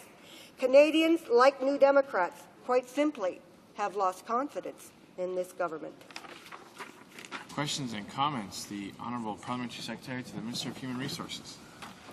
Yes, Mr. Speaker, I listened to the member, and I want to remind the member that we've done a great deal for women, and particularly if she wants to talk about the working women, we have indeed gave women opportunities with a growing economy, and we found that in our own province, that if your economy grows, you'll find more women participating in the workforce, and that's important to us. We've also expanded the EI benefits, and women benefit from those different benefits that have been expanded. We've reduced the GST from 7 to 6 to 5%, Mr. Speaker, that thereby lowering the taxes for all Canadians. We've many of the women that are contributing to the economy are in small business, and they have really appreciated us lifting the threshold in small business. For example, they've appreciated that we have streamlined doing business in Canada, because many women want to be in do business at home, work at home. I know myself. I have very many in my constituency who like to work out of the home, and there has been no doubt that some of the things that we have done have indeed made women's lives and their working lives a little easier. So I think that the member has to recognize that also creating a strong economy will help many of the women that are trying to get out of poverty. The honourable member for London Fanshawe. Well, thank you, Mr. Speaker. And yes, creating a strong economy would help women if this government had indeed created a strong economy. We're looking at layoffs, and we're looking at plant closures. In my community, nearly 6,000 jobs have been lost. This creates a profound sense of insecurity. And when the member talks about this government doing a great deal for women, well, does this include the fact that there is no affordable housing strategy? Does this include the fact that they cut funding to equality-seeking groups, that they cut the Court Challenges program? And their tax largesse is laughable. 68% of Canadian women do not earn enough to benefit from their so-called tax cuts. And I would like to remind the member that the savings of GST on basics of living is far different than the GST that her friends save when they go out to buy that new Mercedes. If we want women to be included in the workforce, if we want women to be able to make their contribution and raise their families and contribute to this economy, this society, we would make sure, like in Quebec, they had access to decent, affordable childcare. The rate of involvement of women in the workforce in Quebec is significantly higher than the rest of Canada, where there is no childcare. Well, guess what, Mr. Speaker? In Quebec, they've figured out that women want to make a contribution. They can make a contribution, but they have to have a government that cares, that believes, and is willing to invest in them and their families. We haven't seen any of that yet. Questions and comments. The honourable member for Hamilton East, Stony Creek. Well, thank you, Mr. Speaker. And to the member from London, I want to talk for a moment about the mythology that's out there regarding the NDP and fiscal policy. And I'd like to point out that Gary Doer has been in office since 1999, balancing the books of Manitoba, and Roy Romano from 91 to 2001, followed by Lorne Calvert, balanced the books in Saskatchewan.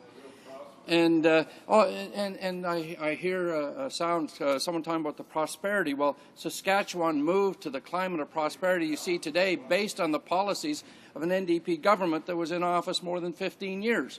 So that makes it very clear to my mind that the evidence is there, and both Manitoba and Saskatchewan are doing quite well, thank you very much. And it wasn't because of what this government did in a short 2 years. But more importantly, we were talking, or the member from London was talking about women and poverty. And I spoke earlier about the 95,000 women and men that live in poverty in Hamilton. We find that most of these people that are in poverty are women or seniors. And amongst the seniors, most of them, 52%, are women. And with the government giving $14 billion every year back to the corporations of this country, how can they... I'm going to have to cut off the honourable member there to allow the honourable member for London Fanshawe a chance to respond. Well, thank you, Mr. Speaker, and I thank my colleague for his question and his little history lesson, because I too remember the fiscal responsibility of policies of great premiers like Tommy Douglas, Roy Romano, and Gary Doer. And it seems to me, in terms of Saskatchewan, that the economy was doing very, very well there, and that the government of Lorne Calvert was doing very, very well. Of course, this was after all the Conservatives went to jail there. Now, my colleague remembers, or is talking about senior women, and the fact that $14.5 billion went to tax cuts. Well, nothing went to seniors, nothing went to the needy. Resuming debate. The Honourable Member for Acadie-Bathurst. Thank you, Mr. Speaker. I'm pleased to make a speech on this opposition motion from the New Democratic Party and thank the seconder and the member for Sault Ste. Marie.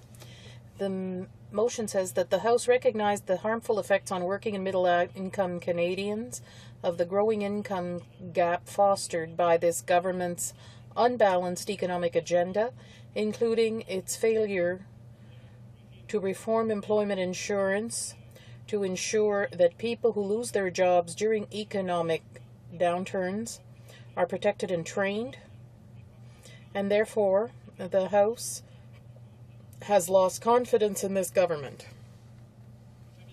First of all, Mr. Speaker, I'd like to thank the member who's sharing her time with me, the member for London Fanshawe, who really explained the problem that women workers have with various jobs, seasonal work. They can't accumulate the number of hours necessary to qualify for EI. But before that, I'd like to correct the record a bit. I want to do that because the member for Blackstrap, who's from Saskatchewan, stated that, if I understood her correctly, and I'll check the blues, after 13 years of a new Democratic government in Saskatchewan, they have a Conservative government. Well, it's unfortunate to see that the Saskatchewan government, the Sask Party, is not a Conservative. It's a hidden Conservative government, perhaps, that has the Saskatchewan public believe that they're a new idea with new policies.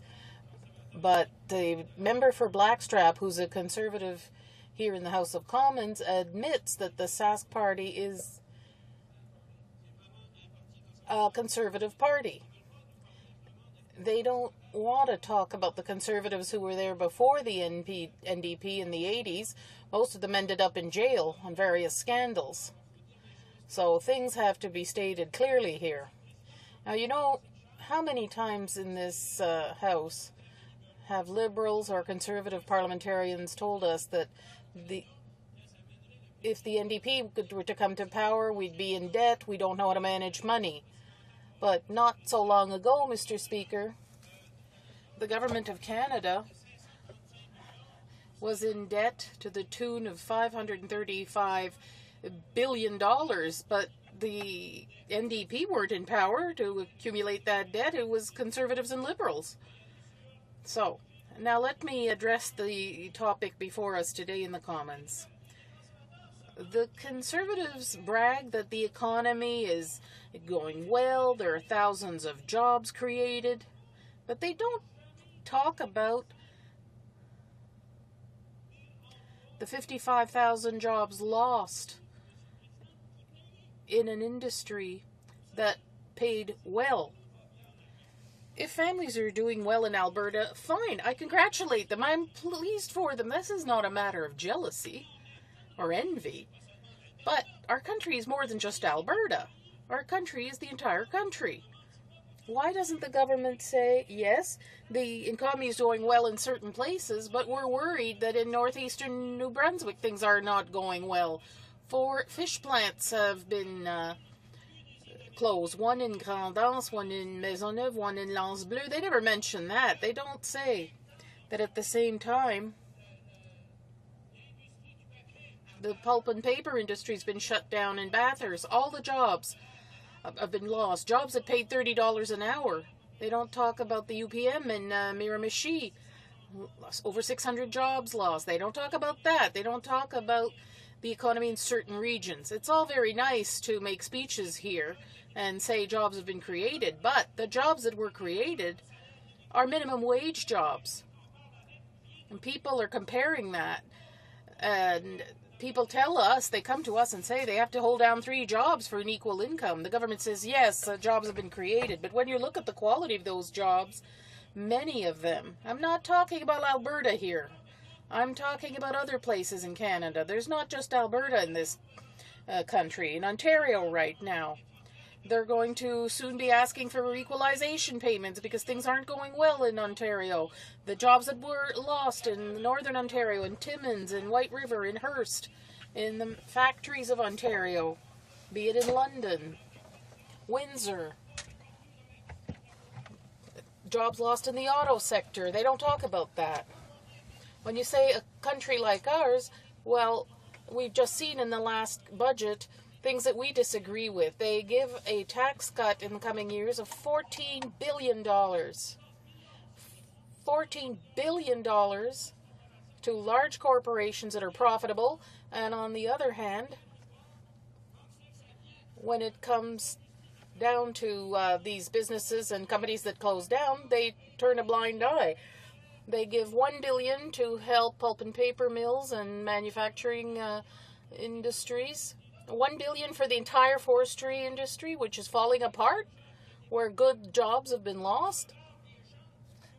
When you look at people who've, in a lot of places, had to move to Alberta, they've had to leave their families and their kids and go for 3 months to work in Alberta, and the parliamentary secretary talked about the EI system.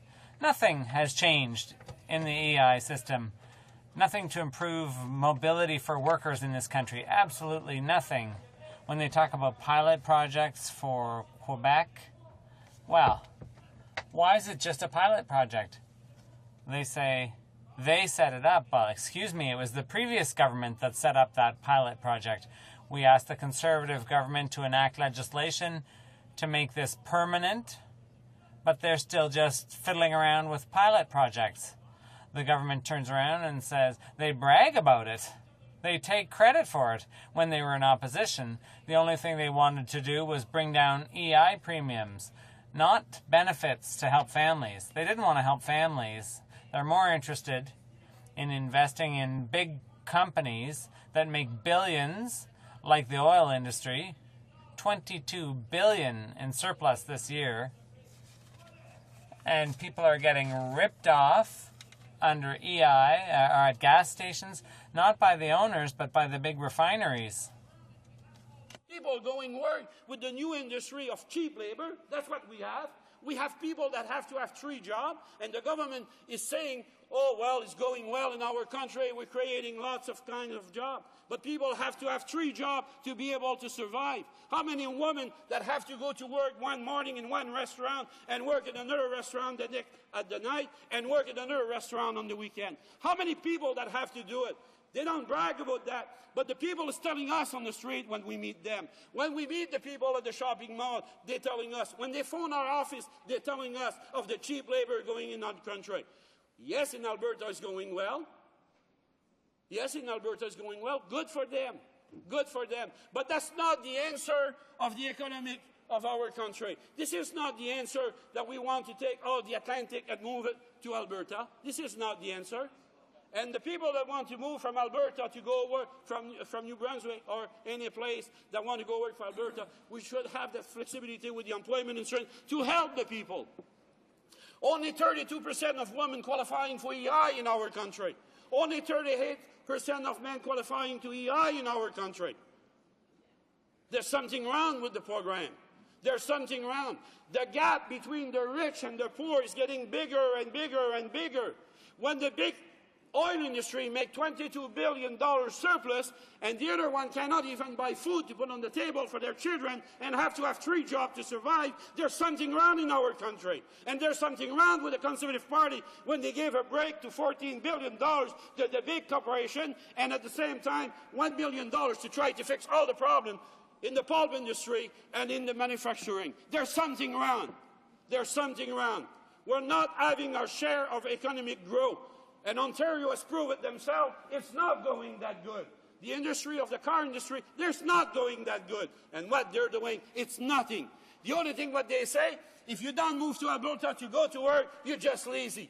And if we change employment insurance, we will make people to not go work in Alberta. That's what the government is saying, the Conservative government. And this is wrong. It's wrong for the society. We're not building a good society when we're having people in some region of the country that have to separate from their family to go work 6 months at a time, 3 months at a time, Mr. Speaker. And for those reasons, we have no confidence in this government. Thank you. Comments, the honourable member for Peterborough. Thank you, Mr. Speaker. There is something wrong in this House, in fact, Mr. Speaker. It's wrong that the NDP doesn't acknowledge the facts that are out there on the economy. And I take offense at some of the things that are said, that somehow people are working more jobs since this government came to power. My entire life, Mr. Speaker, my father, for the most part, had 3 jobs when I was a kid. He always had at least 2. And my mother also always had at least 2 jobs. They worked hard. They worked hard. And you know what, Mr. Speaker? They paid a lot of taxes. They paid a lot towards the establishment of this country. And this government believes in hard-working Canadians. We want to support hard-working Canadians, and that's what the government policy has been. And what are the results? 17 million Canadians working today. It's a record low unemployment. We've reduced taxes to the lowest level in 50 years last October. And what's consistent? The NDP has voted against every family support, every credit for families, every credit for small business, every hard-working Canadian. The NDP has voted against you. I'd love to hear what this member has to say about that. Honourable Deputy Acadie Bathurst. The Honourable Member for Acadie Bathurst. I feel very bad about his mom that had to have 3 jobs and not be with his family, because probably in the government that he was in was not supporting family. Life is not only working 24 hours a day, 7 days a week. People should have the right to be in their family and have a living too. And that's what we have with this government. The only thing of sending people to work on cheap jobs and have to have 3 jobs. And it's a shame, and I feel bad to see that his father had to have 3 jobs and his mother had to have 3 jobs to do a living. I believe people have the right to live too. It's not only work for big corporation and company and have a family life. And that's what we're losing with the Conservative government, is the family life. The people of this country is losing their family life with the reaction that they have. And I could see, and I'm very proud that we voted against a budget that gave $14 billion breaks of big corporation when nothing was there for the poor people. Questions and comments? The Honourable Member for Mississauga South. Thank you, Mr. Speaker. Well, talking about budgets, the member will recall in 2005 when the Liberal government proposed to increase the threshold in the tax-free income to $10,000, removing $860,000 of lowest income earners off the tax rolls, including 240,000 seniors. The lowest income tax bracket was going to be reduced from 16% to 15%. The $5.1 billion Kelowna Accord to address poverty among Aboriginal Canadians, which the member is well aware of, and the $2.2 billion towards the working income tax benefit to help people on social assistance so they can keep more money in their pocket. Mr. Speaker, the NDP voted against those provisions. So how can they say that they are in favor of supporting the poor, the most needy in our society, when in fact they were the ones who defeated that budget, defeated that government for political reasons rather than for political need? The Honourable Member for Acadie Bathurst. No, the only reason we defeated the government is because the government was corrupted at the time. The Liberal Party was corrupted, and then they gave $1 million to their friend in their own organization in Quebec, and they got caught with it. And Canadians had the right to decide who will be run this country. And I'm sorry if Canadians democratically have decided to put you out of office. Then I don't want to be blamed for that. We've done what Canadians want to do, and they made a decision. And when we look at what we say and what you say about the budget, we are the NDP party that during 2004 that came in with a budget that the Liberal was giving big corporation a break like the Conservatives has done the last time, which the Liberals sat there and didn't vote this time. They didn't took their responsibility as an oppositive party. Official oppositive party, sat here, don't vote. I don't think you should get a pay because you don't work. And then at the same time, this Liberal government in 1996 cut the employment insurance to a point that they took $55 billion in the pocket of the working people. That's what the Liberal Party has done. And you want to talk about the poor people? You are the one, the Liberal Party are the one, Mr. Speaker, that have put 1.4 million children hungry today because 800,000 people do not qualify to the employment insurance, and those people have family. Those people have kids, and they are the poor because they lost their job and nothing for a living. And the Liberal Party done it in 1996, and what happened? The Conservative Party legalized all the money that was taken in 1996 with this new bill that they passed to have this society, the corporation, which is arm's length from the government. They're legalizing the change that the Liberal government has done that put our children poor in our country, and it's their fault too, with the Conservative Party. Resuming debate. The honourable member for Charlottetown. Thank you very much, Mr. Speaker. I rise today on this issue, which I consider to be extremely important.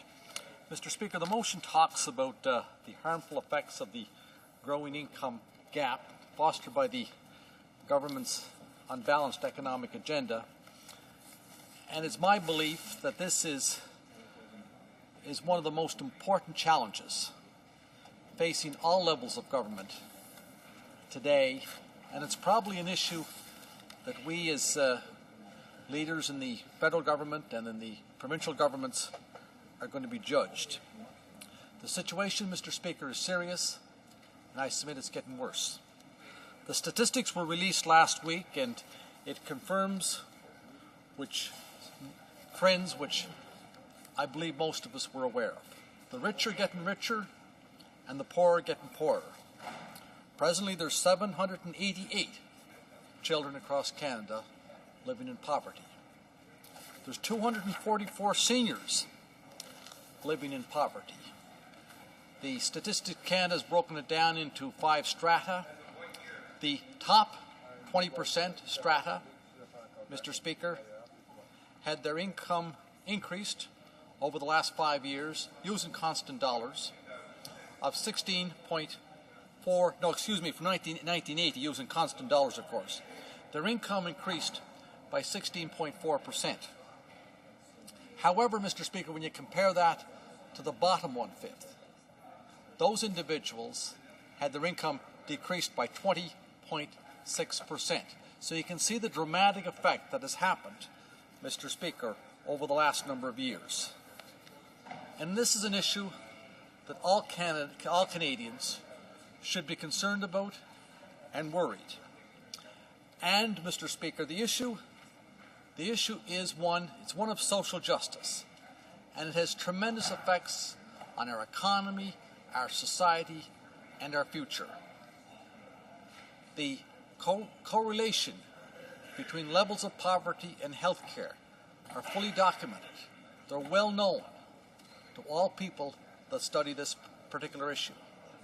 The relationship between the levels of people living in low income and crime are also well documented. I don't hear that discussion when we talk about getting tough on crime. The relationship, Mr. Speaker, between people living in low income and lower educational attainment, again, is well documented. It's well known. The incidence between people living in poverty and the participation in society, which I call the democratic deficit, for another word, that again is well known. And of course, when you combine the education and the participation of society, you're going right to the heart and the nub of the whole productivity agenda. And this issue has such a dramatic effect on our productivity in the future and right now that it should concern everyone in this assembly. Now, Mr. Speaker, the motion talks about, I'll read it here, the motion talks about the growing income gap, which is extremely important, but it talks then about the reform in the unemployment insurance. I'm going to speak briefly about employment insurance, but it's my belief when we get off on that tangent, it is a very important issue. It's very important to all Canadians, especially seasonal workers, people that do not have income security. But it's only one part of the overall policy, Mr. Speaker. And any changes that have to be made have to be part of a larger comprehensive strategy. There has been some significant changes in the EI regime in this country over the last 5 or 10 years, some which I think are extremely important. The most important, most significant social change that I've seen in the EI program, of course, has been the whole institution of the paternity benefits. We've seen lower rates. We've seen the compassionate benefits. The changes have been made to allow 5 additional weeks benefits in certain areas. These are steps in the right direction. I submit the paternity benefits is a major step in the right direction. And I agree with a lot of the other speakers that spoke here in this House today that further changes are required. But again, Mr. Speaker, it's all part of a larger issue. And the larger issue has to be improving income and income security for lower-income Canadians. And it does require a comprehensive strategy, and it does require the federal government working very closely in cooperation with the provincial governments, some of which are doing more work in this particular issue than others.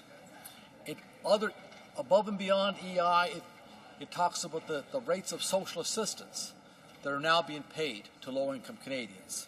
It talks about the minimum wage. It talks about job opportunities that are not available in many regions of the country.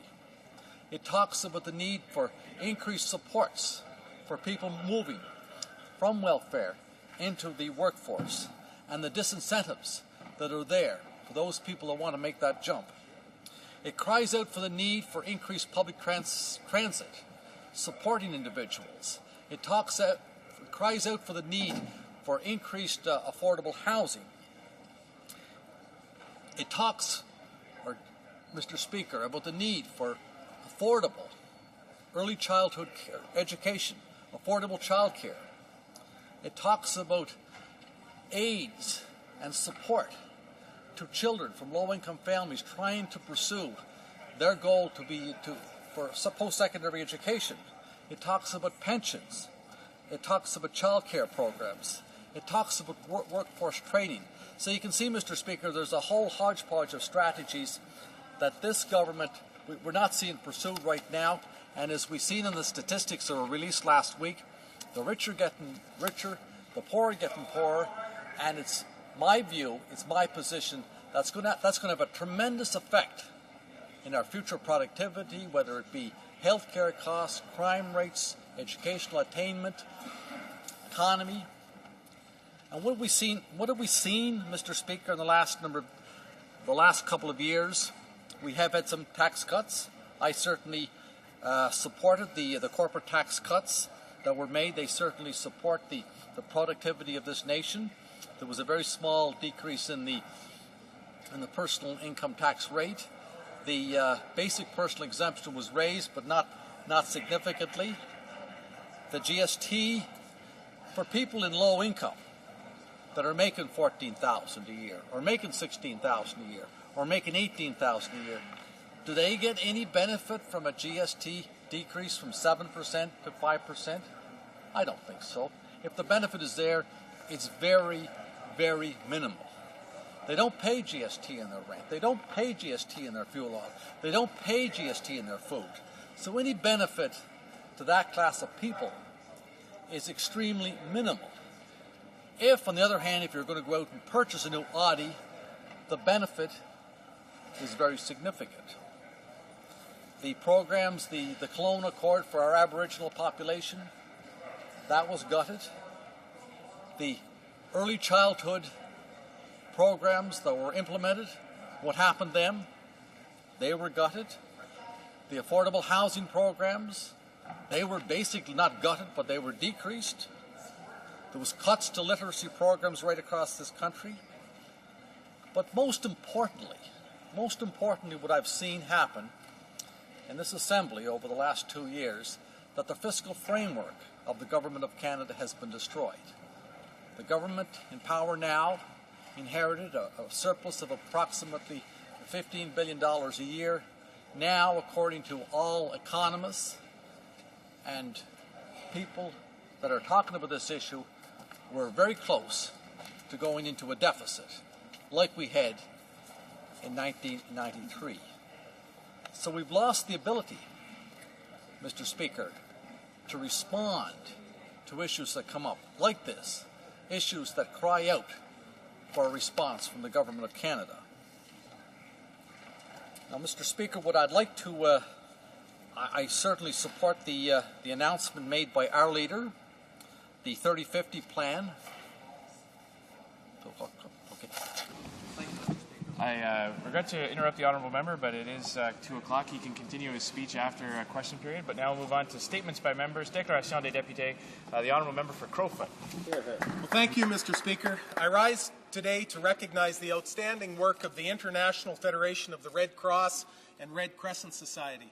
As we witness the devastation in Burma, we can see why this world-renowned organization remains as vital today as it did at its inception. Canadians are a very compassionate, caring people. We take pride in the work that we do both at home and abroad. This government's commitment to humanitarian efforts is a reflection of Canadian society. I was personally touched by the outpouring of support from Canadians in my riding of Crowfoot during the tsunami, and I know families across the country are pledging donations for the mission in Burma.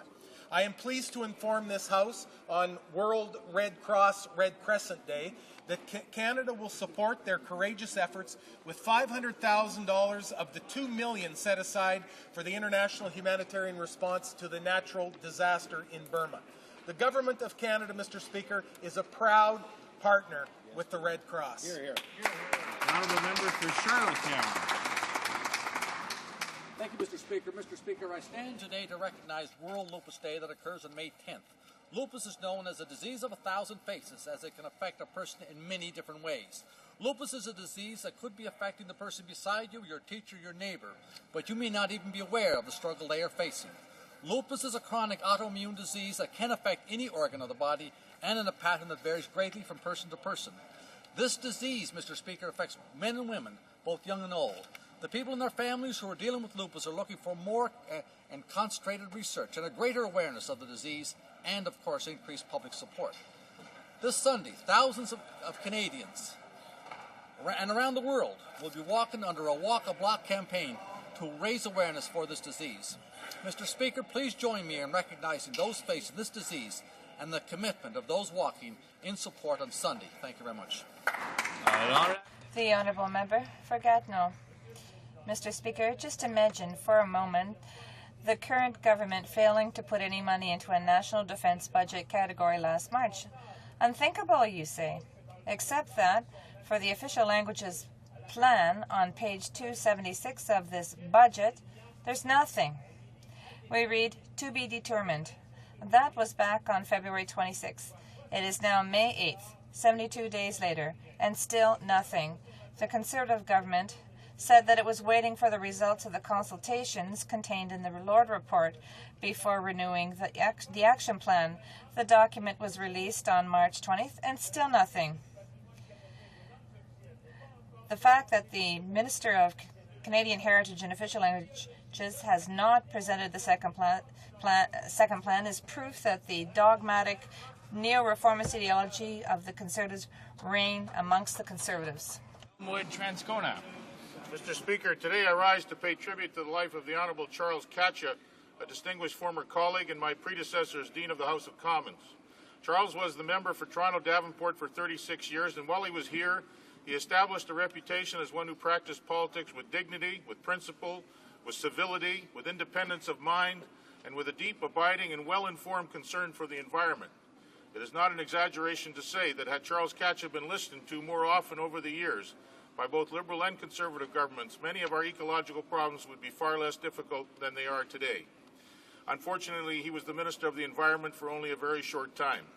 His concern for the environment was part of a larger ethic of care that made him an advocate for peace and social justice in general, and a mentor to many in this place.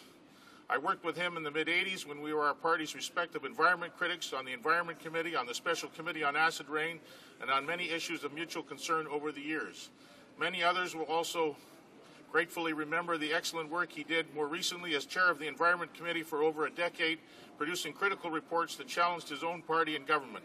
Parliament could have used a lot more Charles Katchas. May his memory be instructive now and in parliaments to come.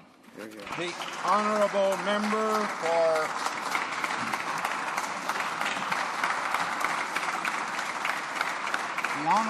for West Block St. Paul. 63 years ago today, the guns in Europe fell silent after 6 agonizing years of conflict. Today, we pause to remember those who fought and the 45,300 Canadians who died on land, at sea, and in the air as the Allies triumphed over evil and set Europe free from Nazi tyranny. We owe a debt that can never be fully repaid to those who served and those who never came home. These few words are my humble attempt to say thank you. Thank you to those of Churchill's few. Thank you to those who braved the Atlantic and enemy submarines to keep Europe supplied. Thank you to those who fell at Dieppe and who stormed ashore at Normandy. Thank you to those who fought their way up the Italian boot and across North Africa. And thank you to those who night after night flew into the valley of the shadow of death as members of Bomber Command. 15 Canadian squadrons were part of that incredible effort, and 10,000 aircrew made the ultimate sacrifice. Some of those who survived join us today as we remember Victory Europe. We are privileged and proud to be in their presence, lest we forget. Hear, hear.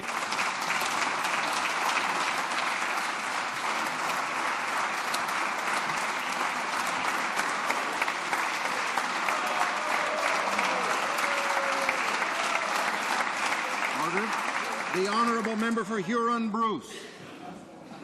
Canada is a nation that embraces various cultural lifestyles and groups. In spite of this obvious diversity, we also share many common traits. In particular, each one of us has a mother. This Sunday we will observe the 94th Annual Mother's Day, an observance that was originally set aside on May 11th, 1914, as a way for us to remember the numerous and substantial personal sacrifices that our respective mothers made on our behalf. In many cases, our mothers put their own lives on hold to see that we were provided with the tools that we would require to enjoy a prosperous and rewarding future. If we look back over our history, I'm certain that we would see countless Canadians who made a difference to this country and to the world in general. If we look a little further, we would find that many of those remarkable achievements were made possible because of the selfless efforts and acts of caring provided to those people in their formative years. Mr. Speaker, I stand here today as a father, a grandfather, a husband, a successful businessman, and a member of Parliament. I am blessed with success, and I have only one more thing to say to my mother, Salida, who is preparing to celebrate her 100th birthday this fall. Thank you, Mother. The Honourable Member for Cambridge. Mr. Speaker, this Conservative government is committed to helping Canadians do their part for the environment. After 13 years of Liberals not getting it done on the environment, I want to congratulate the Minister of Natural Resources and the Minister of the Environment for their hard work and support of made-in-Canada technologies to save the planet. I had the pleasure of meeting with students from the University of Waterloo, which is the first university to build a fully functional hydrogen fuel cell vehicle. Mr. Speaker, this vehicle runs better than my own car and produces absolutely no emissions. The engineering team told me that the time is coming when solar panels on the car will provide the electricity needed to produce the hydrogen to fuel the car. Power from the sun, fuel for the car, no emissions for our future. Mr. Speaker, that's getting it done. Yeah. The Honourable Member for Drummond. Mr. Speaker, the Regional Awards program for the Chapeau les Filles competition took place at the Nicolet Agricultural School. The event celebrated 11 women from Mauricie, Centre de Québec, enrolled in a professional or technical training program, enabling them to learn a profession or trade that has been traditionally masculine. I'm proud to mention Vicky Brousseau, who studies machining at the Centre de Formation par Rousseau, and Rosa Julia Asald Martinez, who is studying transportation logistics at the Drummondville Cégep. The purpose of the Chapeau les Filles competition is to counter the stereotyping by encouraging women to take the road less traveled by choosing a career, because it is undeniable that there is a place for women in these labor sectors, which for too long have been reserved for men. Thank you, Mr. Speaker. Member for Peterborough. Mr. Speaker, it's no surprise that Bill C-50, Budget 2008, First Implementation Act, enjoys the support of the overwhelming majority of the members in this House. While Budget 2008 is widely acknowledged for its fiscal prudence, I'm exceptionally proud of the many new and worthwhile investments contained in C-50. Some of these investments include the creation of a $500 million public transit trust fund, a $400 million police officers recruitment fund, $110 million to the Canadian Mental Health Commission, and $282 million over this and the next 2 years to extend new supports to survivors of our war veterans who are disabled or in financial need. Mr. Speaker, these are but a few examples of the many substantial new investments that are contained in C-50. a bill drafted by our outstanding Minister of Finance under the strong and principled leadership of our Prime Minister. I encourage all members to assist the government in passing C-50 as quickly as possible, as our provincial and territorial governing partners, as well as many worthy organizations, eagerly await these new federal investments. The honourable member for Halifax West. Mr. Speaker, the Charles P. Allen High School Learning Centre in Bedford is full of bright, articulate and thoughtful young people.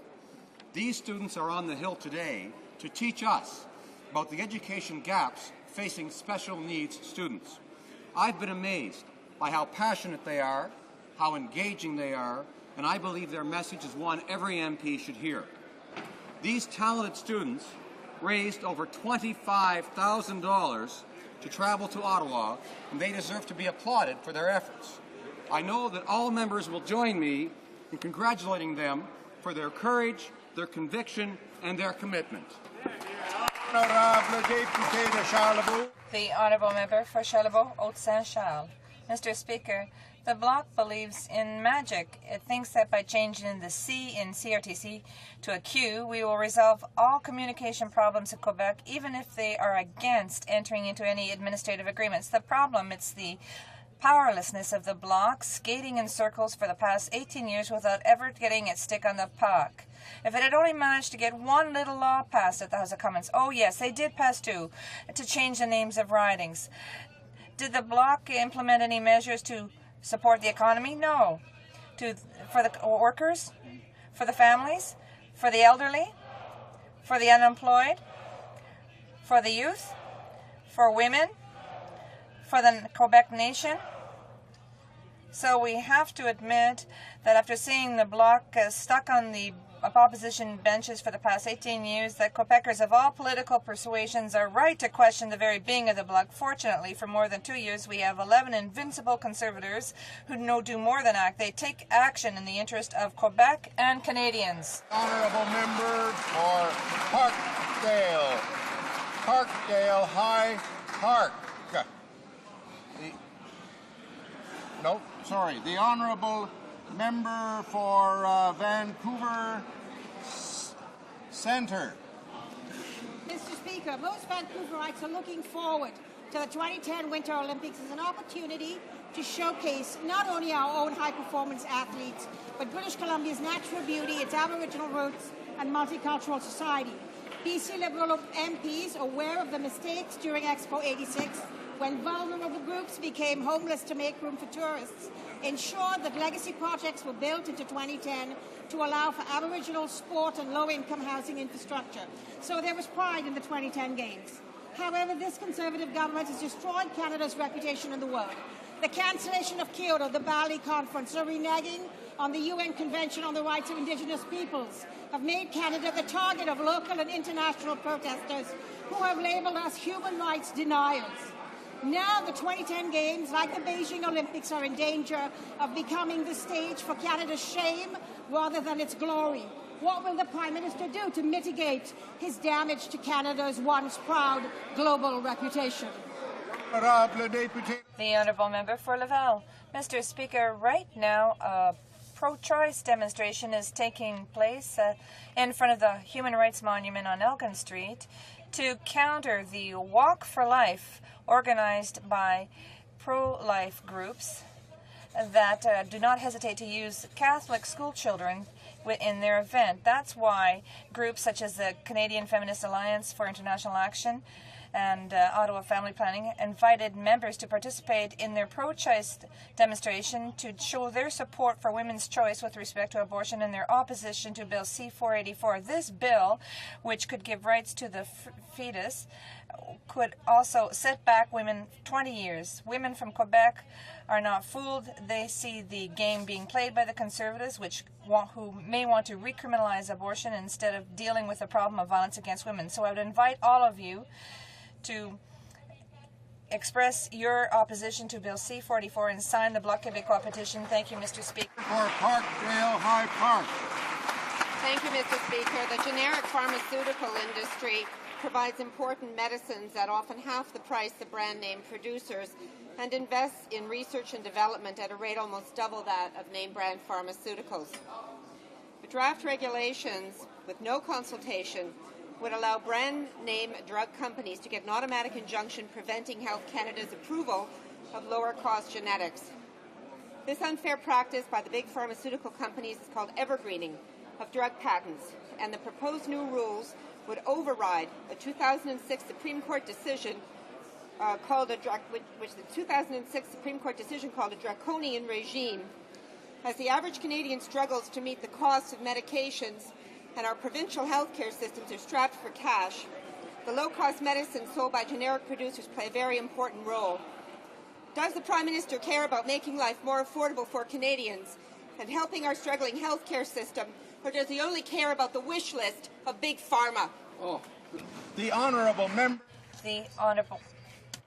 Monsieur le Président. Mr. Speaker, today is the International Red Cross Red Crescent Day. Every year on May 8th, we celebrate the anniversary of the founder of the Red Cross, Henri Dunant, and this is when the international community recognized the contribution made by the Red Cross to humanity. The development of the Red Cross shows that the power of the idea of one person and the impact that this person can have on the course of events. And from tsunamis to cyclones, from disaster relief to humanitarian work, the impact of the Red Cross can be seen and felt around the world. The message at this year's International Conference of the Red Cross, Red Crescent Movement, will be that human dignity is something to which every human has a right and it must be protected. Mr. Speaker, on behalf of the Liberal Party, I salute the work of the Canadian Red Cross and the extraordinary volunteers who help those most in need. The world would be a very different place without the vast contributions of the Red Cross. And Mr. Speaker, we all look forward to celebrating the 100th anniversary of this day next year. The Honourable Member for Brandon Souris. Mr. Speaker, it looks like the Liberal leader is in for a tough summer. We've learned his plans to tour the country, attempting to convince Canadians his new massive gas tax is a good idea. With gas prices estimated at being the highest they've ever been this summer, that's going to take a lot of explaining. Absolutely. I hope he also tells Canadians why he supports raising the GST back to 7% and possibly even higher. Maybe he will also explain wanting to spend over $63 billion, bringing this country into a deficit. Mr. Speaker, prudent decisions by our government has allowed Canada's economic fundamentals to remain strong. We have lowered taxes, reduced debt, and carefully managed government spending. Disposable income has been rising steadily, and net employment has increased by over 750,000 new jobs. That's good news. Mr. Speaker, as the Liberal leader tries to convince Canadians that he should be in charge of their hard-earned money this summer, I wish him luck. He's going to need it. Absolutely. Order. Oral questions. Questions orales. The Honourable Member for Etobicoke Lakeshore.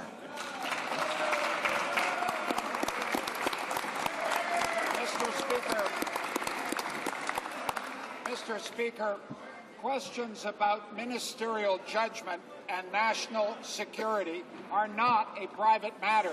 They are everyone's business, and we will raise them in this House. Alors, une question simple.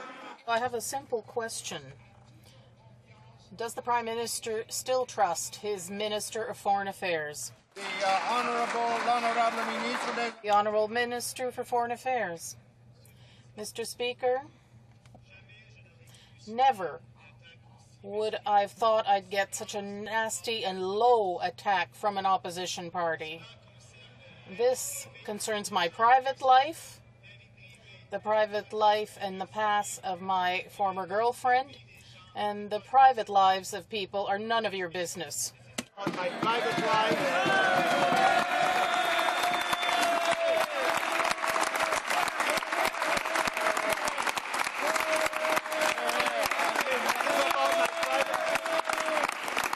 About my private life, the private life in the past of my ex-girlfriend. People's private life are none of your business. Order.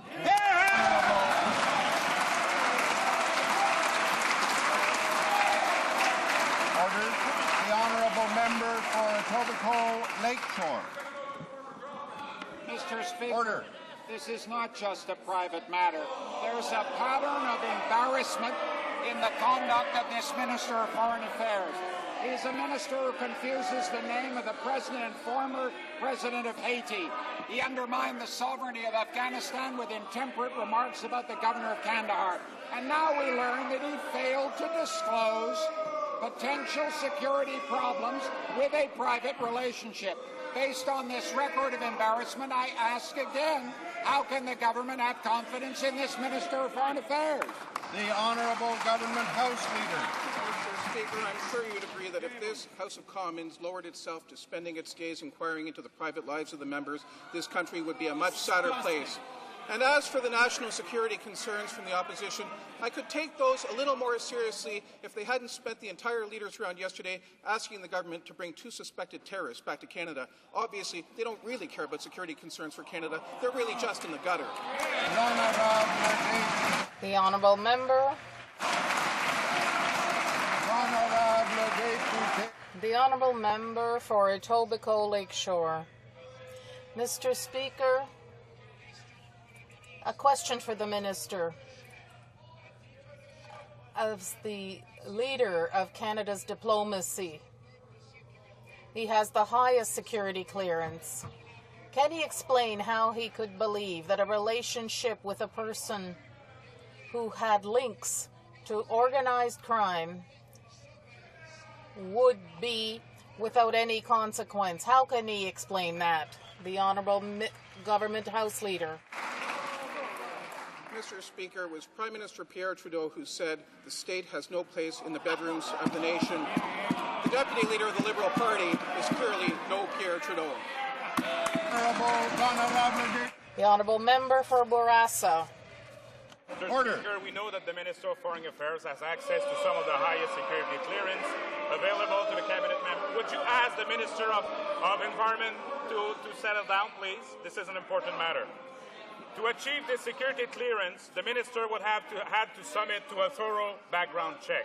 Did he list the woman he called his spouse, Julie Couillard, on his security clearance background check?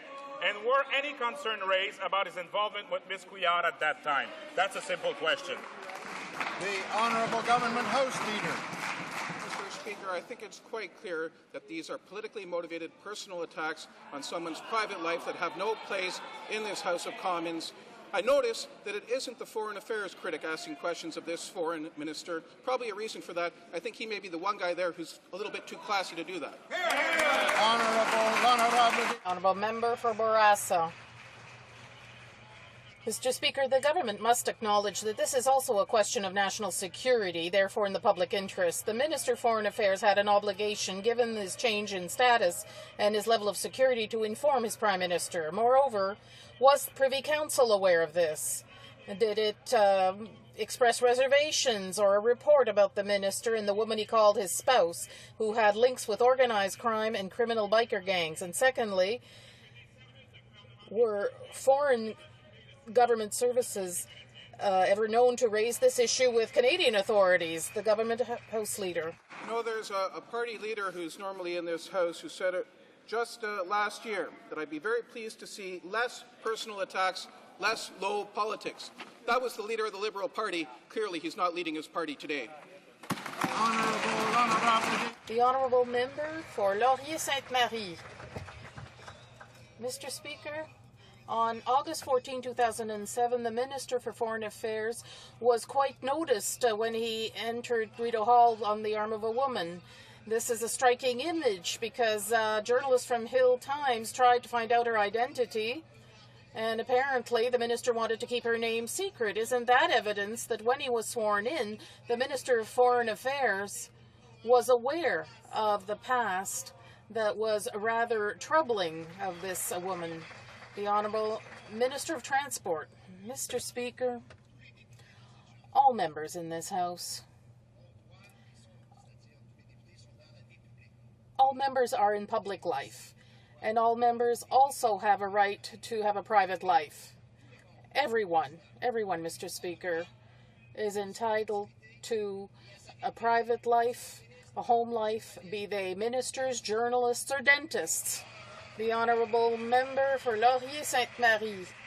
Mr. Speaker, not only Did the Minister of Foreign Affairs know about his spouse's past at the time of his swearing in? But the Hill Times journalist also called upon the Department of Foreign Affairs, Industry, and the Privy Council to find out the identity of the lady with the minister, but no one answered. It was dead silence. Isn't it true that when he was sworn in, the Minister of Foreign Affairs and the PMO were aware of the rather shady past of this spouse, the Honourable Minister of Transport?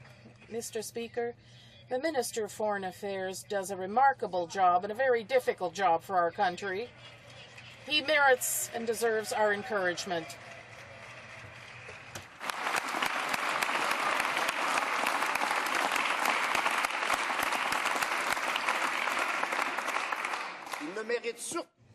He certainly doesn't deserve insinuations and suspicion.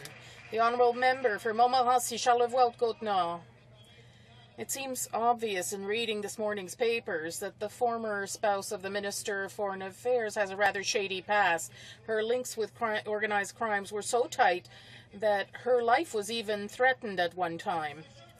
Given that this underworld has no qualms about exerting pressure on people, wouldn't the Minister of Foreign Affairs had to reveal that situation during his security investigation, which he underwent as Minister of Foreign Affairs, the Honourable Minister of Transport?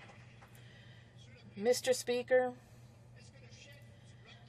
does the leader of the Bloc Québécois, can he reassure this House that he personally has never taken part in a conference call with journalists and made threats to these journalists if they did not go ahead with the story he was describing today? The Honourable Member for Laurier-Sainte-Marie. Absolutely, Mr. Speaker. No threats to any journalists were ever made. I'm not a conservative, Mr. Speaker.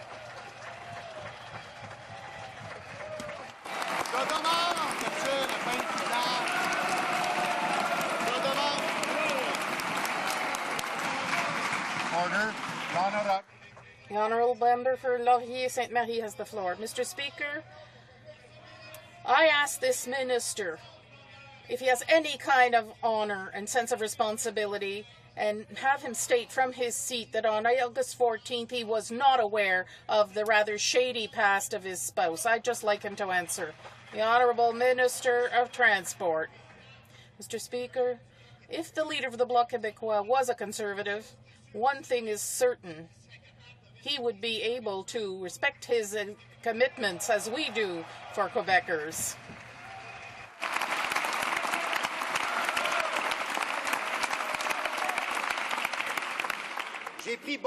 I've noted the fact that the leader of the Bloc did not make threats to journalists. The Honourable Member for Toronto Danforth. Mr. Speaker, the softwood lumber industry, the manufacturing sector, the auto sector are in a crisis.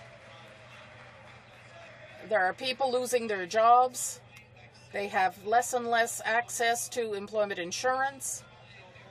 The census indicates that middle-income families only increase their income by $2 a year in 25 years. Can the Prime Minister tell us why today's families are standing still? They're at the same place they were 25 years ago, given these policies we have now. The Honourable Government House Leader. Mr. Speaker, that is not true. Those are old statistics from the Liberal era. Now we've seen a lot of political change with tax cuts for the middle class and for workers, the cut in the GST, the cuts to capital gains taxes, and benefits for children, etc. And because of all this, the middle class is in a much better state right now. And forth. So, Mr. Speaker, essentially then what we have is a government that is completely out of touch with what's going on with ordinary families across this country. They're being thrown out of work by the tens of thousands. They can't get access to the unemployment insurance that they've paid into for their whole lives. And why? Because this government has robbed the employment insurance program of billions of dollars just at a time when you have more and more need for the social supports that it was to provide. And it has drained the fiscal capacity of the federal government by giving tax cuts in the billions to their friends. Why won't the Prime Minister understand the real economic situation? The Honourable Government House Leader. Well, in fact, the truth is exactly the opposite. There are fewer Canadians that need employment insurance now than almost any time in the past 33 years.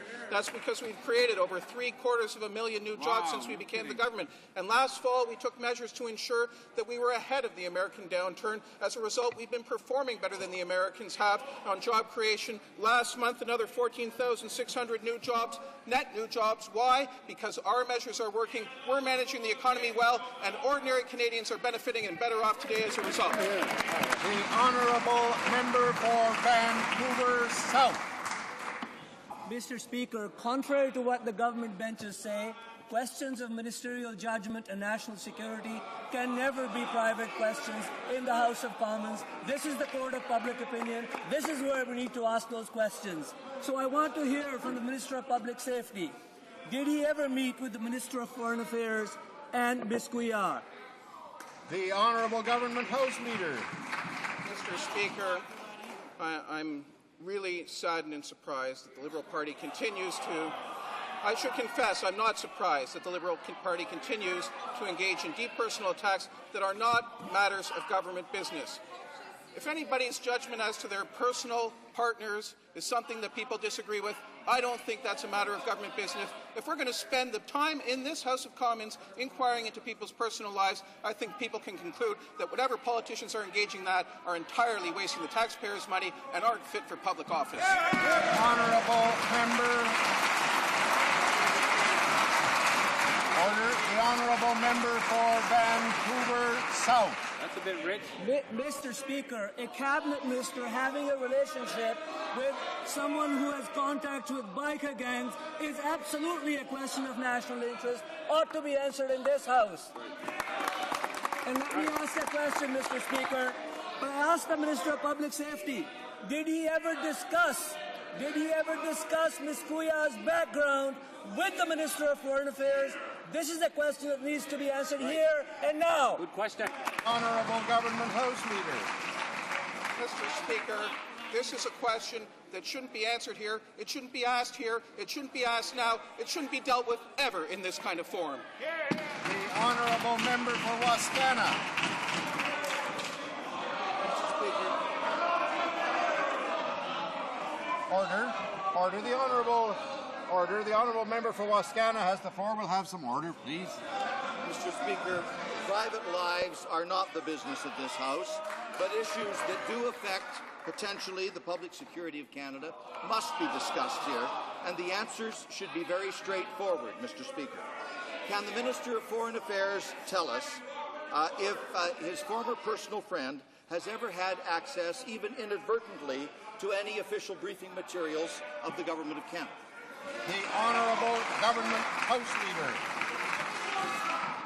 Mr. Speaker, I'm not going to inquire into the private conversations they have with their spouses. I'm not sure why anything that goes on between partners, why these kind of personal relationships are a matter of public business. I don't understand, Mr. Speaker, why you're even allowing these questions.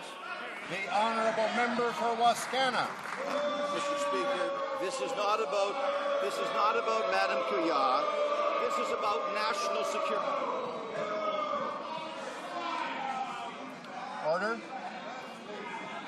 Order. The Honourable Member for Wascana has the floor. Order. Mr. Speaker,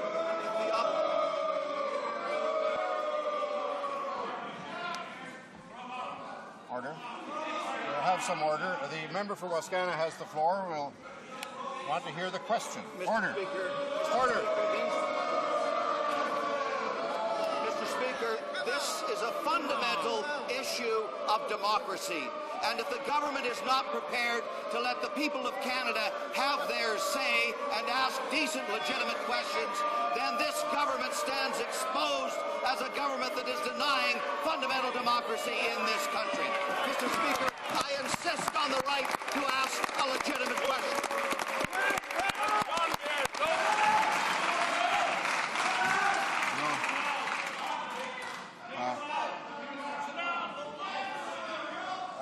We can always extend a question period by another 20 or 30 minutes, no problem, if we're going to have this kind of noise.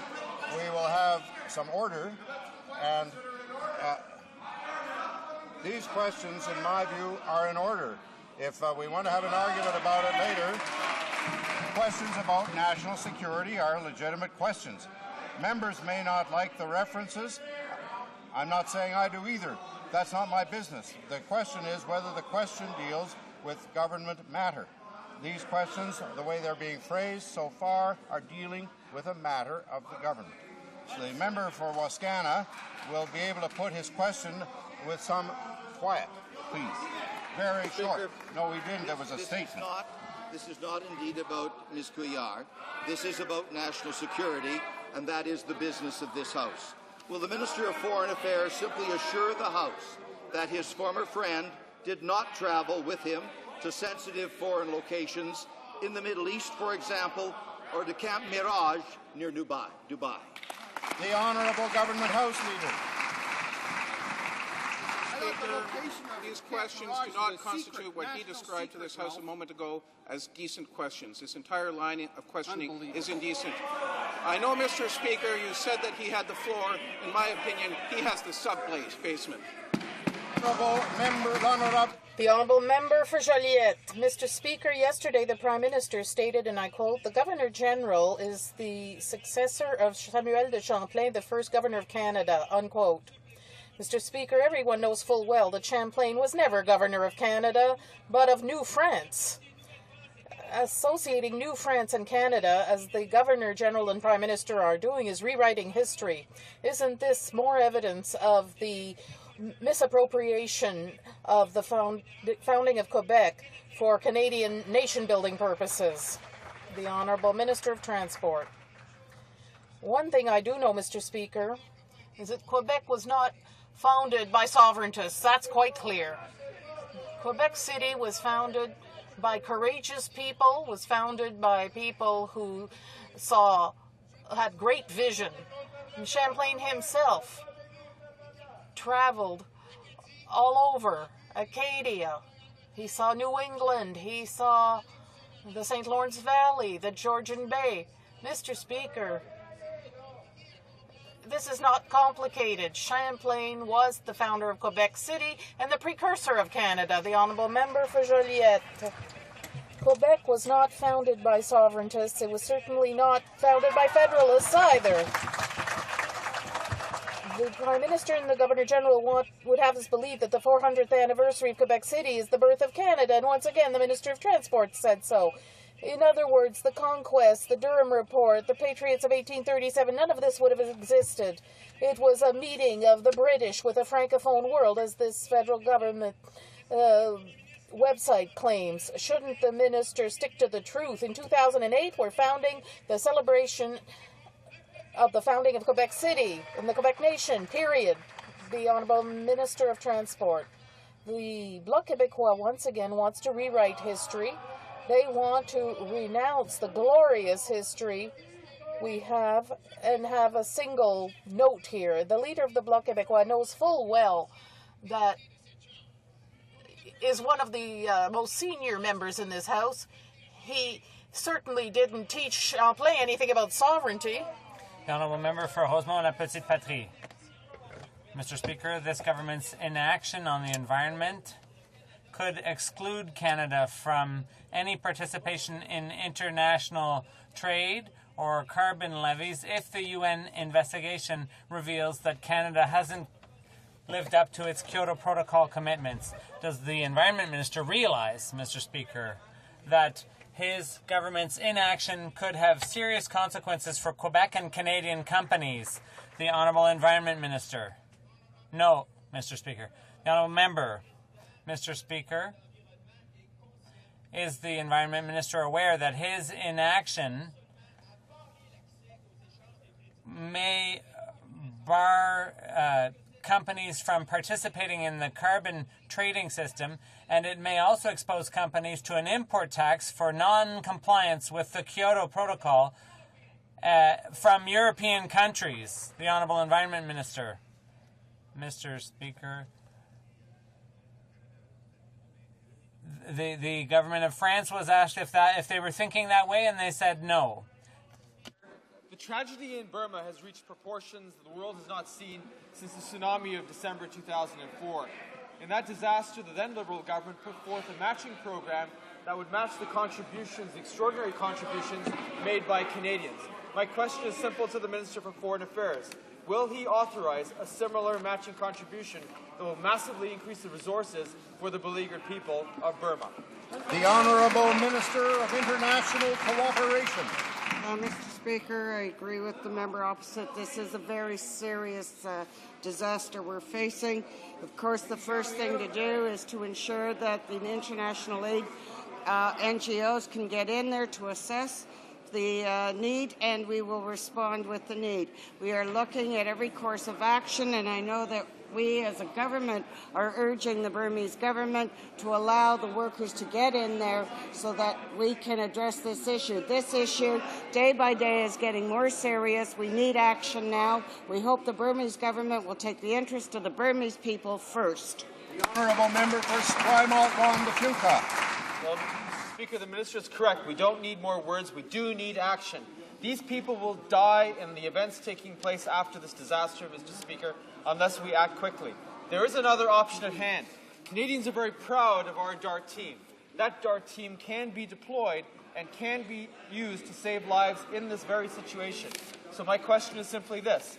Will the government authorize and offer the deployment of the DART team to the people of Burma? The Honourable Minister of Foreign Affairs. Mr. Speaker, I'm happy to announce to the House that I had a phone conversation this morning with the UN Secretary General, and I offered him Canada's participation by sending a DART team. And as you know, it's impossible to get into that country right now. The military regime is preventing any international aid from getting in, but I'm hoping that together with the UN we'll be able to convince that repressive regime to let foreign volunteers in to help the people out. The Honourable Member for St. Boniface.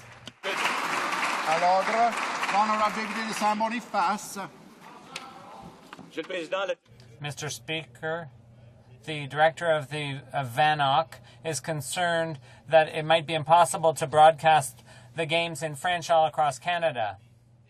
This was left up to the private chain TQS, but most Francophones living outside Quebec don't have access to that channel.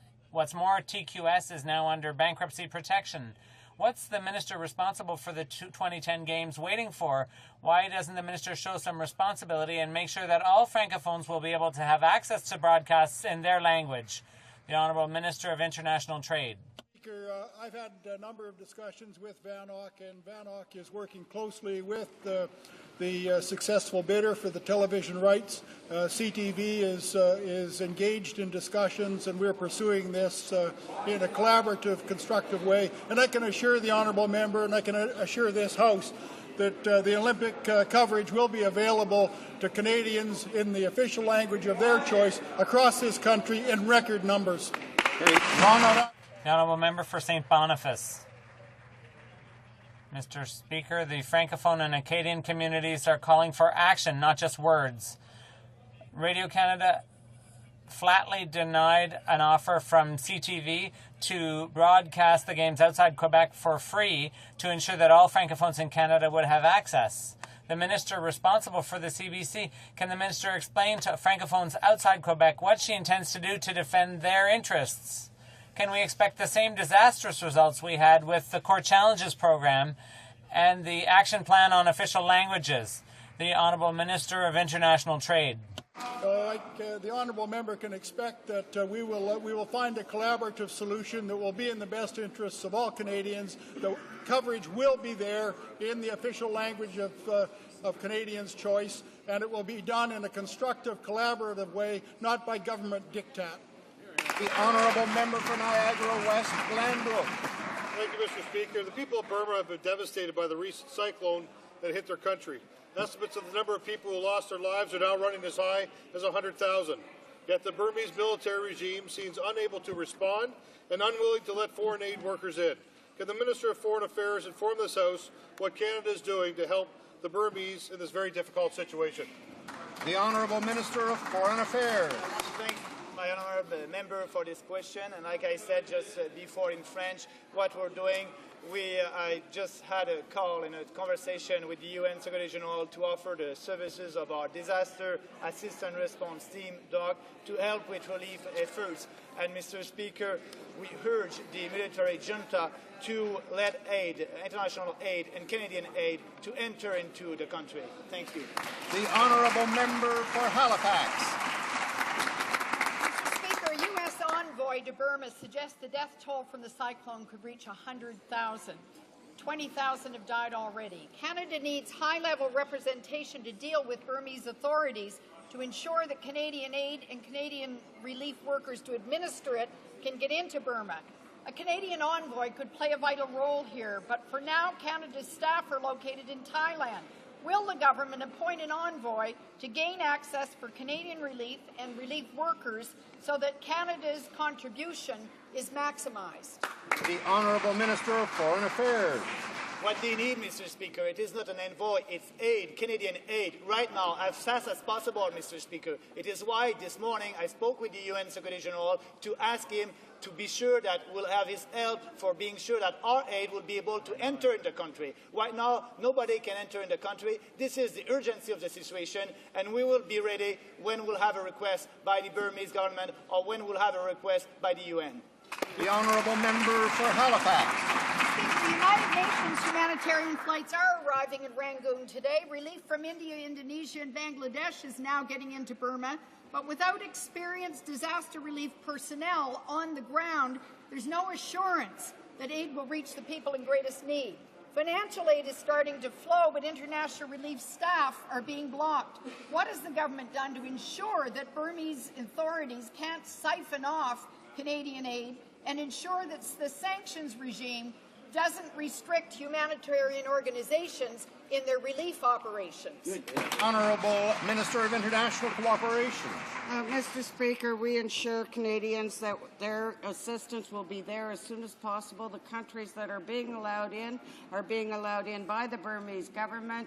There are 4 UN flights that have been allowed in. We're asking the UN and all our partners to ensure that Canadians can get in there as well, Canadian NGOs. Today I announced $500,000 to the Red Cross in Burma who've been working there.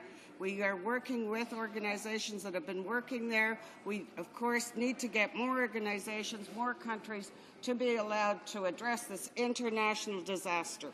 The honourable member for Churchill. Mr. Speaker, last year we caught the Minister of International Development trying to hide her limo expenses.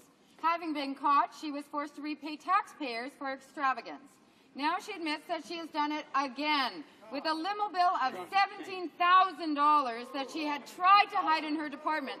I can understand why she is embarrassed about these bills, but why is she taking the limos in the first place? The Honourable Government House Leader. Mr. Speaker, that question might be better asked of her own leader, who, for the period July 2004, November 2005, when he was Minister of the Environment, billed $14,225 and 98 separate expenses for trips between Gatineau and Montreal in his limousine. Apparently, he likes limousine rides an awful lot more than the Minister of International Development does. The Honourable Member for Churchill. But, Mr. Speaker, conservative expense disclosures aren't real for the very reason that these ministers systematically hide their expenses. This wasn't an error. This was a scheme to hide her expenses. Why should Canadians pay for a limo ride from her house to a Conservative Party event? If the minister says it was an error, can she tell us Was it an error taking the limo, or was it getting caught? That's right. The Honourable Government House Leader. Mr. Speaker, of course, the Liberals think when they look at our expenses that they were hiding them because they can't conceive on not living high off the hog the way they always did. I can assure you when the Minister's expenses are all corrected, and they're fairly minor corrections, her expenses and those in both heritage and in international development, those ministers will have expenses far below of those Liberal counterparts for their last year in government, because guess what? They think that the public coffer is theirs to wine, dine and travel on. The Honourable Member for Oakville. Mr. Speaker, one day last December, the Environment Minister's Chief of Staff called the OPP 4 times to try to stop them from transferring the O'Brien file to the RCMP. The Minister himself was in Bali at the time and abandoned his Canadian delegation so he could attend to this crisis. Since the Minister is not talking about this, will the Prime Minister confirm it was the PMO that pressured the Environment Minister to have the calls made to the OPP? The Honourable Government House Leader. Mr. Speaker, the member who's made this accusation likes to engage in the practice of public fiction, and this is yet another example. No such call ever occurred in the sense that nobody told the minister what he put in his own pleadings. None of that ever occurred, but it doesn't stop him in putting it down in black and white as if he believes it. That's why he ended up in court in the first place, because he's quite happy to go out there and make stuff up regardless of the truth, and now he's bearing the consequences for it. Honourable Member for Oakville. Mr. Speaker, what part of this is fiction? We know that the Minister's Chief of Staff admits to making 4 calls to the OPP officers handling this file. We know that Mr. O'Brien is charged with negotiating an appointment that would have involved the Minister. We know that what the Minister told police contradicts an affidavit backed up by a polygraph test. Why does this government believe intervening with the OPP in a court matter is appropriate? Honourable Government House Leader. Mr. Speaker, she left out one relevant fact, that the OPP said there was no wrongdoing whatsoever on the part of the Minister of the Environment, and they cleared him entirely. That hasn't stopped them, though, from casting aspersions. And instead they say the OPP must be lying and breaking the law. You know what? If they can't have it their way, they're willing to smear everybody. It's all they've done today. That's what you do when you don't have any policies and don't have any ideas. The Honourable Member for Papineau. Mr. Speaker, Omar Khadr is the first child soldier judged by a Western country. According to international human rights experts, his trial violates the international convention Canada signed that's supposed to protect child soldiers. Will the government respect its own signature and act immediately on behalf of a child soldier who's Canadian? The Honourable Foreign Affairs Minister. Mr. Speaker, Mr. Omar Khadr is facing serious charges after being captured in Afghanistan. He's accused of murder, attempted murder, conspiracy, support for terrorism, and espionage. That said, Mr. Speaker, we've received assurances from the U.S. government that Mr. Khadr would be treated humanely. Thank you. The Honourable Member for Papineau. Whether Khadr is guilty or not, as the President of the Canadian Bar Association said, he should be tried here. Has it become so difficult for the Canadian government just to ask the U.S. to respect fundamental principles like the Convention on the Rights of the Child and to defend its own citizens from the arbitrary Bush administration? The Honourable Foreign Affairs Minister. Mr. Speaker, my colleague knows full well that all these issues are premature because Mr. Khadr is facing these charges, court proceedings are underway, and there is a possible appeal. The Honourable Member for West Nova. St. John Ferry is a long-established maritime highway linking western Nova Scotia to the rest of North America. This ferry contributes well over $40 million to the net economic benefits of western Nova Scotia and much more to the rest of Canada. This federally regulated and financed maritime interprovincial highway is fundamental to the social and economic future of Western Nova Scotia. Will the Minister of Transport assure this House and the people of Atlantic Canada that there will always be a ferry between Digby and St. John and that it will be financially supported? The Honourable Minister of National Defence. Well, Mr. Speaker, the member opposite would know that I've been in his riding a number of times, met with officials both at the municipal level, those who will be most affected by this ferry, Mr. Speaker, were it to close. We've met with the owners of Bay Ferry. We've met with industry in the area. We've, in the past, as he would know, through HoC and through transport, I thank my colleague, Minister of Transport, for his cooperation in the past to keep this particular ferry running. I do note, Mr. Speaker, that it was this member, during his time in government, that devolved this particular ferry, Mr. Speaker, left it in the dire straits in which we found it, and we've been able to keep it functioning since. The Honourable Member for Avalon. Order. Thank you, Mr. Speaker. Since 2006, we have seen a major turn around at NAFO. Most recently, there was an intersessional meeting held in Montreal. We understand the United Nations General Assembly resolution on sustainable fisheries, which calls on high seas fishing nations and regional fisheries management organisations to identify and protect vulnerable species and habitats by December 31st, 2008, was on the table for discussion. I would like to ask the Minister of Fisheries and Oceans to please provide the House with an update on this issue. The Honourable Minister of Fisheries and Oceans. Mr. Speaker, I thank the honourable member for his question, and he's right, as he always is.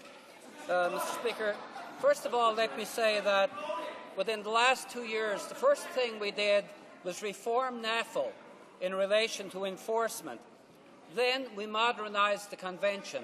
Now, working with the NGOs and the fishing industry, we have enabled NAFO to go in and protect marine sensitive ecosystems, not on the high seas where we have no control or can't do anything about it, Mr. Speaker, except play lip service, which we were asked to do in the past, but within the NAFO regulated zone where we can do something, we're getting the job done. Honourable Member for Timmins, James Bay. Thank you, Mr. Speaker. Well, the former Heritage Minister has admitted that she did wrong when she carried out an elaborate spending spree with taxpayers' money and then tried to hide that spending from the public. And I appreciate the fact that she's risen in the House and spoken about it, but this was not, as she said, an administrative error. This was a breach of the basic rules of accountability by which we hold cabinet ministers accountable. Now, if an average Canadian tried to hide financial spending, there would be tough consequences. This minister broke the rules. She billed the taxpayers $1,300 for a limo to a partisan rally. What steps will this government take to get the money back? Honourable Government House Leader. Mr. Speaker, the minister is correcting all the disclosures, and indeed no improper charges will be or have been charged to the taxpayers. That I can assure you of. What I can also assure you of is the fact that under this government, Conservative ministers have a serious regard for the taxpayers' money. That's why consistently, almost under every department, expenses for travel, for hospitality, are far lower under Conservatives than under the previous Liberals. Government House Leader, for example, 204% higher under the Liberals. Government Leader in the Senate, 3,711% higher under. The Honourable Member for Timmins, James Bay. Thank you, Mr. Speaker. Well, the record shows otherwise. The Finance Minister broke the rules. The Transportation Minister broke the rules. The Labour Minister broke the rules. The former Heritage Minister broke the rules. And when they were caught, the Prime Minister said there would be absolutely no consequences. We're talking about hiding elaborate spending from the taxpayer. This is a cabinet that is living high off the fat of the land while telling everybody else that the cupboard is bare. What makes them think they are so much superior to the average Canadian who plays by the rules and who pays their bills? The Honourable Government House Leader. Far be it for me to talk about things that are fat. However, I can tell you that those expense accounts under the Liberals and those meals were an awful lot fatter, and I can tell you that this Government House Leader pays for every one of his meals and enjoys them fully. The Honourable Member for St. John. Is a vital link for Atlantic Canada. The provinces should not have to pay to maintain the service. It's part of our national transportation infrastructure, just like highways and rail lines. This is a marine superhighway from the energy hub of St. John to Nova Scotia lumber and fishing communities. Will the government commit today to use funding from the Atlantic Gateway Initiative to help keep this tourism and trade link running? The Honourable Minister of National Defence.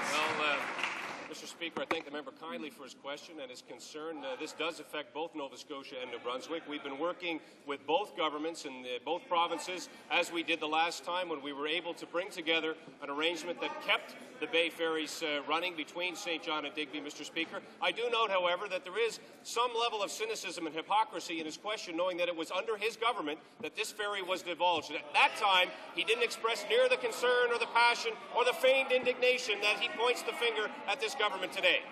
The Honourable Member for Simcoe North.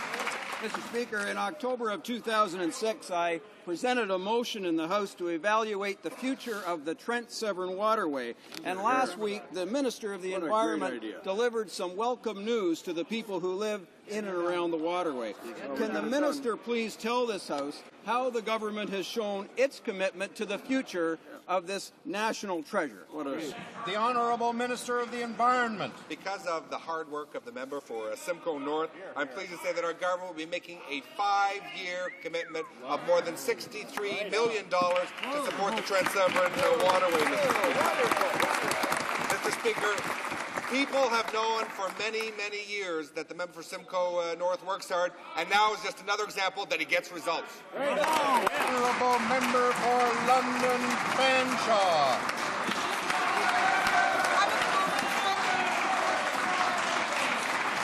Order. The Honourable Member for London Fanshawe. Mr. Speaker, one of the most disturbing outcomes of the discrimination and marginalisation that Aboriginal women in Canada suffer is the extreme violence they face. In recent weeks, the remains of 2 young Aboriginal women, Amber Redmond and Tashina General, have been found. Along the Highway of Tears and in Vancouver's east side, over 80 women are missing or have been found murdered. The Native Women's Association of Canada estimates that well more than 500 Aboriginal women have disappeared or have been killed. Why won't Indian Affairs grant the money needed to stop the violence against Aboriginal women? Minister of Indian Affairs and Northern Development. Well, Mr. Speaker, I was very pleased earlier this year to announce, after the budgetary policies of this government, that we added now 5 new shelters for Aboriginal women, Mr. Speaker, to add to the current network of shelters across this country. It's important, Mr. Speaker, that all Canadians take this issue very seriously. Violence against women is something that everyone in this House feels is a terrible, terrible crime. And, Mr. Speaker, for Aboriginal women especially, who are often the most vulnerable, we need to make sure we take all steps necessary to look after their needs, including these shelters for victims of violence. The Honourable Member for Lac Saint-Louis. Written to the Minister of Transport, asking him to use his regulatory powers to suspend night flights into Pierre-Elliott Trudeau Airport in Montreal until public consultations on environmental, economic and health issues are conducted. The Minister indeed has that authority. What is he prepared to do to assist Montreal residents in the area of the airport who are suffering through the noise and nuisance of night flights into the airport? The Honourable Minister of Transport. Mr. Speaker, I have received representations from both that colleague as well as the colleague from Machine on this specific issue. We know that Aéroport de Montréal is responsible for the flight patterns. They are also responsible, of course, for determining how things are going.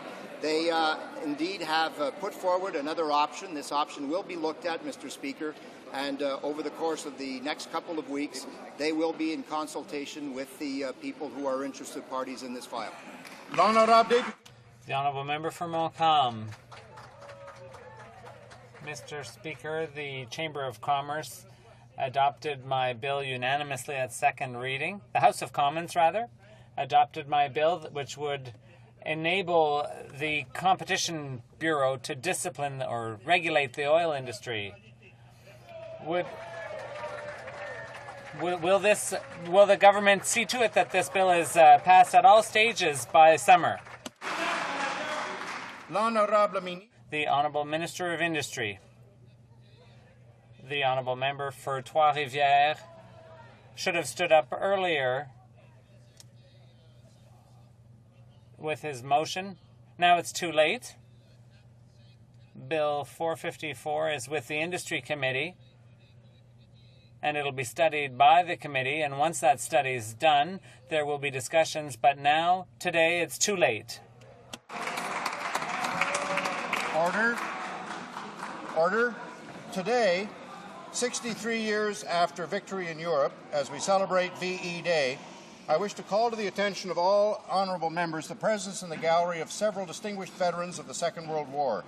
Dr. Don Elliott, QC, Mr. Fred Stevens, Mr. James Finney, retired General Paul Manson, and they are accompanied by the distinguished historian Sir Martin Gilbert and Lady Gilbert.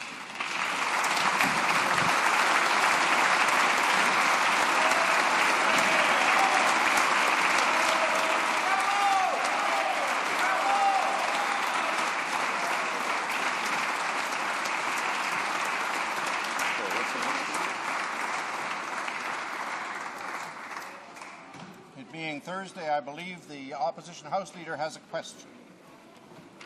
Mr. Speaker, to the Government House Leader, I wonder if he could outline the plans that he has for government business through the rest of this week and next week before the May break. And I wonder if he could tell us, since there is 1 week before the May break and 1 week after the May break, which of those 10 days, which two of those 10 days he will officially designate for the House to examine in the Committee of the Whole the estimates on one occasion of the Minister of Foreign Affairs and on another occasion the Minister of Finance. Two such days need to be designated before the end of May. I wonder if the House Leader could tell us which they will be. The Honourable Government House Leader. Thank you very much, Mr. Speaker. The government took a major step forward this week to maintain a competitive economy, our theme for this week, and I'm happy to advise the House that yesterday the Standing Committee on Finance agreed to report the budget implementation bill back to this House by May 28th. Monsieur le Président, c'est une Mr. Speaker, this is excellent news. The budget bill ensures a balanced budget, controls spending, and invests in priority areas. Passage of Bill C-23, which amends the Canada Marine Act in this House, and C-5 on nuclear liability at report stage. Today we are debating a confidence motion on the government's handling of the economy. We fully expect, notwithstanding the minority status of our government, that this House of Commons will once again express its support for the government's sound management of Canada's finances and the economy. Tomorrow we will continue with Maintaining a Competitive Economy Week by debating our bill to implement our free trade agreement with the countries of the European Free Trade Association. It is the first free trade agreement signed in 6 years and represents our commitment to finding new markets for the goods and services that Canadians produce. C-14, which allows enterprises choice for communicating with customers. C-7, to modernize our aeronautics sector. C-32, to modernize our fisheries sector. C-43, to modernize our custom rules. C-39, to modernize the Grain Act for farmers. And C-46, to give farmers more choice in marketing grain. Mr. Speaker, the government believes strongly in the principle of democracy and the fundamental importance of human rights. Next week, we will show our support for that with Strengthening Democracy and Human Rights Week. This week, the week will start with debate on Bill C-30, our specific land claims bill. The bill will create an independent tribunal made up of Superior Court judges to help resolve the specific claims of First Nations and will hopefully speed up the resolution of outstanding claims. We will debate Bill C-34, which is our bill to give effect to the Tsawwassen Nation, First Nation Final Agreement.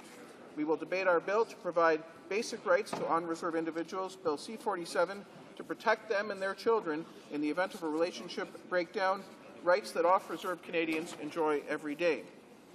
Mr. Speaker, as I said, we're committed to strengthening democracy in Canada. Yesterday I had an excellent discussion on Senate reform with members of the Senate Legal and Constitutional Affairs Committee.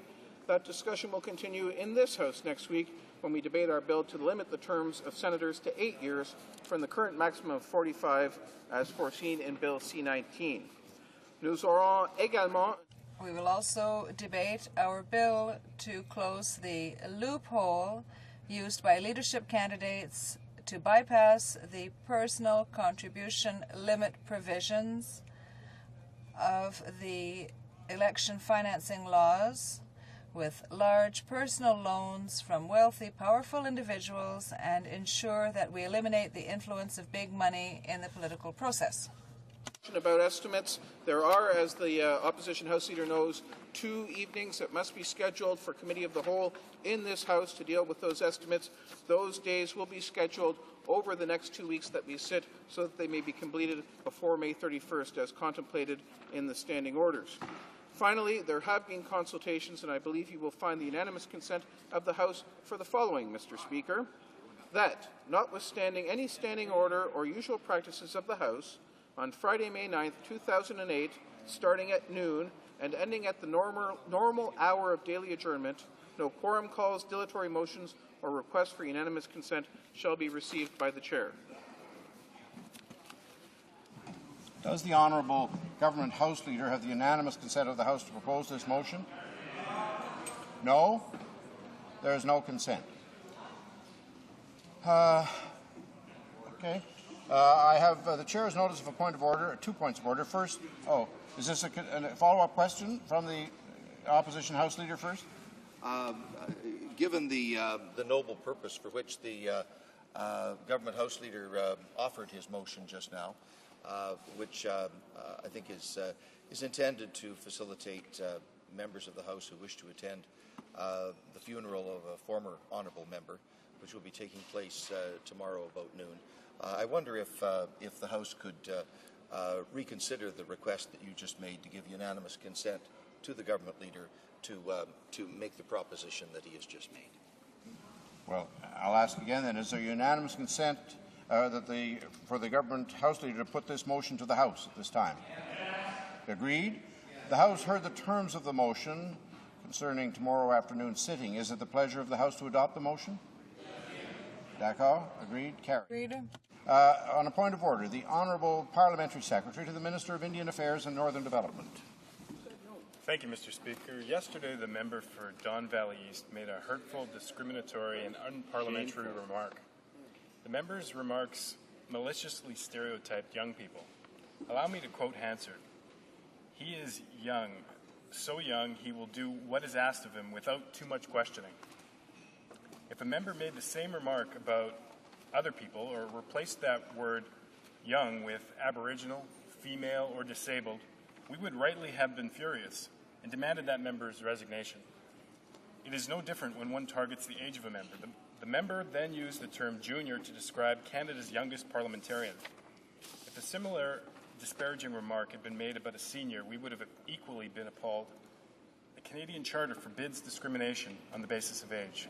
We say to our young people that they can risk their lives defending our democracy abroad, and then this member suggests that they should not be allowed to participate in it here at home.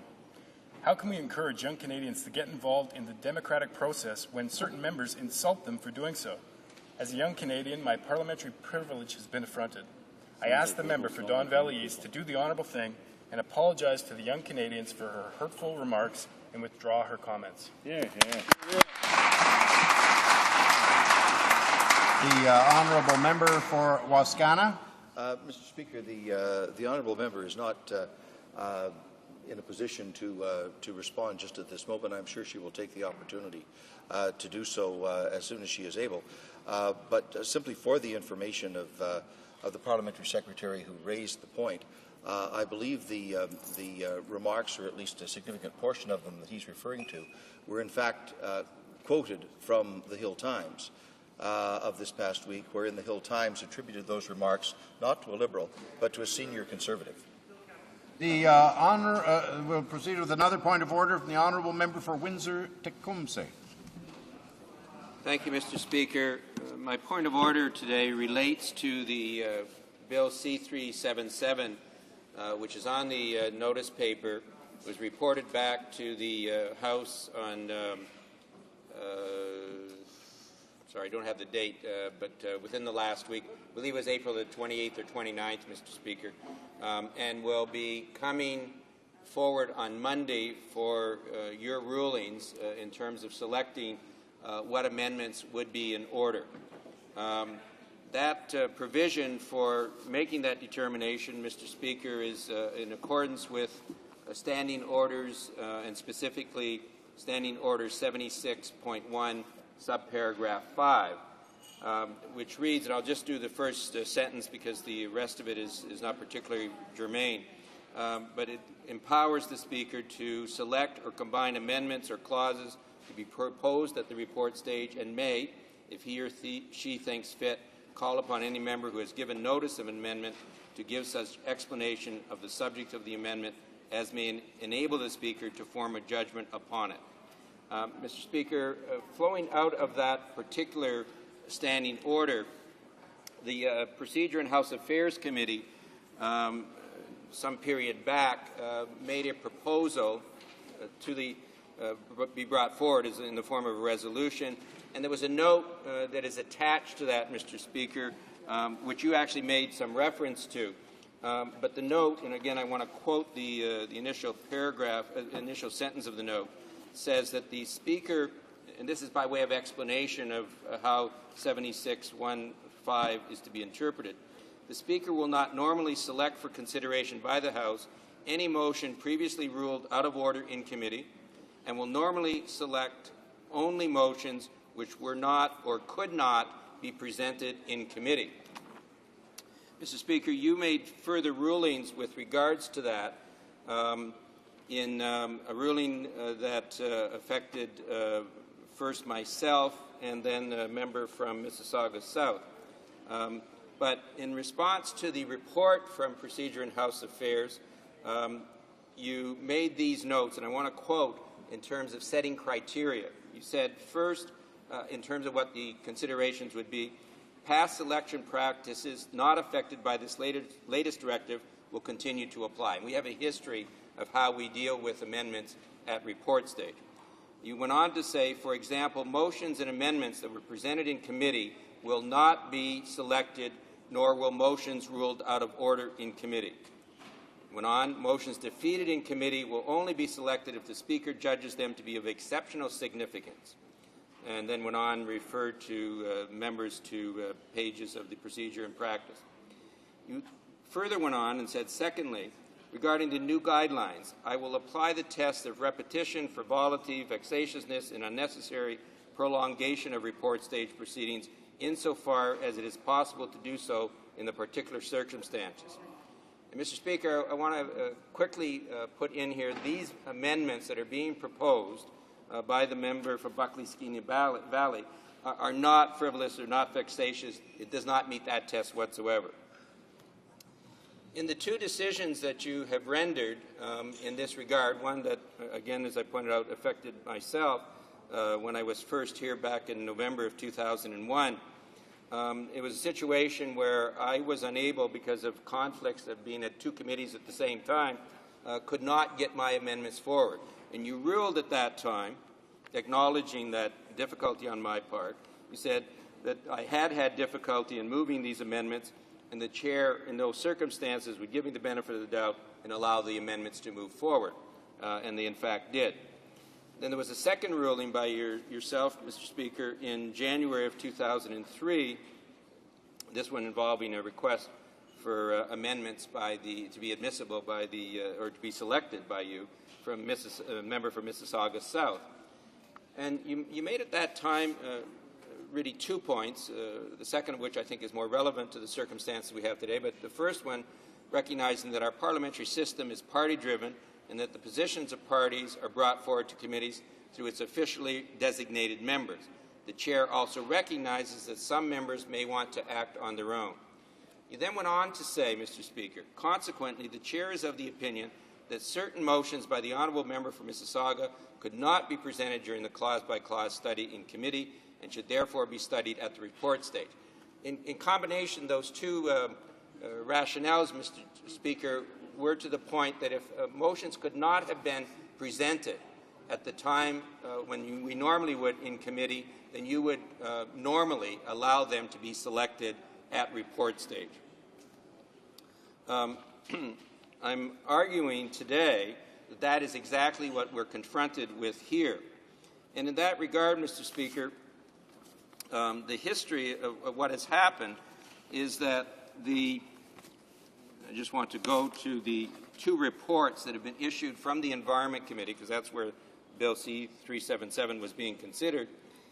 There was an initial report, the third report, and I'm sorry I don't have the date, but it was in it was about 2-3 months ago, came forward indicating that there were significant difficulties in process at that committee, and to the extent that they felt compelled to bring the report forward. And I'd refer you to that report, Mr. Speaker, when you make considerations as to my point of order.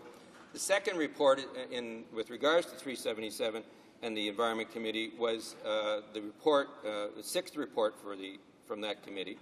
And, Mr. Speaker, there were several points, and I'm going to refer you to the third paragraph of the report, indicating that, in fact, work had been done on Bill C-377 in committee, that certain clauses had been adopted, others were postponed, and because of, using the term in the report, and I'm quoting, a prolonged debate of over 20 hours on Clause 10, which led to the committee to be at an impasse. And in effect, what's going on, Mr. Speaker, in the terms that we more often use in this House, there was a filibuster going on by the government, actually.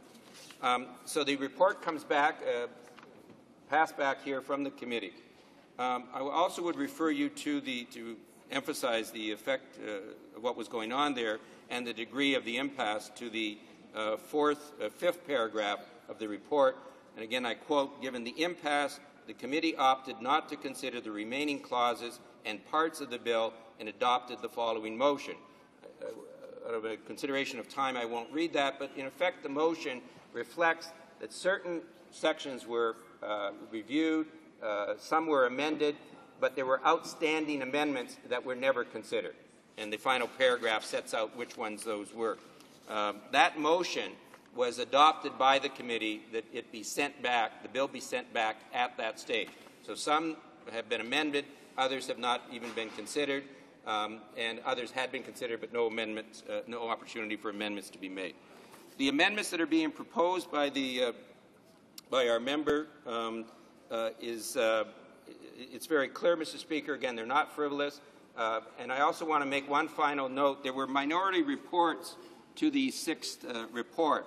And in that, the member from Skeena-Buckley Valley made it very clear to the committee, so there was no misunderstanding. In fact, Mr. Speaker, I was there at the committee and also made a similar statement that we would be moving amendments at the report stage, subject to, of course, the determination by the chair as to whether they should be selected or not. So it's not like the committee did not understand that these amendments would be coming forward and they would be pursued at report stage. So in summary, I believe it's one of those opportunities. We did not have the ability to make these amendments, to move these amendments at committee, and it's appropriate that you consider them and select them at this time. Thank you, Mr. Speaker. The Honourable Government House Leader. Mr. Speaker, I would like the opportunity to review the points made by my friend. They've been quite lengthy and thorough and detailed, and it wasn't until halfway through I was able to familiarize myself with even the bill he was discussing. However, in terms of an opportunity to make amendments to the bill, I will draw attention to the fact that the committee, in returning the bill, did so well in advance of the deadline that is established in the standing orders of motion of this House for consideration of that particular private member's bill. So while there may have been a decision by the members of the committee, including the Democratic member, to return it here in haste, they cannot then rely on that as a reason why they did not take the opportunity to make such amendments at committee. But I would like to have the opportunity to come back and submit on this further. Urge haste on the Minister in those circumstances, since the bill is up for debate, I'm told, on Monday at 11 o'clock. So he will want to exercise due diligence. Orders of the day, order du jour. Oh, I'm sorry, I have a ruling I have to give. I forgot. I'm now prepared to rule on the point of order raised on Friday, May 2nd, 2008 by the Honourable Government House Leader concerning the admissibility of the amendment to the motion for third reading of Bill C-33, an act to amend the Canadian Environmental Protection Act, 1999, moved by the Honourable Member for Western Arctic. Government House Leader for raising this matter, as well as the Honourable Member for Vancouver East for her intervention. The Honourable Government House Leader contended that the amendment proposed by the Honourable Member for Western Arctic was inadmissible because it sought to provide a mandatory instruction to the committee. He was of the opinion that the use of the words "with a view to making sure that" in the amendment constituted a mandatory instruction on how the committee should dispose of the bill. The Honourable Member for Vancouver East, for her part, felt that the proposed amendment was clearly permissive. In her opinion, the words "with a view to" contained in the amendment support that argument. As stated in the House of Commons Procedure and Practice on pages 672 and 673 regarding amendments to the motion for third reading of a bill, and I quote, "The purpose of such an amendment may be to enable the committee to add a new clause, to reconsider a specific clause of the bill, or to reconsider previous amendments. However, an amendment to recommit a bill should not seek to give a mandatory instruction to a committee." End of quote. De plus, House of Commons Procedure and Practice also mentions further on page 793, with respect to instructions to committees of the whole, which also applies to standing committees, and I quote again, "Instructions to a committee of the whole dealing with legislation are not mandatory but permissive. That is, the committee has the discretion to decide if it will exercise the power given to it by the House to do something which it otherwise would have no authority to do." End of quote. The issue before us today is to determine if the amendment proposed by the Honourable Member for Western Arctic meets the requirements as set out in our rules and practices, and more specifically, if it indeed constitutes a mandatory instruction to the committee. Precedents of similar amendments to the motion for third reading that have included the words, quote, "with a view to," end of quote, combined with various action verbs akin to, quote, "making sure," end of quote. For example, amendments moved in the past have used the verbs, and I won't put quotation marks around all of these, "to ensure" on November the 8th, 2001, "to change" on January 1st, 2003, "to eliminate" on March 4th, 2004, and "to incorporate" on June 22nd, 2005, and all were ruled admissible. In fact, with time, this has become an established and accepted form for an amendment at third reading that seeks to recommit all or certain clauses of a bill. In reviewing the texts of the amendment and of Bill C-33, I find that the amendment does not, in my view, infringe on any of the principles that I mentioned earlier and that form the basis of past practices of the House. The amendment asks the committee to reconsider a clause of the bill, taking into consideration certain issues, but it does not specify that any amendment is required or exactly how the committee should modify the bill to attain that objective. In my opinion, the text of the amendment provides the committee ample discretion in how it wishes to reconsider the particular clause in question. As such, I declare the amendment in order. I thank the Honourable Government House Leader for bringing this issue to the attention of the House. Orders of the day, order du jour. Business of supply, resuming debate on an opposition motion concerning the economic policy of the government. Before the debate was interrupted, the Honourable Member for Charlottetown had the floor, and there are 10 minutes remaining in the time allotted for his remarks. I therefore call upon the Honourable Member for Charlottetown. Thank you very much, Mr. Speaker. Mr. Speaker, when I commenced my comments before question period, I talked about what I consider to be the seriousness of this issue, and I talked about the statistics that were released by Statistics Canada last week, and I talked about the consequences to this country as a society and the economy and the people that live here if this trend were allowed to continue. And I talked, Mr. Speaker, about the need to come forward with a national comprehensive poverty strategy in conjunction with the 10 provinces and 3 territories. I've listened to the debate here today, and some of the comments do disturb me somewhat when we talk about hard-working Canadians, and I want to remind members in this House that many of the people that are in poverty or in the low-income cut-off range, they are hard-working Canadians, Mr. Speaker. I talked about what I've seen from this government over the last 2 years and 4 months, the cuts to the programs that have been right across the board.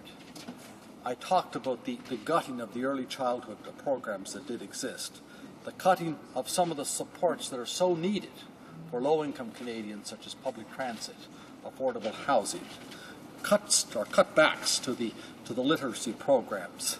And also, Mr. Speaker, I did mention what I consider to be the destruction of the fiscal framework, the inability of this government to respond to situations that do come up on a day-to-day basis. We have one right before us today, the situation in Burma. It's a crisis. There's, I believe, 22 million people deceased. They expect to be another 25 million missing, which presumed to be deceased or badly injured. And the announcement, I believe, from the government was a support package of $2 billion. Order. The honourable member's rising on a point of order. I certainly don't want to belittle the tragedy going on in Burma, Mr. Speaker, but I think the member may want to just check his numbers. I think he said 25 million deceased and another 22 million missing. I think the numbers are much smaller than that. And so I'm not trying to belittle the issue, but perhaps you want to check that. The honourable member for Charlottetown. He is correct. It's 22,000, I believe. He is correct. And 25,000 that are missing. And you're quite correct. It'd be in the vicinity of 50,000 people that I am talking about, and I apologize for that, Mr. Speaker. And I thank the member across for pointing that out to me. But again, Mr. Speaker, but the point I was making, it doesn't. It just shows the inadequacy of the government's response, because they really don't have the capacity to deal with these issues when they come up. Because as a lot of economists are saying these days, that we are either in a deficit or we're heading for a deficit, similar to what we had in 1993, which was corrected. I want to reiterate, Mr. Speaker, my support for our leader's announcement of his initiative, what I refer to as the 30-50 plan, to attempt to reduce general poverty rates by 30%, and the child poverty by 50%. And basically a three-prong approach to create the Making Working Pay benefit, to encourage work and independence, to alter or change the non-refundable child credit into a refundable credit, and improve the Canada Child Tax Benefit, and of course to provide for an increase in the guaranteed income supplement payments. Mr. Speaker, these are all good initiatives, and I certainly support them. I also support some of the initiatives that are going on in other provinces. I believe the province that's a little ahead of the curve on this particular issue is the province of Quebec. They started 7 or 8 years ago with, I believe, Bill 112, and they have what I consider to be a reasonably well-advanced anti-poverty or poverty reduction strategy. The province of Newfoundland and Labrador adopted a strategy about 2.5 years ago, and I understand that the province of Ontario was well advanced in their strategy, and I don't know exactly what is going on in the other 7 provinces.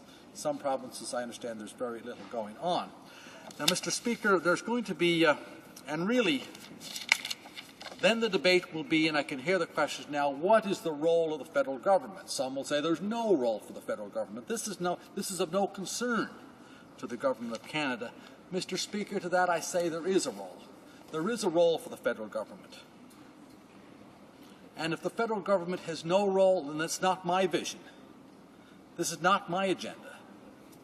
Because I suggest, and I submit to this House, that there's a very real role for the federal government. And it's a role that the federal government has played for years and years and years. It started with the old age pension. It continued with the baby bonus, as it was called. Then it continued with the guaranteed income supplement, the child tax benefit, the Canada pension plan, Medicare. These were programs started, maintained, and enhanced by various governments of different political stripes. So to that, Mr. Speaker, I say there is a role for the federal government. But that's not what I'm seeing now, Mr. Speaker. I'm seeing a withdrawal. I'm seeing an ideology that is withdrawing the role of the federal government in the support of Canadians from coast to coast. And I asked myself, I said, where does this vision, where does this agenda, where does it come from? Because even members of the Conservative Party that I talk to, they don't talk like that. They support these programs. I submit, Mr. Speaker, that comes from our Prime Minister.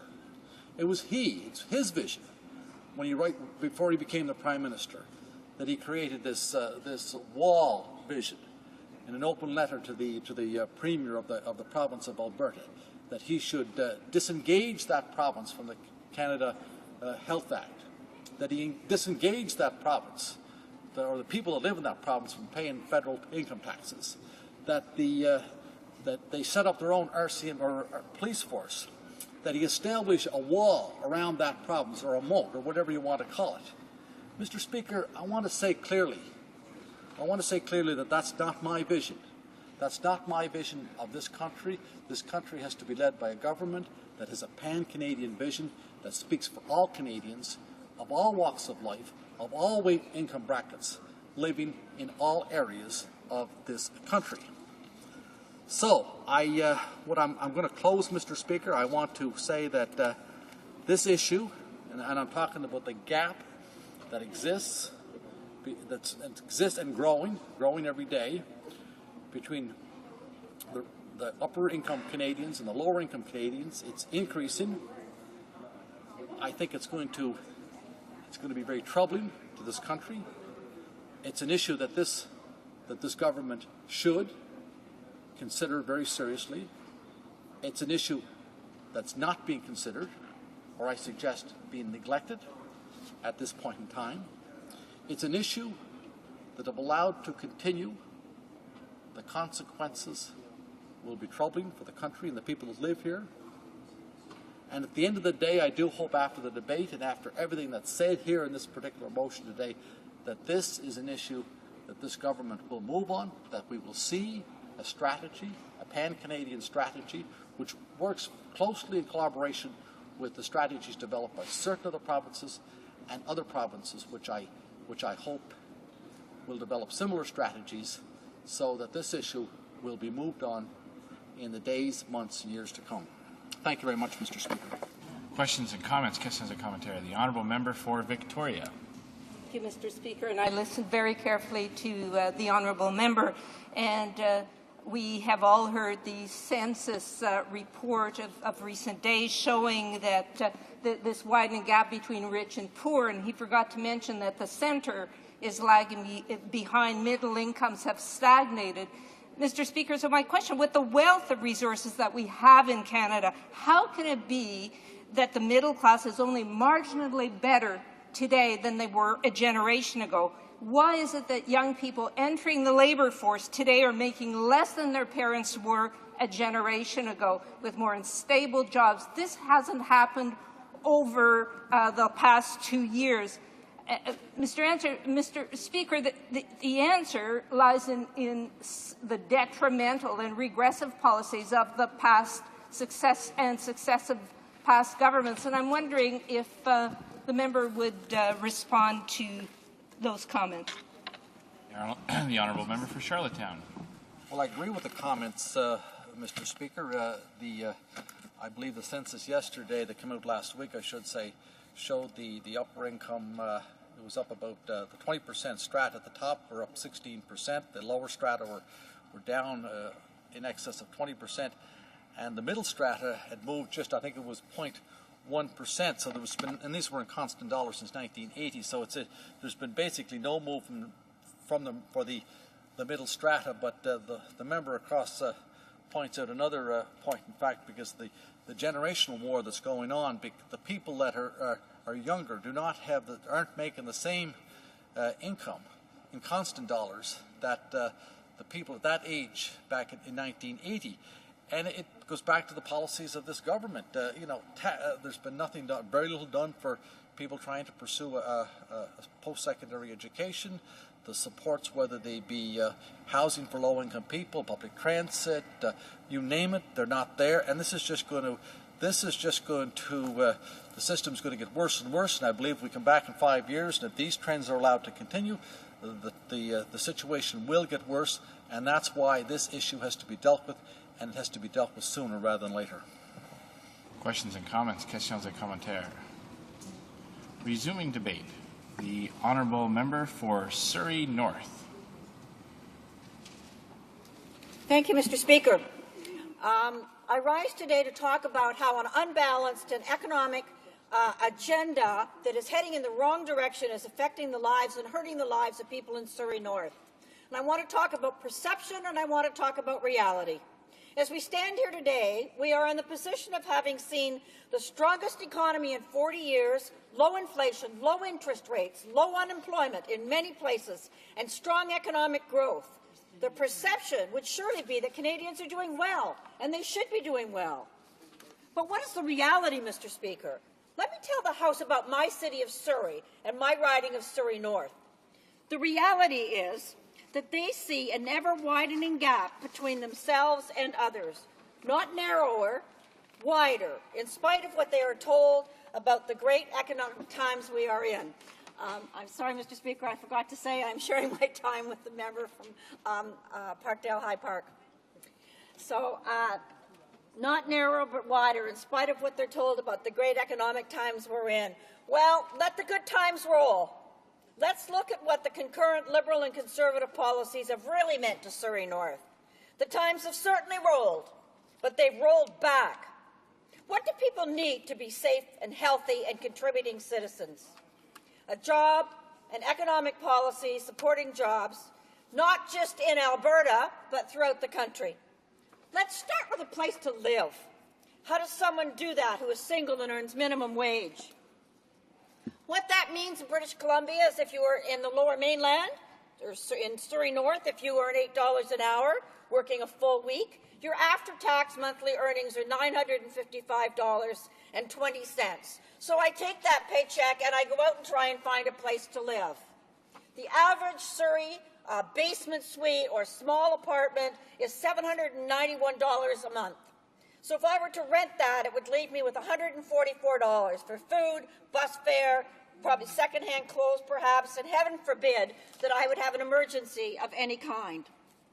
Currently, Surrey needs 2,000 transitional housing units and 5,000 permanent units of affordable housing. What kind of economic policy would ignore a national housing strategy?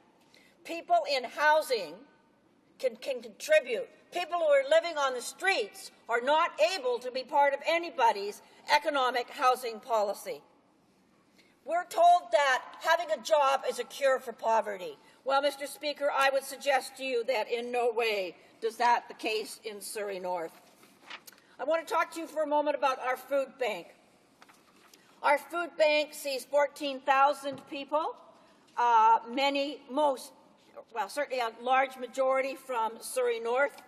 42% of those are babies and children. And here we have our Prime Minister who has said that, you know, the number of children living in poverty is probably only a quarter of the numbers that are quoted. Well, you know what?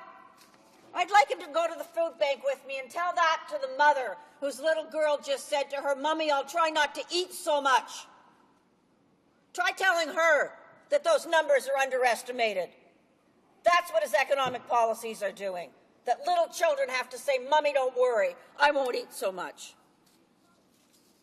We have people who are working, who live in homeless shelters. They're working, they're earning minimum wage, they're trying. They're living in homeless shelters because they can't afford a place to live. They get up in the morning and they go to work. They're using the food bank because they have no place else to eat. What kind of let the good times roll does that look like for the people in Surrey?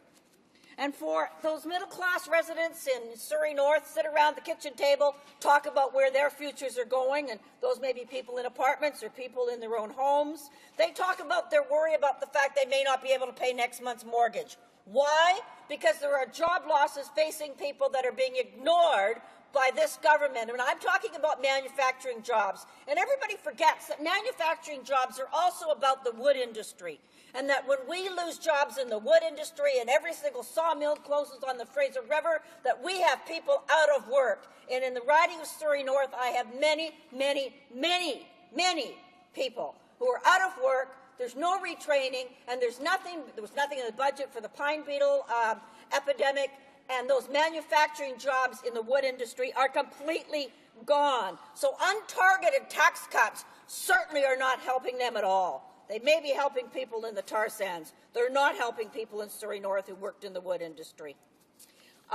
Those people are also worrying about whether they can send their sons and daughters to post-secondary education, Mr. Speaker. And I would say to you that when the NDP amended the 2005 budget to remove $4.6 billion from tax cuts, put it towards housing and post-secondary education. The Prime Minister called it completely irresponsible. Well, let me tell you, for those people, those middle-class people in Surrey North sitting around their kitchen tables, it is absolutely not irresponsible. It was a bit of a help, but they still have a very long way to go because the cost of tuition, the cost of post-secondary, and they know that for many of them, they are not going to be able to send their sons and daughters to post-secondary education. So what this economic policy does is it also ignores children.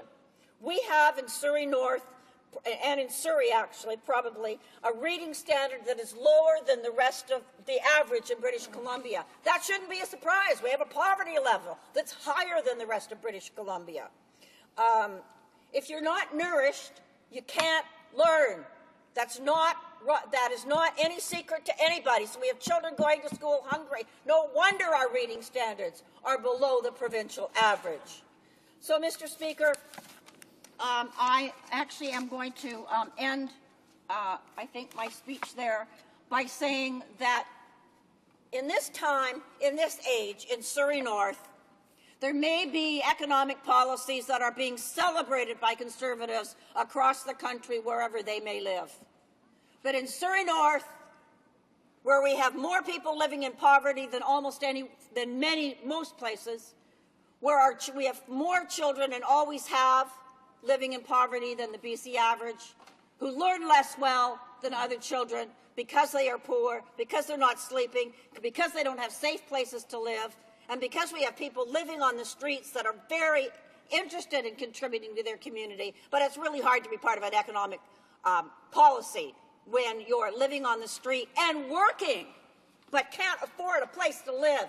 This is where an unbalanced, wrong-headed economic approach takes us. And so for those people in Surrey North, I will tell you, Mr. Speaker, they don't see the good times roll. Thank you.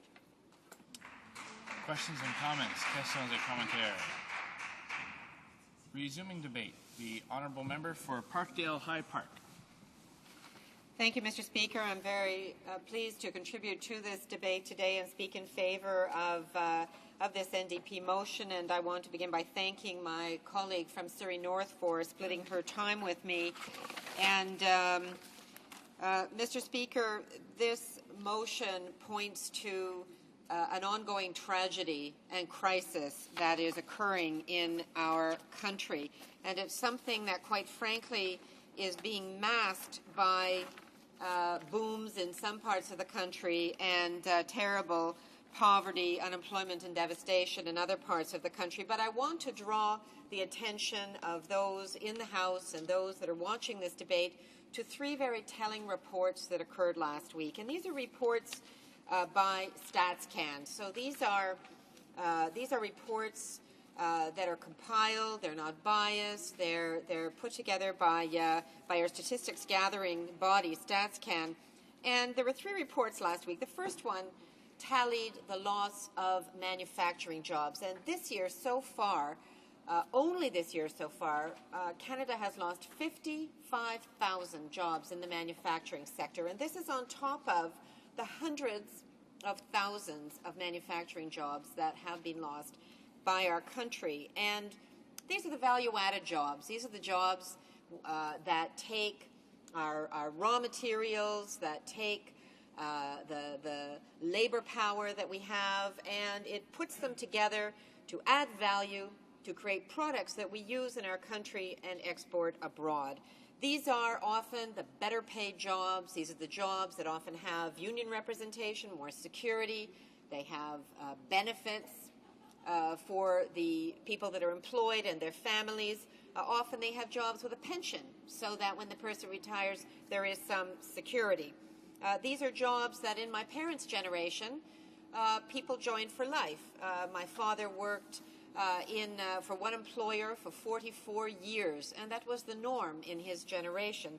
And today what we have is a disposable workforce where people are called in temporarily, then they're disposed of, and corporations try to pay as absolutely little as possible and have as little responsibility as possible. But this loss of manufacturing jobs is contributing massively to the poverty that we're facing in our country. The second study last week confirmed that our economy is slowing.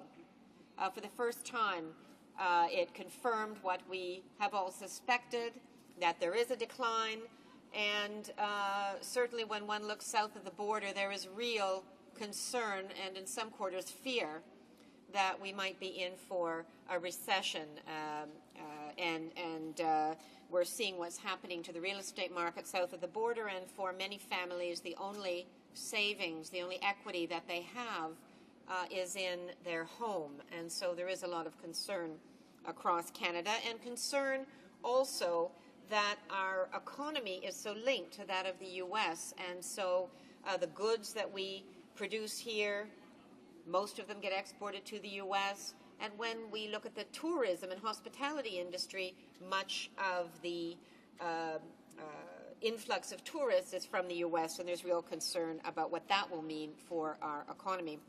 But the real impact of the bad economic news last week was in the third study, which detailed a growing income gap that in a country as wealthy as Canada is nothing short of shameful.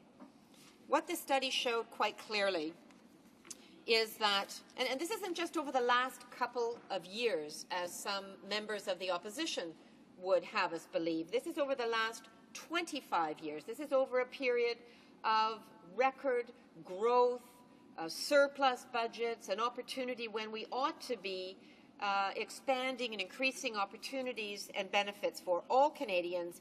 The study showed between 1980 and 2005 that median earnings for the top 20% of income earners increased by 16.4%. Median earnings for the bottom one-fifth fell by 20.6%. And those in the middle are working longer and harder, are treading water as fast as they can, but are not getting any further ahead. And you know, when I talk to people in my riding in Parkdale High Park in Toronto, that's what I hear. When people sit around the kitchen table, put pencil to paper to figure out how they're going to pay their bills, they can't make ends meet. And it doesn't matter whether you're a minimum wage worker who can work full-time, year-round, and never get enough money to support themselves and their families, or whether you're a two-income homeowner who is house poor and struggling to make ends meet and can't afford the thousands and thousands of dollars that childcare is costing because of neglect by this and previous governments over the last 25 years. And it's especially hitting young people, it's especially hitting children, it's especially hitting newcomers to Canada. And it is shocking to see that in 1980, 25 years ago before the study was completed, newcomers were earning about 85 cents on the dollar of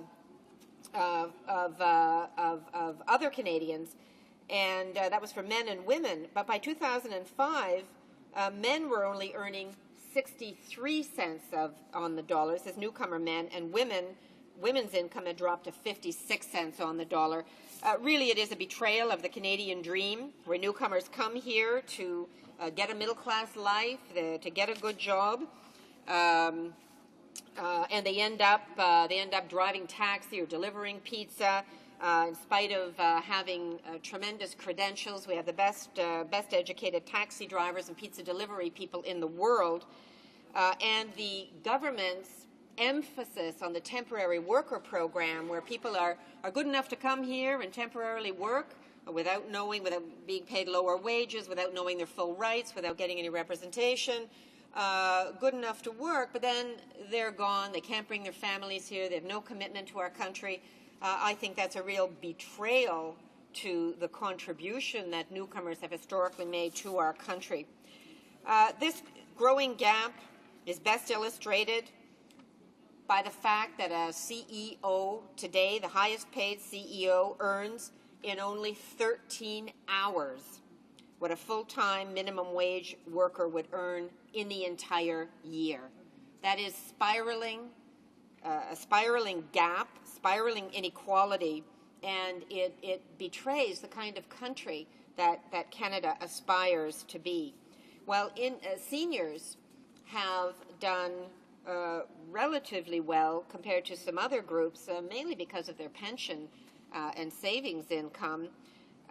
For the poorest families, they're falling further and further behind, and the number of children living in poverty has remained unchanged through the last 25 years. And this is in spite of, as I said before, years of growth, of surplus budgets, of the opportunity to really advance our country and make a difference. And it's shocking to think that when kids are starting out, and I see it in the breakfast clubs, the community kitchens in Parkdale High Park, where families come in, I see it breaks your heart to have kids coming for a free breakfast because they don't have any food at home. And it's a real betrayal to our communities that this is happening. And we're struggling in Parkdale High Park. A food bank recently closed. We're struggling to try to get another one up and running. We don't want to have food banks that people rely on. People need a decent income. They want to go to work. They want to support themselves and their families. And the government is betraying them, not giving them the opportunity to do so. We have a waiting list for affordable housing of 75,000 people in Toronto, and we've seen people who simply cannot afford the rents that they're being charged. When people are thrown out of work, they can't rely on EI. Only about 20% of unemployed people in Toronto are get EI benefits, as opposed to 80% 20 years ago. This government, and I dare say previous governments, have focused on corporate tax cuts. They've squandered our fiscal capacity instead of investing in people. And I want to conclude, Mr. Speaker, I see my time is almost up. I want to conclude by saying it is about time, after 25 years of squandered opportunity, that government started listening to the hard lessons that people are learning around their kitchen tables and stop listening only to the boardroom tables. We've seen enough inequality. We want to make social progress for all Canadians.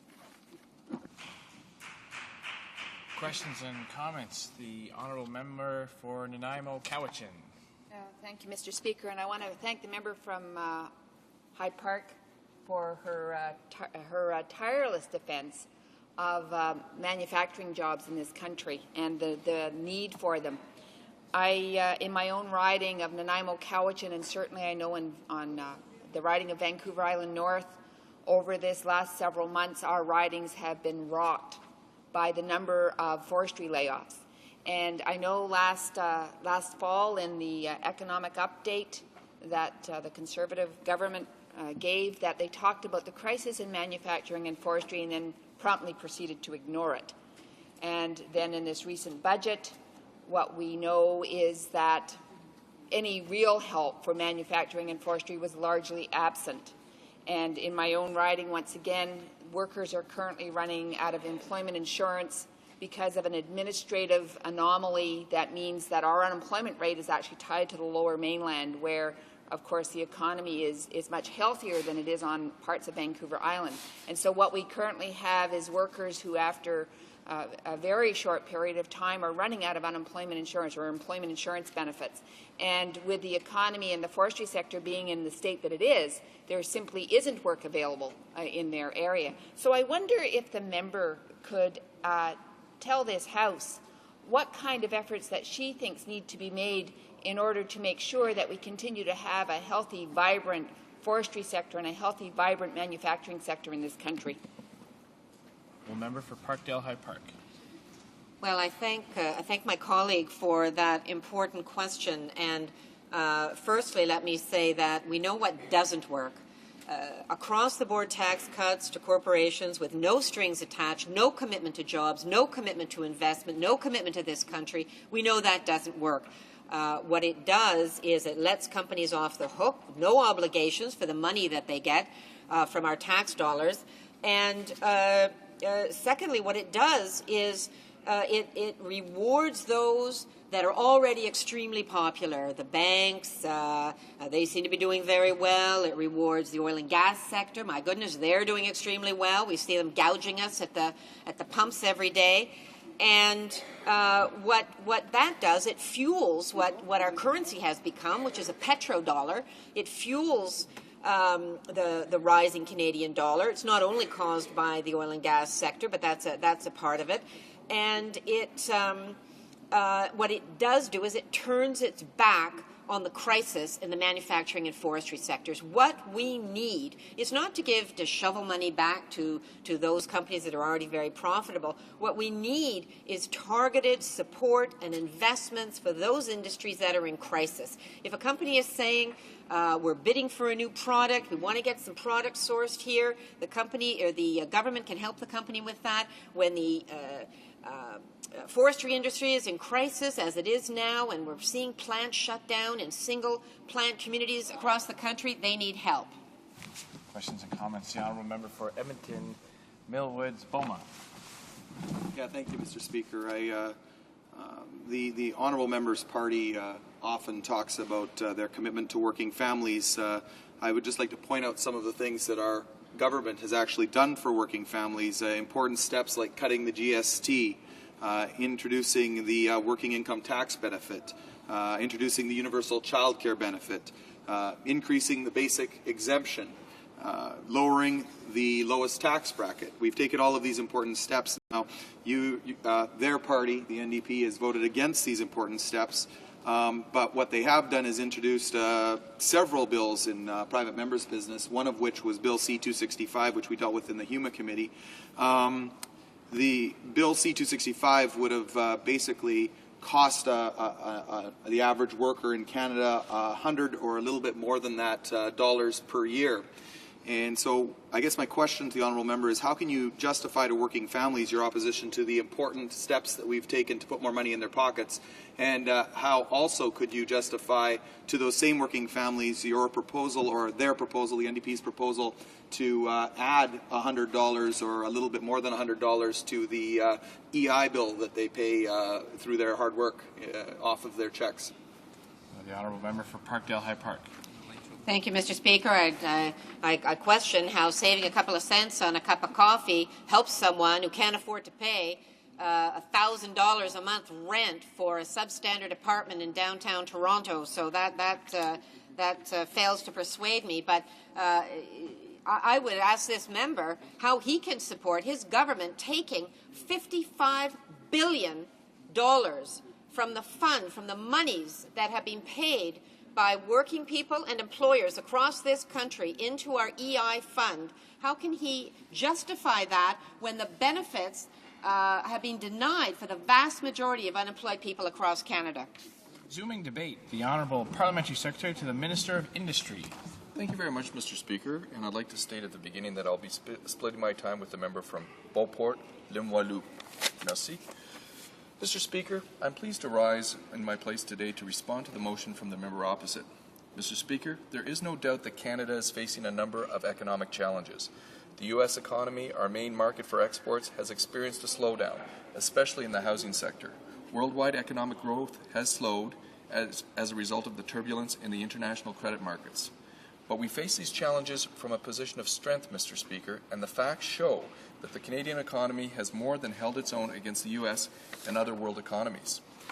You need look no further than the spectacular numbers on job growth to see this. So far this year, under this Conservative government, the Canadian economy has created more than 104,000 new jobs, with more than 14,000 new jobs in the last month alone. Over the past 12 months, 325,000 new jobs have been created, and since we came to government in 2006, more than 771,000 new jobs have been created. I should also take this opportunity to remind the honourable members that as a result of this job growth, we have not seen unemployment this low in Canada for 33 years. Furthermore, these are good-paying jobs for Canadian families from coast to coast. Despite the radical socialist rhetoric of the NDP, Canadians are better off under this Conservative government than any other time in modern history. Full-time jobs account for the vast majority of all new employment in the provinces. Since January, full-time employment has risen by over 94,000 people. Just think of the number of families that are now working. Mr. Speaker, coming from Oshawa, automotive manufacturing is very important to me, and this government is responding to help. Mr. Speaker, automotive sales and consumer spending is up, in large part due to the government's fulfilled promise by cutting the GST by 2%, something the NDP voted against. the Canadian economy continues to expand and the finances of Canadian businesses and households are strong. Inflation remains low, stable, and predictable, and public debt levels are being reduced to levels that have not been seen in this country's history since the 1950s. This Conservative government, Mr. Speaker, has worked to create the conditions that will let the private sector do what it does best, create jobs and prosperity for Canadians. 18 months ago, the government released Advantage Canada, our long-term economic plan for making Canada a world economic leader. For example, Mr. Speaker, there's not been a federal government in recent history that has done more to increase the competitiveness of Canada's automotive sector, address the most pertinent issues head-on, and attempted to resource Canada's economic advantage, in spite of the decline in the U.S. economy. Canada's auto sector is the single largest manufacturing activity in the country and accounts for almost 1/4 of our merchandise exports. It directly employs over 150,000 workers, including approximately 10,000 workers in my riding of Oshawa. The Conservative government's approach to the automotive sector is built on 4 pillars: a positive business climate, an integrated North American auto sector, investment in auto research and development, and the development and implementation of a new automotive innovation fund. Our strategic economic plan, Advantage Canada, creates this first pillar: a positive business climate by lowering taxes, cutting red tape, investing in critical infrastructure, and by fostering the best educated, most skilled, and most flexible labor force in the world. The simple truth that the NDP will never understand is that if Canada is not fiscally competitive, it will not attract new assembly mandates. And if Canada does not attract new mandates, more good-paying automotive jobs will be lost. That is why Budget 2008 delivered over $1.6 billion in fiscal benefits for the automotive sector over the next 5 years, including over $1 billion in tax relief by 2013. The second pillar of the Conservative government's approach aims to preserve and support the deep integration of the North American market for vehicles and parts. Canada's auto industry is not an island. Since the days of Oshawa's Colonel Sam McLaughlin, we have succeeded because our automotive industry has been integrated with the United States and has enjoyed easy access to the American market. Vehicles that we produce as Canadians are not the vehicles that Canadians necessarily buy. Canada exports about 85% of its production to the U.S. because we are good at assembly. For years, Liberal majorities refused to address the tyranny of regulatory difference. After years of indifference and inaction by previous government, I'm proud to say that this Conservative government is changing this reality. We agree with the Canadian Automotive Partnership Council, CAPC's recommendation that Canada must move towards harmonizing regulations with our closest trading partners. That is why the government has committed to new national fuel efficiency standards, benchmarks against a dominant U.S. standard, and to working with the U.S. to ensure compatible safety and environmental regulations, including the just-released announced harmonization of bumper standards. By addressing these regulatory differences that continually put Canada at a competitive disadvantage, the Canadian government will save auto manufacturers literally millions of dollars each and every year. Integrating Canada's automotive industry also means addressing major infrastructure projects. As you know, an automotive part can cross the Canada-U.S. border several times before it is actually installed in a vehicle. Delays in just-in-time delivery cost auto manufacturers hundreds of thousands of dollars per hour of delayed delivery. Our government, led by Prime Minister Harper, understands that the smooth operation of the border is vital. Not to use proper names, but ridings or titles. Mr. Speaker, the Prime Minister understands that the smooth operation of the border is vital to our integrated industry and to our competitiveness, and we are tackling these issues of growing delays. 2 weeks ago, the Prime Minister raised this very important issue at the North American Leaders Summit in New Orleans, where he specifically raised the concerns about the so-called thickening of the Canada-U.S. border. The Prime Minister talked with his counterparts about taking steps to enhance services and reduce bottlenecks and congestions at major border crossings such as Detroit-Windsor. Unlike the previous Liberal government and the radical socialist plans but no actions of the NDP, our government's rhetoric is actually backed up by action. This Conservative government has stood up for Canada's auto industry and workers by providing a plan to complete a new bridge, a productive working relationship with the United States and Michigan administrations, and at least $400 million for the new border crossing. Mark Nantes, president of the Canadian Vehicle Manufacturers Association, said, It is absolutely critical for the automotive industry to be assured that the border crossings are reliable and predictable in order to accommodate just-in-time delivery on both sides of the border. This investment will help support the existing automotive manufacturing in Windsor and across Ontario and will help make the province more attractive for future jobs and economic growth. Mr. Speaker, the third pillar of our government's approach speaks to the importance of investing in R&D. Canada carries out world-class research, but to remain competitive, we need to be a world-class technology-based nation that attracts and retains highly qualified graduate students and is a magnet for world-class automotive experts that will lead to these efforts.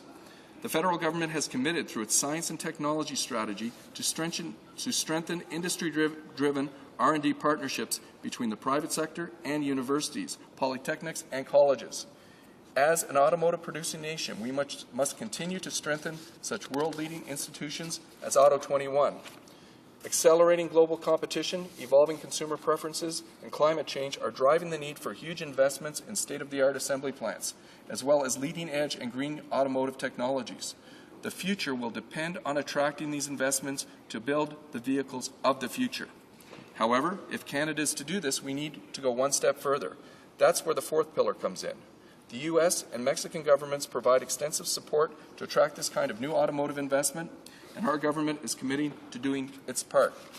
Canada's new Automotive Investment Fund, announced in Budget 2008, allocates $250 million over the next 5 years to lever large-scale private sector R&D and innovation. And by the way, Mr. Speaker, the NDP did vote against this. Specifically, this fund is designed to support large-scale strategic investments in vehicle assembly, powertrain, and R&D operations that focus on innovation and environmental technologies. The fund will target areas in which the Canadian auto industry has already secured a worldwide reputation, a reputation that we will build on as we retool for a new environmentally conscious, fuel-efficient age. We are looking for investments that will align with the new realities of the global auto industry. We will help design and build 21st century automotive industry, one that will sustain Canadian jobs in an environmentally sound future. We will assess each project on its business case, working in partnership with other levels of government. Investments will comply with our international trade obligations. But before concluding, I'd like to contrast the concrete action taken by our government with that of previous governments. In 2004, the CAPC leveled a scathing critique of the previous Liberal government's inaction in 5 key areas: large-scale investment incentives, infrastructure like the Windsor-Detroit border, innovation, regulatory harmonization, and human resources. Furthermore, the previous Liberal government did not take a proactive approach to encourage business to invest in new machinery and equipment that would allow them to be more productive and to innovate. Rather, the Liberal governments relied on an underappreciated Canadian dollar to sell goods to the U.S. This approach likely led to the closure of 3 major auto assembly plants between 2003 and 2005, with the loss of approximately 37,000 or 3,700 good-paying auto jobs. In just 2 years, this Conservative government has addressed most of the challenges the automotive issues head-on to ensure that Canada remains internationally competitive. In 2 years, we move forward on the CAPC recommendations, and I'm very proud of that, Mr. Speaker. Thank you. Hear, hear. Questions and comments? The Honourable Member for Pickering Scarborough East. Sorry, Scarborough-Guildwood. There we are. Yeah, the other Scarborough. Yesterday, Mr. Speaker, at Finance Committee, we had both big labour and big business. And it was kind of an interesting conversation because with respect to C-50, the Budget Implementation Bill, with respect to the EI issue and setting up this separate EI fund. And what they pointed out was that this particular provision in the budget left something to be desired. If, in fact, you want to set up a EI fund distinct and separate from the government, you really need to put in about $15 billion. And the reason you need to put in about $15 billion, Mr. Speaker, is that in order for when unemployment times are bad, you want to be able to reduce premiums. And when unemployment times or employment times, if you will, are good, you want to actually increase premiums. So there's this sort of counter-cyclical effect, so that you're not in effect, taxing businesses as they are strained in economic times. So I wonder whether the parliamentary secretary would be interested in actually amending the budget provision bills, and so that instead of setting aside a mere $2 billion, which does absolutely nothing, that he actually puts aside $15 billion so that this EI fund acts in a counter-cyclical manner so that it cushions for the bad times and helps in the good times, and actually is a recommendation of the actuaries of Canada. The Honourable Parliamentary Secretary. Thank you very much, Mr. Speaker. And I'd like to let my honourable colleague know that the EI Chief Actuary actually determined it was $2 billion. But I will not take any lectures, or this government won't take any lectures from the Liberals on the EI fund, because if we remember correctly, under their management, it basically came into the general revenues and wasn't managed the way it should have been. That's why we are in need of changes, and that's why this government wants to look after workers and put the changes forward that need to be put forward. Thank you. Questions and comments. The Honourable Member for Nanaimo Cowichan. Thank you, Mr. Speaker. The member talked about the NDP Radical Socialist Plan. Hear, hear. And I want to talk about what my Radical Socialist Plan would mean. It would mean that 100,000 children in BC would not live in poverty. It would mean that Aboriginal or First Nations children on reserve would have access to the same level of care that children off reserve have access to. It would mean that 1,500 homeless people in Victoria would not live on the street and would have access to affordable quality housing. It would mean that forestry workers on Vancouver Island would have employment insurance beyond the limited number of weeks that's currently available to them, so that they would actually be able to maintain their homes and their families. So I ask this member, how does his particular plan address the fact that we've got people living in poverty, the forestry sector in crisis in British Columbia, and that we've got an Auditor General that says that this government simply has failed to deal with children and welfare? Honourable Parliamentary Secretary. Thank you very much, Mr. Speaker, and I'd like to thank the member for her question, because it does give me the opportunity to contrast the radical socialist policies of the NDP and the common sense policies of our government. Because the NDP's policy for business is basically what they want to do. You heard them say they want to increase taxes on corporations. In other words, tax them to death, then regulate them to death, then increase taxes on the general population so then they can subsidize certain businesses that are NDP friendly. This is not our plan, Mr. Speaker. What we believe is the best social program are jobs. And if you look at our job right now, unemployment right now, Mr. Speaker, in Canada is at a 33-year low. And in the automotive sector, if she actually knew what she was talking about, she would realize that Ontario is the #1 area in North America for automotive manufacturing. We produced over 2.5 million vehicles last year. As a matter of fact, Canadians, we only consume 8% of North American production, but we produce 17%. So we're batting above what we should be doing, Mr. Speaker. But if the NDP had their way, automotive companies would be paying high taxes. What she doesn't realize is that we are in a globally competitive environment. Automotive companies don't have to invest in Canada, Mr. Speaker. They can invest in the United States. They can invest in Asia.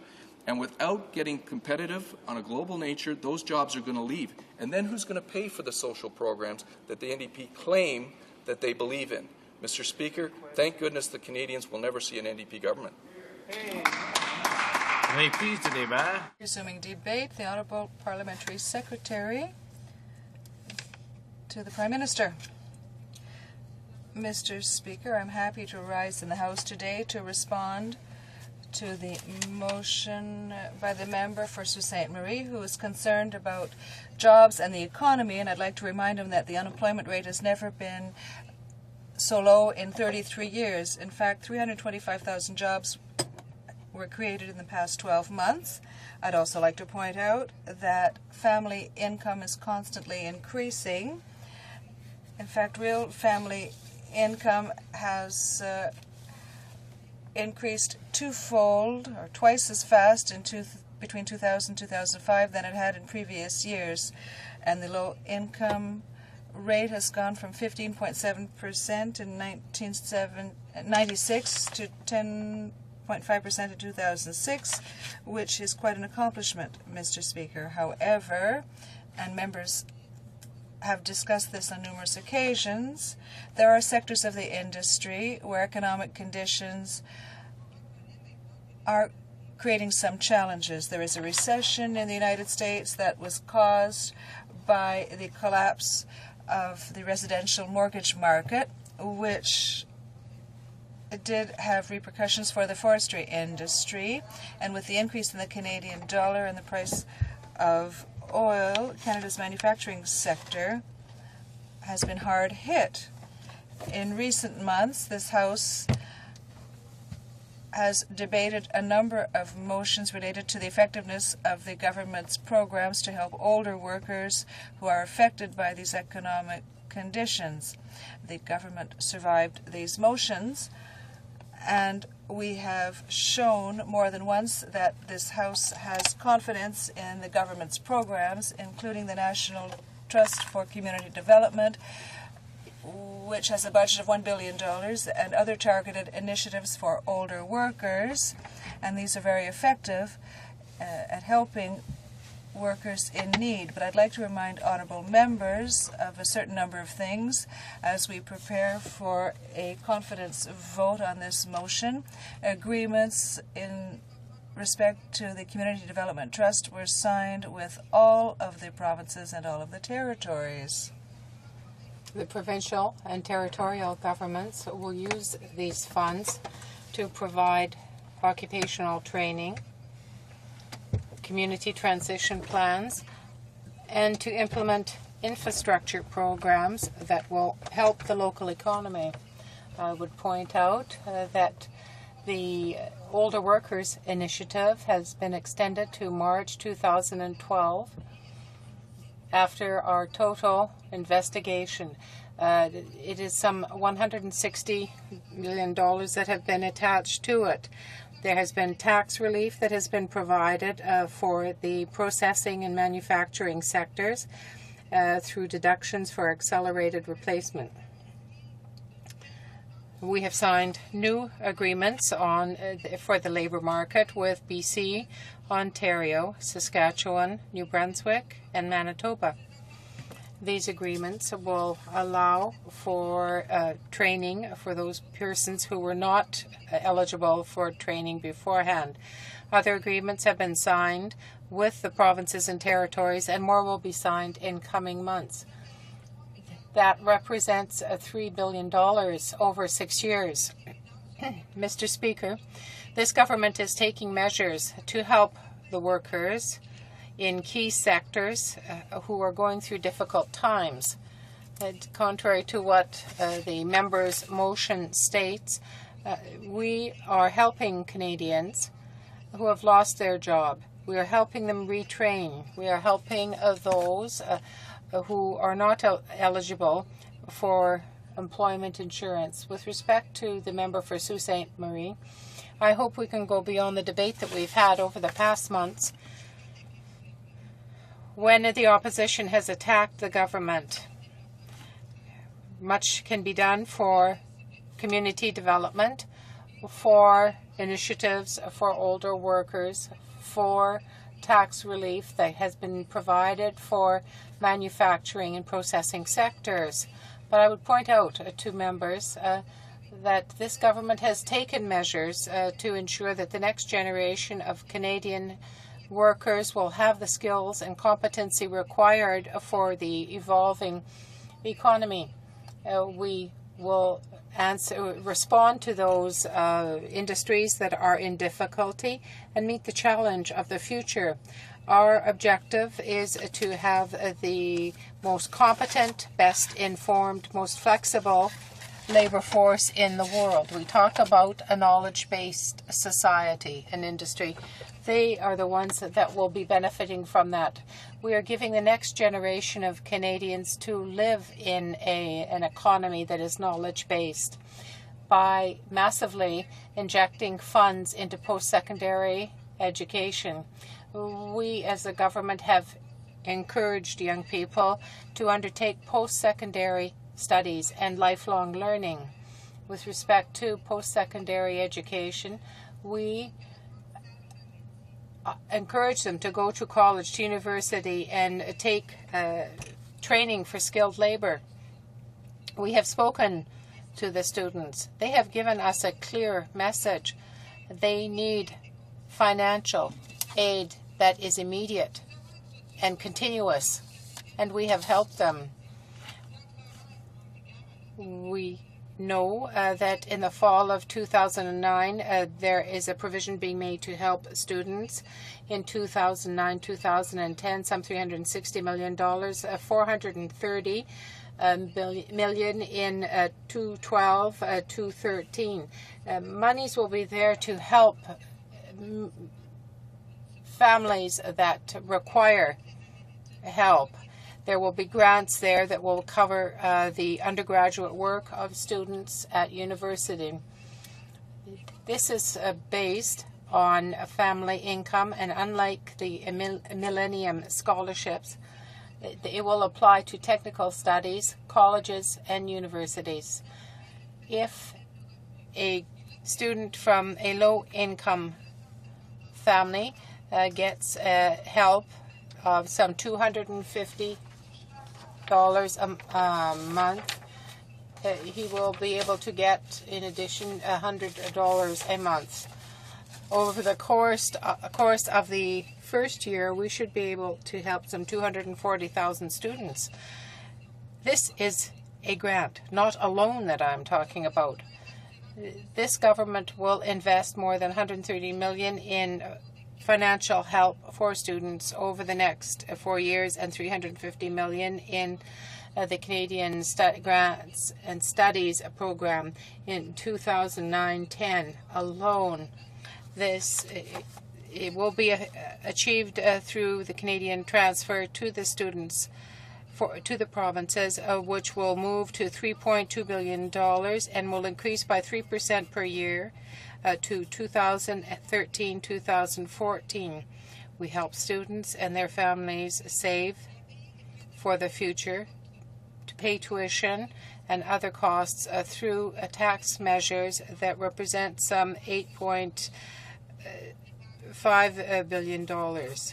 This government is investing $2.7 billion in research and other ancillary projects to prepare a new generation of Canadian workers so that they can stand in the forefront of the new industries, the new economy, the new technologies, because of their knowledge-based skills.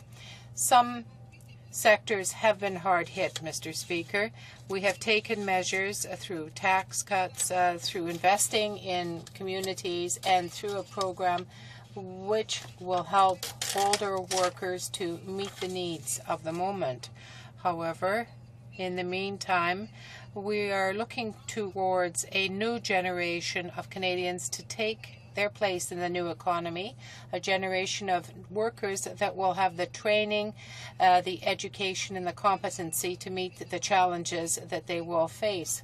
This government has put forward a broad spectrum of programs to aid them. We want to promote the workers of tomorrow. The honourable member for Halifax.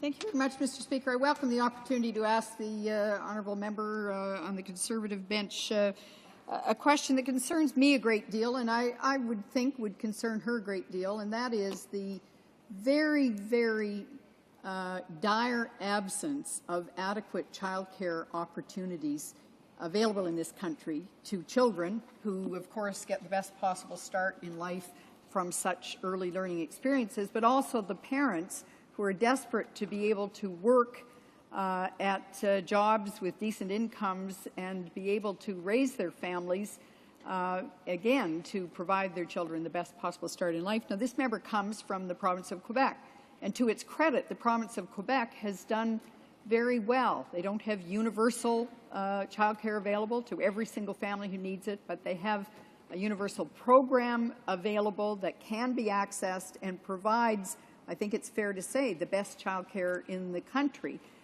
in the province of Quebec. As a woman, as a parliamentarian, as someone that I know to be concerned about the human family, does the member not recognize that for working families, low-income families and modest-income families, the complete failure of the Conservative government, the government in which she sits, to provide the kind of child care that is needed is a serious contribution to the crisis that's being experienced by so many parents and so many working families in this country? And why has the federal government abandoned those families because they don't happen to live in the province of Quebec? The Honourable Parliamentary Secretary to the Prime Minister. Mr. Speaker, as a woman, as a mother, a single parent, I think that our government has achieved much over the past years. We have made significant investments to help families and people, $13 billion in terms of benefits for families with children, in addition to the universal child care benefit and a tax credit as well. We have invested in perhaps the most valuable thing of all, education. We on this side of the House have acted, Mr. Speaker. We have put in place structures for families and low-income families. What the NDP has done about this, each time they have voted against each of our measures, they've done nothing for the families of this country. The Honourable Member for Manicouagan.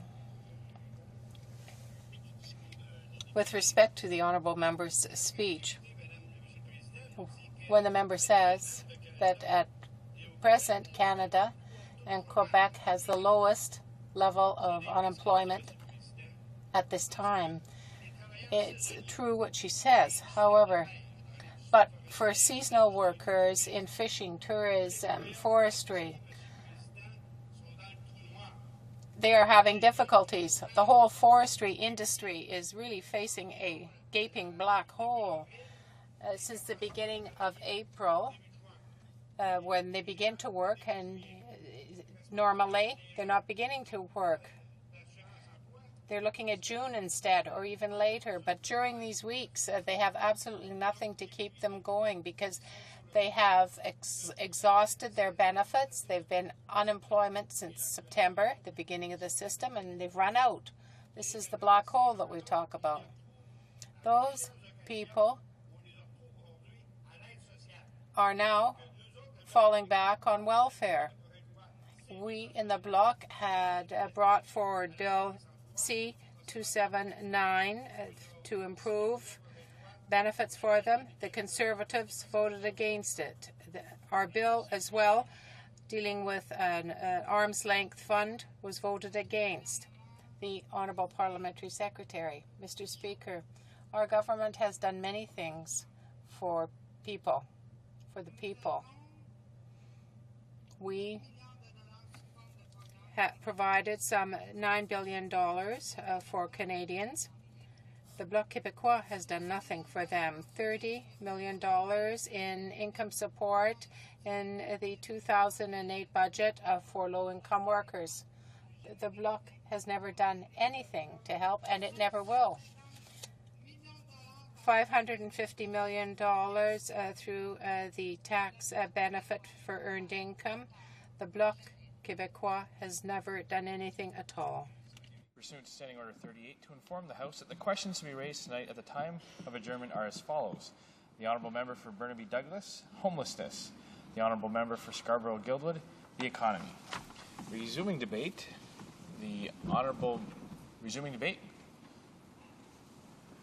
I've got the Honourable Member for Halifax, but is the Honourable Member for Nanaimo-Cowichan? Okay. The Honourable Member for Nanaimo-Cowichan. Thank you, Mr. Speaker, and I will be splitting my time with the member from Halifax. And I am pleased I am pleased to rise today to speak to the motion presented by the member from Sault Ste. Marie, and I know that other members have talked about it, but I want to talk specifically about what this motion says. And it says that the House recognizes the harmful effects on working and middle-income Canadians of the growing income gap fostered by this government's unbalanced economic agenda, including its failure to reform employment insurance to ensure that people who lose their jobs during economic downturns are protected and trained, and therefore the House has lost confidence in this government.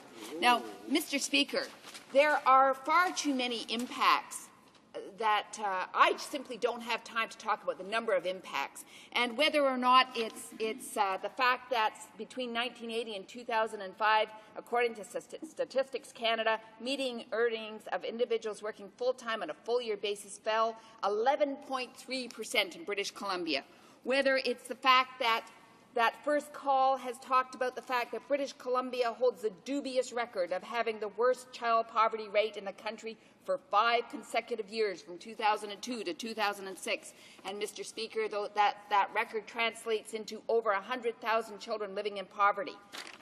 In addition, Mr. Speaker, in Victoria, we have now Victoria, of course, is the capital of British Columbia, and everybody talks about the beauty of the city, which is all true.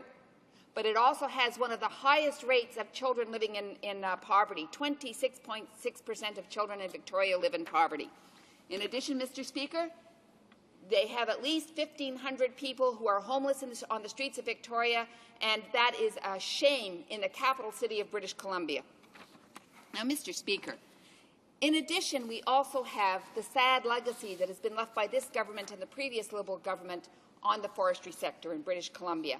And in a recent news article in one of the local papers from Friday, April the 4th, it says, Valley forestry industry workers already shell-shocked by the bankruptcy of Munn's Lumber and waiting for news on hard-pressed Ted Leroy Trucking woke Wednesday to discover that Vancouver Island industry stalwart Medill Equipment of Nanaimo is also shutting its doors.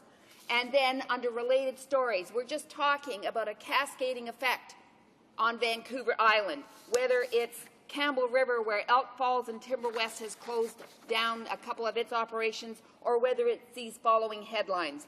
Workers prepare for the worst at Harmac, Nanaimo News Bulletin. Crofton Mill faces summer of uncertainty, Ladysmith Chronicle. Ladysmith Mill closes indefinitely, Ladysmith Chronicle.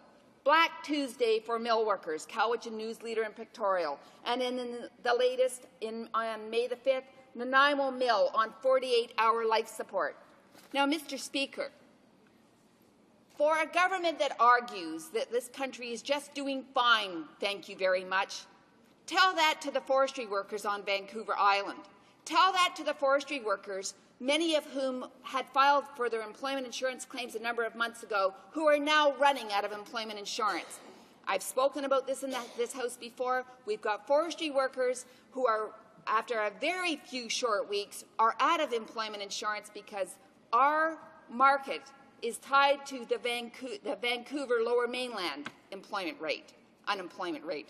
And that unemployment rate simply does not reflect what's happening on Vancouver Island. So we've got workers who have paid into the Employment Insurance Fund year after year after year, and they will not be able to collect their full entitlement because of this anomaly. So, Mr. Speaker, I would encourage this government to take a look at what they can truly do for forestry workers on Vancouver Island, whether it's in Campbell River, whether it's in Nanaimo, whether it's in Duncan, and talk to those working families about what it's going to mean as their income runs out. So, Mr. Speaker, I also want to talk about Aboriginal, because I'm also the Aboriginal critic for the NDP. And I want to turn just for one moment to the United Nations Declaration on the Rights of Indigenous People. And in Article 21.1, it says that Indigenous peoples have the right without discrimination to the improvement of their economic and social conditions, including in the areas of education, employment, vocational training and retraining, housing, sanitation, health and social security. And what we have seen consistently from this government with their unbalanced economic agenda and its neglect of the working and middle-class families is its continuing neglect of First Nations, Métis and Inuit in this country. And what we saw in this last budget is we saw no commitment to defining the federal responsibility for post-secondary education, which leaves institutions like the First Nations Technical Institute lurching from crisis to crisis. We've seen no end to the 2% cap on social spending. And I'll address that a little further when I talk about the recent Auditor General's report. We've seen no dollars to implement Jordan's Principle, which was passed unanimously in this House in December, which would mean that we would put children first. And we would stop that quibbling that says that children go without while provincial and federal governments argue about who should pay. And that would have been an opportunity in that budget, Mr. Speaker, to put some real meat on Aboriginal policy in this country. But once again, this government failed to do that. And if we want to talk about statistics, sadly what we're talking about is we're talking about not just numbers, we're talking about people's lives. And we had in the 2007 report card on child and family poverty in Canada, 41% of Aboriginal children under 14 were living in poverty nationally in 2001, rising to 51% in Manitoba and 52% in Saskatchewan. Now, these are children under the age of 14. That means that these children do not have access to adequate housing. They don't have access to clean water. They don't have access to schools. The member from Timmins James Bay has been leading the fight on trying to get a school in Attawapiskat. And we've got a generation of children who are going through substandard schools in that community and many other communities in this country. What we're also talking about, the fact is 1 in 4 First Nations children live in poverty in this country. That's 1 in 4. And we're a country that prides ourselves on our human rights and our compassion, on our dignity, on our integrity. And yet we say it's okay in this country for children to go hungry at night. We've got more than 1/3 of First Nations households with children living in houses that are overcrowded. High school completion rate amongst First Nation youth is half the Canadian rate. And we know that poverty plays a significant factor in children completing high school. When we want to talk about income, again, this is from the Canadian Centre for Policy Alternatives, and they did a detailed analysis in their alternative federal budget. But in the year 2000, the median income of Aboriginal women was $12,300, and the median income for Aboriginal men was $15,500. Now, you tell me how you support a family on those kinds of numbers. It simply cannot be done. And then on May the 6th, we had the Auditor General come down and present a report called First Nations Child and Family Services Program, and it was a scathing indictment of both this government's record and the previous government's record. And whether it's the fact that we're talking about the fact that Aboriginal children are 8 times more likely in Canada to end up in care, whether it's talking about the fact that provincial governments fund foster children in care at one rate and the federal government funds it at a substantially different rate. In fact, that difference has led to the Assembly of First Nations in filing a human rights complaint because of the 22% differential in the funding that's provided for First Nations children who are in care. Or whether it's the fact, and I want to quote from this report in section 4.72, because this is an important factor. What we often hear from First Nations on reserve is that they simply don't have enough money for housing. They don't have enough money to deal with clean drinking water. They don't have enough money to pay their teachers a decent salary. They don't have enough money to take a look at medical care. And what this report actually says, Mr. Speaker, is that money is actually diverted from those programs, from programs such as community infrastructure and housing to other programs such as child welfare, because they simply don't have enough money to look after their children in their communities. So, Mr. Speaker, we know the answers are there, whether it's from putting money into the Employment Insurance Fund so all workers have adequate access, whether it's removing the 2% cap that the Liberals put in place and the Conservatives have continued for funding for Aboriginal, or whether it's actually just looking at what is reasonable in terms of housing and access to education. We have the answers. We simply do not have the political will from this government to move forward on some of these critical issues. Thank you, Mr. Speaker. Questions and comments? The Honourable Member for Edmonton Millwoods Beaumont.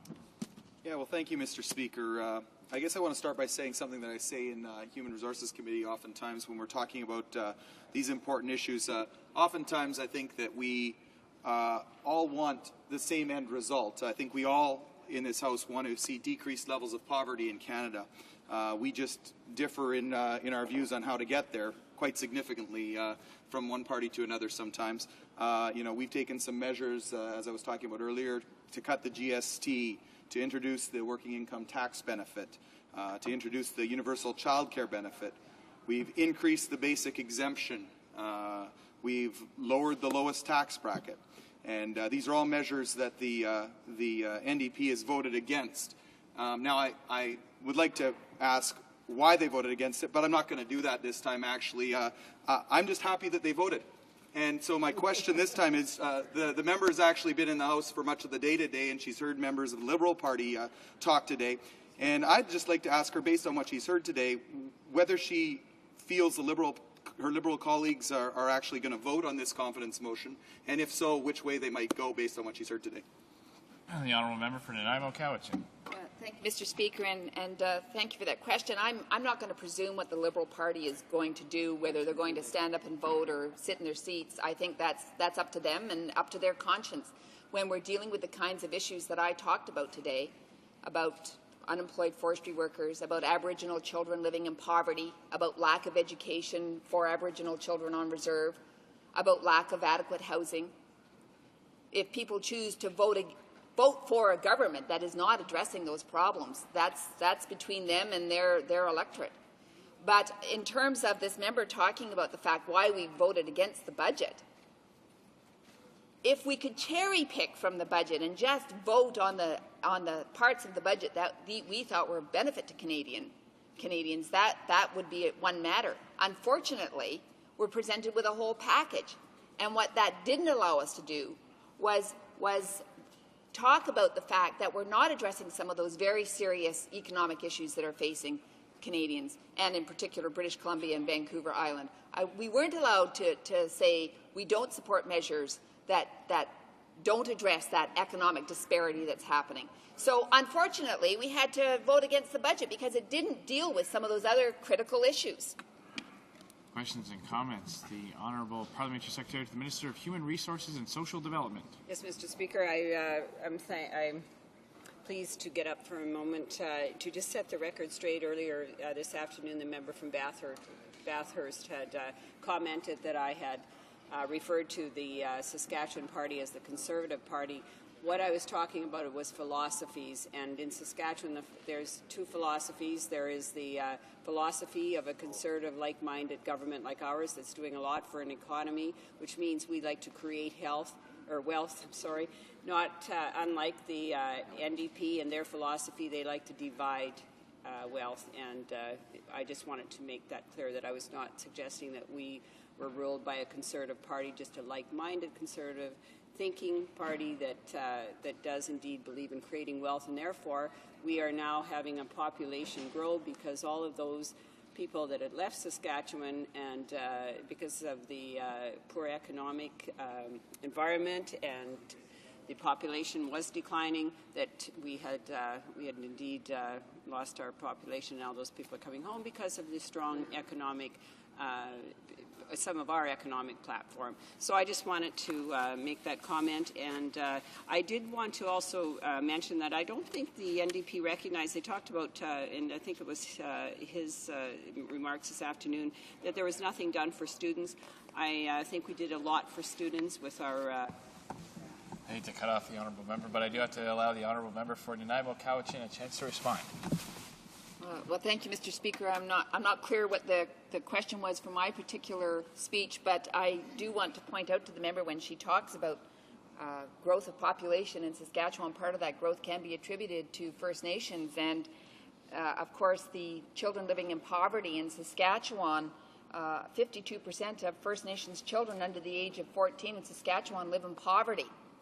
And when we talk about education, for example, that's a really valuable tool to raise people out of poverty and to provide them with the training and education that they need to meet the shortage in skills that is in our current labour market. And I think most people would welcome an opportunity to have that happen. Resuming debate, the honourable member for Halifax. Thank you very much, Mr. Speaker. I very much welcome the opportunity this afternoon to speak briefly on the non-confidence motion introduced by the New Democratic Party on our opposition day, and let me make it very clear, quoting directly from our motion, that the basis for our lost confidence in this government that we're concentrating on today, there are many different reasons for our lack of confidence, but today our debate is focused on the harmful effects on working and middle-class families, Canadians, and the growing income gap that has been fostered by this government's unbalanced economic agenda, which is very, very punishing for a great many families in this country today. Mr. Speaker, I want to just take a moment to refer to some statistics that apply to Canada as a nation before I focus a little bit more on my own riding of Halifax and the province of Nova Scotia, from which I'm privileged to come. You know, we hear that the facts and figures that we're sharing with people are some kind of high-blown socialist rhetoric, but I want to try to ground those hysterical Conservative members by referring to the most recent report from Stats Canada based on the 2006 consensus. Hardly high-blown social democratic rhetoric. And I just want to refer to three particular facts. There are many, many others, and they all add up to the same picture, which is the damage that has been done by a succession of Liberal and Conservative governments. I've been inclined to say over the last 15 years, but actually what the report makes clear, the 2006 consensus report makes clear in the detailed analysis, is that it's actually over 30 years of flawed, unbalanced economic policies that have created what is a growing prosperity gap in this country that is not only punishing for a great many people, but it's dangerous for a society to have that much division, to have that much marginalization. So let me just refer to three brief facts. The earnings of average Canadians have stagnated over the last 25 years. Secondly, in 2005, a person with a full-time job earned a median pre-tax salary of $41,000 and a bit, only about $1 a week more than what the average worker took home in 1980 when adjusted for inflation. So we're talking about what they took home 28 years ago. And thirdly, Mr. Speaker, while middle-class workers experience no real growth in earnings, middle-class workers experience no real growth in earnings, those at the top end got a lot richer, 16.4% increase in the 25-year period between 1980 and 2005, and those at the bottom got much poorer, 20.6% decline. And I don't know, Mr. Speaker, how there can be such denial, both of the statistics themselves and of what the impact of those statistics is on the real lives of real people in the real communities that we, all of us, collectively represent in this country. Mr. Speaker, I'm very proud of the fact that my party has consistently put forward the alternative policies, the alternative solutions, and I was very, very pleased when the member from Toronto Centre who succeeded me as leader put forward to our membership in this country and put forward to the Canadian people that the role of opposition is an important one in a democracy, but an important part of opposition is proposition, and that is to put forward the solutions. And that's why, led by the anti-poverty critic in our caucus, we have worked consistently on a detailed, comprehensive anti-poverty strategy, proposing what kinds of policies are needed to reverse the damage that has been done as a result of the unbalanced economic policies now for over 30 years in this country, most often under the Liberals, but under the Conservatives, and certainly under today's Conservatives, the damage is deepening every day. In my riding, and I want to turn to Halifax for a moment, People will say Halifax is thriving. Halifax is a very prosperous place today. And, Mr. Speaker, that is absolutely true. And I'm very privileged to represent a riding. And it's not true that my community's gone to hell in a handbasket because it's represented by a New Democrat. I've been proud to represent this seat now in the House of Commons for 13 and a half years. And the prosperity in Halifax is astounding. In case anyone thinks that's because of Conservative or Liberal provincial members that sort of come along and mop up behind whatever influence I might be able to have on my own community representing it, let me say that there are 5 provincial seats within my federal boundaries, and all 5 of them are represented by New Democrats. So it doesn't seem to follow directly that as a result of social democratic thinking that, you know, things fall apart. But let me also say, Mr. Speaker, that in opposition, federally and provincially, we have consistently beseeched the Conservative and Liberal governments. I can only speak for the 29 years that I've been in public life, and that's what I will do. We have consistently beseeched both levels of government, Conservatives and Liberals in office, to understand that many of the economic policies that they pursue create a growing gap,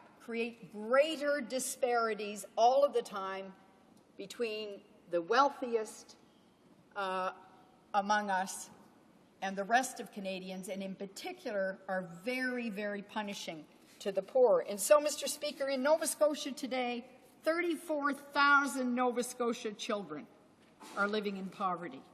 Nearly 4 out of every 10 Nova Scotians have difficulty reading, understanding, and using print materials and have difficulty with numeracy. Now, what's that got to do with poverty, some people may say? It has a lot to do with poverty, Mr. Speaker, and that in itself is a whole separate subject. The 7,200 children per month are forced to rely on food banks in Nova Scotia. And, you know, some will say, well, that's good. Charity's there, you know, to mop up the damage from flawed economic policies. But not only is the charitable model not the appropriate one in a modern, prosperous community or a modern, prosperous country, but it's time for us to recognize that the whole community, the whole country benefits when we operate on a justice model and operate on the basis that we have the means, we have the know-how, we have the resources, we have the knowledge that we need to make sure that we don't have more and more people being left behind in our society. And it is shameful, Mr. Speaker, that this is happening in the midst of the plenty that exists in this country today. I'm very pleased, Mr. Speaker, that in my own riding in 10 days' time, on May 15th, I'm going to be hosting a public forum, a public dialogue to bring various people in the community together to talk about this growing gap and what the solutions are that can be brought to bear. We know that the labor movement has a contribution. It is making a big contribution to trying to address this problem, having launched on International Women's Day a comprehensive strategy to end poverty once and for all, to advance equality once and for all. We have the president of the Canadian Association of Social Workers who is participating in that forum, who's been giving tremendous leadership around issues of equality and diversity. And we have others in the community that are going to come and contribute their ideas. Mr. Speaker, despite the prosperity in my city of Halifax, in Nova Scotia, we've had enormous job losses. We don't hear as much about them because we don't have as many jobs to begin with, so when the jobs are lost, they're not as numerous. But I can tell you the same concerns that have been raised again and again by members of my caucus from Ontario, from the West, from British Columbia. We have, in comparable terms, based on our population, very serious numbers of job losses. 120 jobs lost in this community, 280 in another, 50 in another, 300 in another, 150 in another, 580 in another. Those are very large numbers of job losses, Mr. Speaker, and it is time that we began to address those problems with serious solutions and serious things. Questions and comments. Questions et commentaires. The Honourable Member for Nanaimo, Cowichan. Thank you, Mr. Speaker, and I want to thank the member from Halifax for her comments. And I think that in part what she has talked about is the fact that what we often hear as a rhetoric is that there's all these thousands of jobs being created. And yet the reality in many of our communities is we're just simply not seeing it. And what we are seeing is that many times when jobs are created, they're often low-wage, part-time, seasonal jobs, and many families are actually having to work 2 and 3 jobs just simply to keep food on the table. And then we take a look at, again, I talked about the Employment Insurance Act and how over the last many years that Act, as the changes unfolded that were made in that Act back in 95, 96, what we've seen is a decreasing number of people who are actually eligible. And women in particular have been very hard hit. Fewer and fewer women now qualify, mostly because many of the women are who pay into the Employment Insurance Fund are in part-time seasonal contract employment. So I wonder if the member could comment on the kinds of changes that she thinks it is important to make in the Employment Insurance Fund so that workers from coast to coast to coast actually are entitled when they pay into that fund. The Honourable Member for Halifax. Well, let me say, first of all, Mr. Speaker, that there's no mystery about how much damage was done by the massive changes, as she mentioned, introduced in the Unemployment Insurance Act at the time in 95 and 96.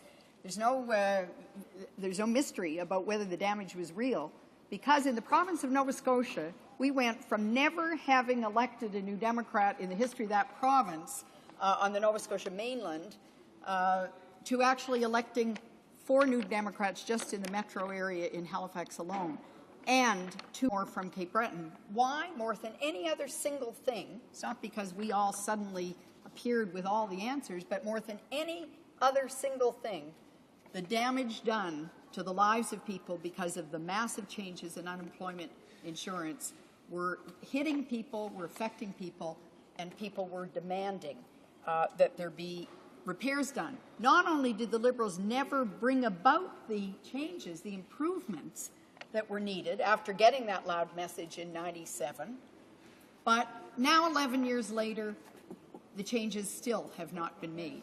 We still have the numbers of hours required to qualify excessively high for people in various seasonal industries, for example.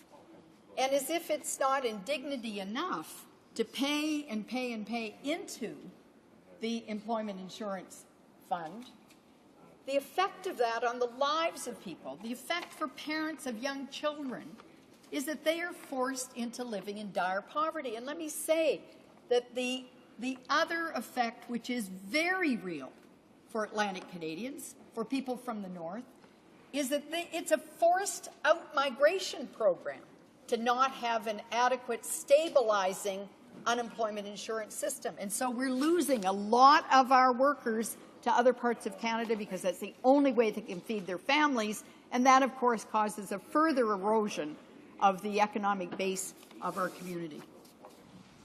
Questions and comments. Questions et commentaires. The Honourable Member for Sault Ste. Marie. Well, thank you very much, and I wanted to commend the member on her speech this afternoon and her understanding of this issue, and particularly as it affects those that she represents and speaks for here in this House.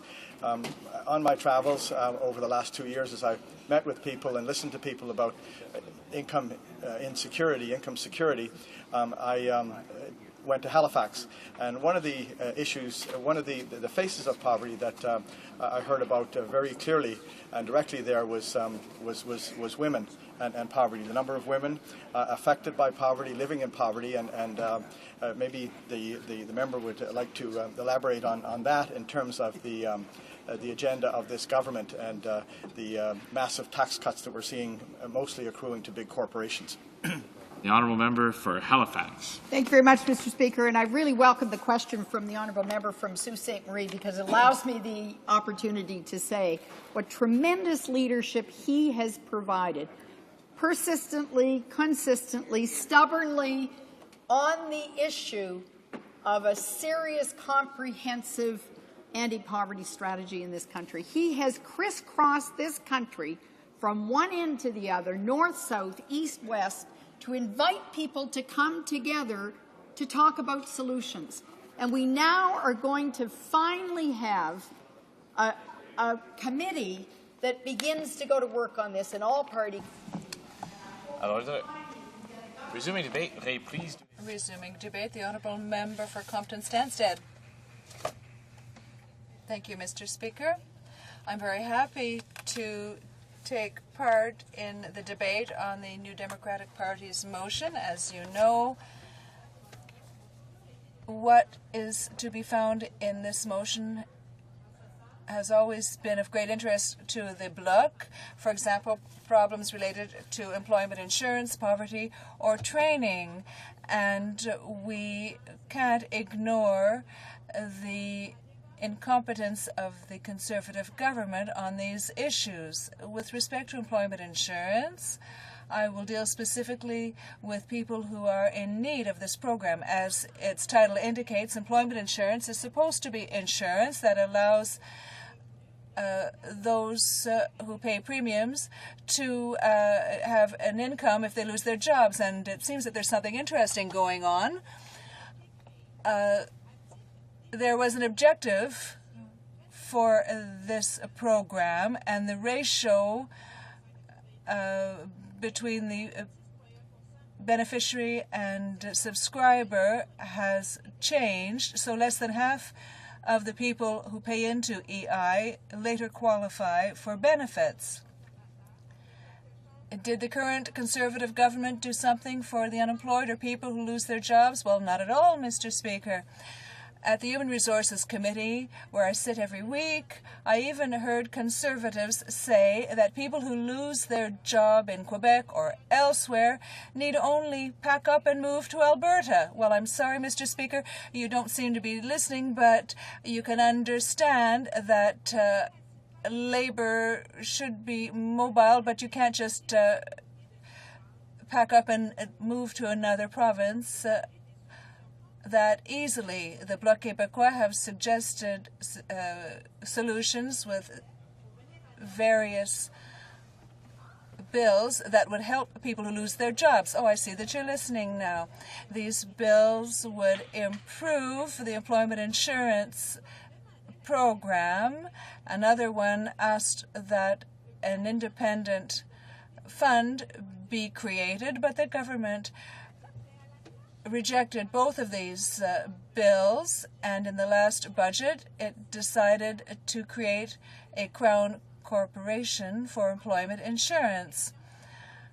After asking questions about this new agency, we have understood that those who work in this agency will simply be tinkering with the EI premiums. This morning at the Human Resources Committee, one of the witnesses said that a drop of 15 cents in a premium would give workers about $1 more at the end of the year. That's a wonderful gift, but it isn't what we call a very big helping hand, Mr. Speaker. The problem lies in the fact that the government has done nothing to improve EI and to ensure that people who find themselves unemployed will have an income during a difficult time. Mr. Speaker, the Conservative government should have acted.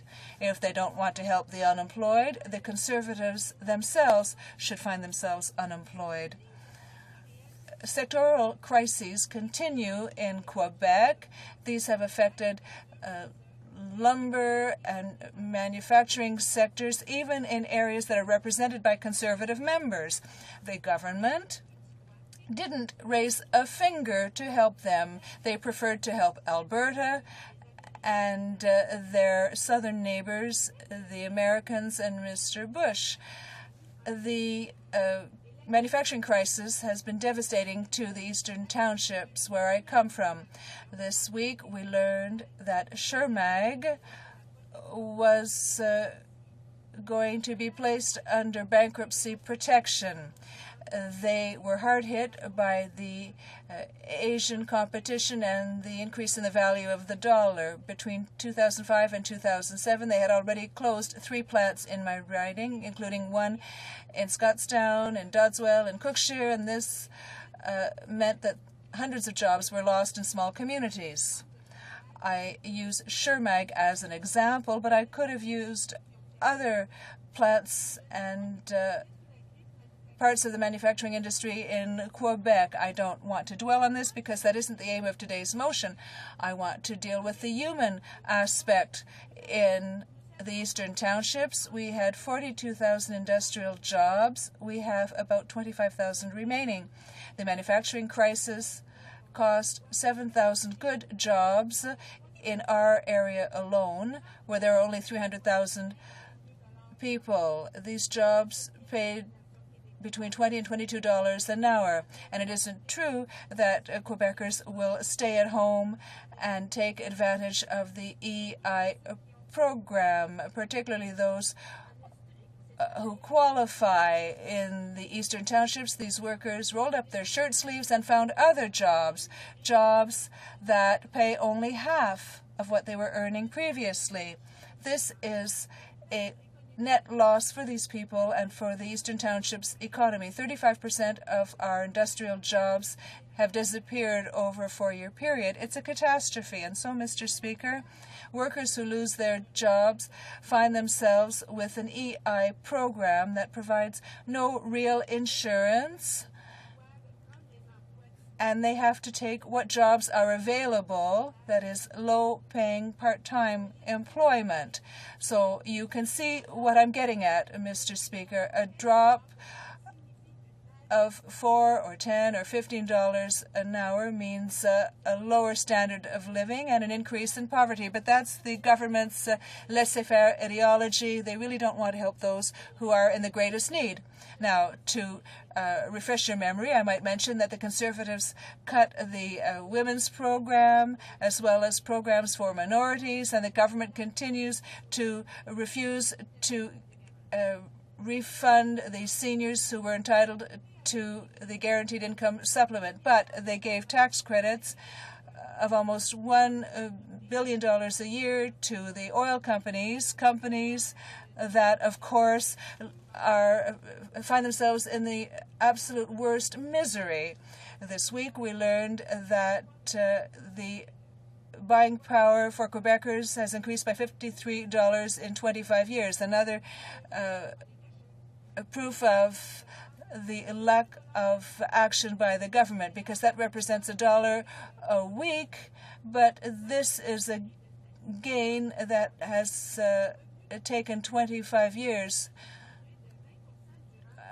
whereas there was a reduction of 20% in the standard of living, and notwithstanding efforts that have been made over the past 25 years, poverty is not being reduced. And I can give you a few examples, Mr. Speaker. Almost 900,000 Canadian children have low earners as parents. If parents are poor, then children are poor, and single-parent families are still struggling to make ends meet. All communities are affected, and there is no lack of examples. So to summarize, Mr. Speaker, it's very clear to me that the government has done nothing to save jobs in Quebec, has done nothing to help workers in tough situations, have done nothing to improve employment insurance or to counter poverty. So the gap between rich and poor is widening. Disposable income is stagnant. We are going nowhere, and this government has no vision for us, no plan, no ideas, only an ideology that is regressive and rigid. The Bloc has given the government an opportunity to act, to reform EI, to help the poor, to ensure that our industries will remain open and that our workers will maintain their dignity and their income. Conservatives preferred to sit by and watch things happen. They had an opportunity to help workers, but they didn't do it. And I can tell you that I've never had much faith in the government, but today they have really lost the confidence of this House, and I'm convinced that they will also lose the confidence of all voters. Thank you, Mr. Speaker. Questions et commentaires. The honourable member for Peterborough should know that there's less than 2 minutes that will include both the question and the answer. Thank you, Mr. Speaker. I listened intently to the member's statement.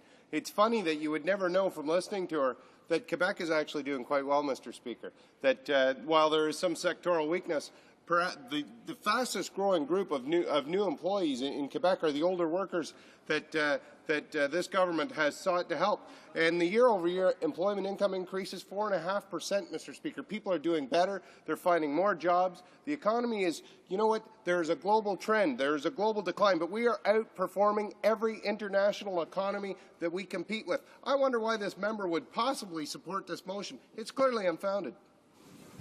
The Honourable Member for Compton-Stansted. Thank you, Mr. Speaker. Perhaps the Honourable Member opposite should take off his rose-coloured glasses.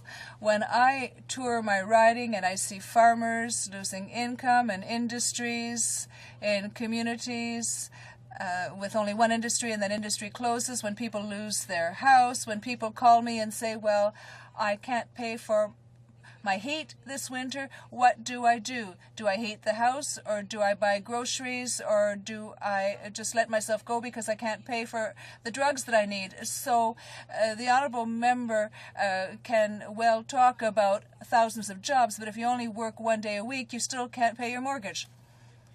15.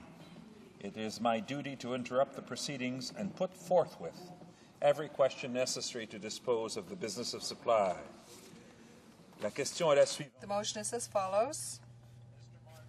Sainte Marie, seconded by Mr. Sixay, moved that the House recognize the harmful effect on working and middle-income Canadians of the growing income gap fostered by this government's unbalanced economic agenda, including its failure to reform employment insurance to ensure that people who lose their jobs during economic downturns are protected and trained, and therefore the House has lost confidence in this government.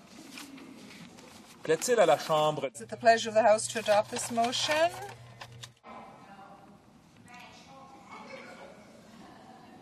Que tous ceux qui... All those in favour of the motion will please say yea. All those opposed will please say nay. Nay! In my opinion, the yeas have it. Call in the members.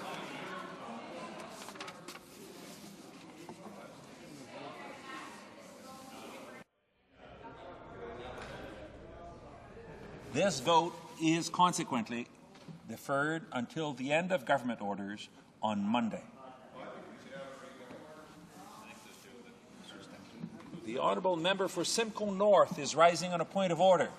Thank you, Mr. Speaker. I wonder, Mr. Speaker, if there might be unanimous consent of the House to see the clock at 5:30. There's unanimous consent. We see the clock.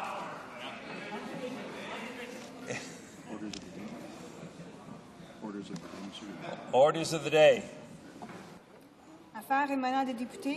Private members' business. Beginning second reading debate of Bill C-490, an act to amend the Old Age Security Act, application for supplement, retroactive payments, and other amendments. Standing in the name of Mr. Carrier. Proceed to the consideration of private members' business as listed on today's order paper. Monsieur Carrier. Mr. Carrier, seconded by Mr. Gravel, moves that Bill C-490, an act to amend the Old Age Security Act, application for supplement, retroactive payments, and other amendments, be now read a second time and referred to the Standing Committee on Human Resources, Social Development, and the Status of Persons with Disabilities. Debate. The Honourable Member for Alfred Pellat. Thank you, Mr. Speaker. It's quite an honor for me to rise to speak today in second reading of Bill C-490, an act to amend the Old Age Security Act, and more specifically the Guaranteed Income Supplement. This bill that I had tabled last December 5th brings forward 4 themes: an automatic registration for the Guaranteed Income Supplement, full retroactivity for pension amounts that haven't been paid, an increase in the GIS to be paid monthly, and the payment of the pension or supplement to the person whose spouse or common law spouse has died. Since the voters of Alfred Pellan elected me in 2004 and 2006, this is my first opportunity to introduce a private member's bill and help my fellow citizens to improve their living conditions. There was a tour to deal with the plight of seniors that was organized along with my colleague, Mr. Gravel, who is here in the House. This was done in the fall of 2007, and we traveled throughout Quebec. This tour highlighted the fact that seniors have been becoming poorer over the past number of years. Even though the pension and GIS increase with the cost of living index, this really doesn't reflect the true situation of pensioners. The cost of living for seniors would more likely be affected by the increase in the price of drugs, health services, and housing. The Bloc Québécois for years has been speaking out about irregularities in the GIS program, which provides additional income to low-income seniors. The fact is that in 2001, more than 80,000 seniors from Quebec who were entitled to this supplement did not receive it, even though they needed it. A poll in 2001 demonstrated that only 15% of seniors who use food banks received the GIS, even though almost everyone was eligible. A huge operation that was set up by the Bloc Québécois over the past few years has allowed for some 42,000 people in Quebec to be traced. And in 2007, so quite recently, there were still some 135,000 people who had been done out of the GIS, 40,000 in Quebec alone. Mr. Speaker, there are so many people, elderly people, who are excluded from the GIS. And why is that? It's because they have to apply for it each year to receive it. After having met with many associations, Golden Age clubs in my riding, I noticed that it was very clear that for most of them, they weren't able to fill out the application form. The Minister of Human Resource Development does not seem to understand that this program is intended for older people who have a great deal of difficulty in reading the small print on the form, who do not understand the definition of CPP, QPP, and RRIF, about which they are asked questions. The recent announcement by the government to the effect that senior citizens would only have to fill out a first application to receive the supplement indicates the lack of understanding of their situation and their needs. The 135,000 people who aren't receiving the GIS are not getting it because they don't know it exists, or because they don't understand or know how to fill out the formula that has to be the form that has to be filled out. The government should be obliged to find these people who have been forgotten over many years by the government machinery. the government should set up a permanent system, a system that would allow for an automatic enrollment since the exchange of the information with the CRA is permitted. The Privacy Commissioner declared before the Human Resources Committee that Section 241 of the Income Tax Act specifically authorizes the CRA to disclose information on taxpayers for the purposes of administering the Old Age Security Act. And this is even more aberrant, Mr. Speaker. It's the fact that 42,000 people, the 42,000 that the Bloc Québécois was able to find in Quebec and who are entitled to the GIS, are limited to a retroactive payment of only 11 months. 11 months from the federal government. To my knowledge, when a taxpayer owes tax after an audit, the government doesn't limit the retroactive payment to 11 months. It wants all the money that it is entitled to. This is a striking example of the abuse of power by the federal government, abuse of power with respect to weaker people. During my visit to a housing co-op in my riding, I remember what an elderly lady told me. She said, you know, we old people, we're afraid to speak out. Well, Mr. Speaker, I really believe that the federal government is taking advantage of that fear to speak out. The Conservatives could have supported Bill C-301 that was introduced by the Bloc Québécois before calling an election in 2005 when they were in the opposition. It would also be good to remind the House that the Conservative members in the House voted in favor of the bill. To demonstrate the sincerity of their previous position, the Conservatives have had the opportunity, now that they formed the government, to support my bill and to follow the route which would give it a royal recommendation. The government can be reassured that it is Quebec that has recognized that it has been recognized as a nation. The National Assembly of Quebec has, in fact, adopted a unanimous motion to help those elderly people who have not been able to get GIS payments. Mr. Speaker, income is one of the determining factors in terms of health and ability for elderly people to access housing and necessary transportation to maintain their independence. Housing, transportation, and food are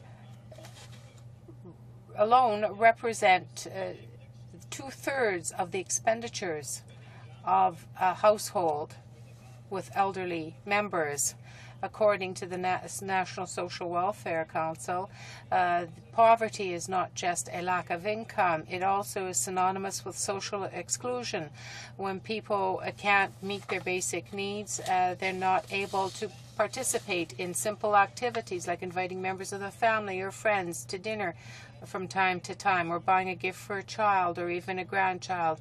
Poverty brings about isolation, social exclusion, and leads to other problems like depression, mental health problems, dysfunction. Poverty rapidly deprives people of their dignity, their assurance, and their hope. The GIS that should be paid to people with low incomes would not even allow them to reach the threshold of what constitutes the poverty line. So what is the message that we are sending our senior citizens? They're poor, that we're ready to help them, or that we're ready to let them stay poor? The GIS payment should be increased by $110 a month to allow the beneficiaries to obtain revenue that corresponds to what is known as the threshold for a minimum income. Mr. Speaker, senior citizens associations have also asked that couples who receive the guaranteed income supplement should obtain a benefit for some 6 months upon the death of one of the spouses.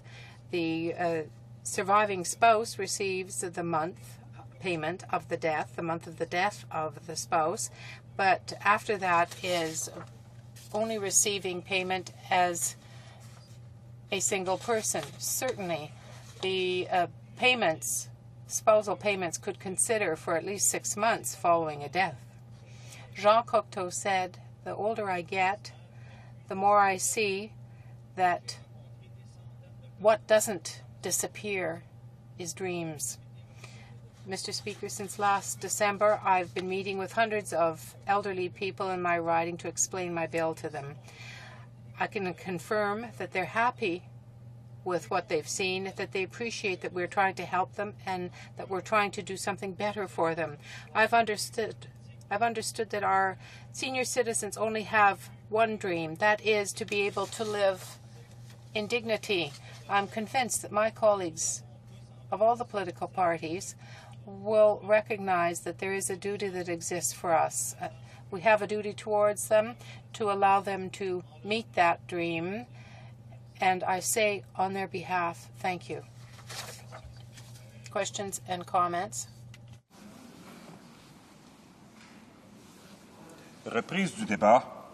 Resuming debate. Secretary to the Minister of Human Resources. Thank you, Mr. Speaker. I'm very pleased to contribute to the debate on Bill C-490, in which the Honourable Member for Alfred Pellin proposes certain amendments to the Old Age Security Act. Since taking office, our government has acted decisively on its commitment to protect the security of Canadian seniors. This government cares deeply about the many contributions that today's seniors have made and continue to make to our society. These seniors raised families, they helped to build up our national economy, they made vital contributions to our health, safety, education, and culture. Furthermore, many Canadian seniors are veterans who risked their lives to preserve our freedom.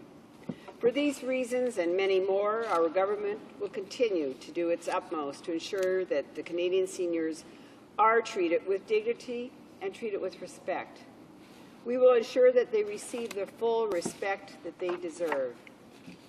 All Canadians can be proud that the Guaranteed Income Supplement, or the GIS, has played an important role in reducing the incidence of poverty among seniors. As my colleague pointed out a few minutes ago, the poverty rate amongst seniors has declined dramatically over the past 25 years, and the average income for seniors in that time has doubled. Bill C-490 proposes that the monthly GIS payment be increased by $110 to reduce poverty among low-income seniors. But in fact, Mr. Speaker, Canada already has one of the lowest levels of poverty among seniors of any country in the industrialized world.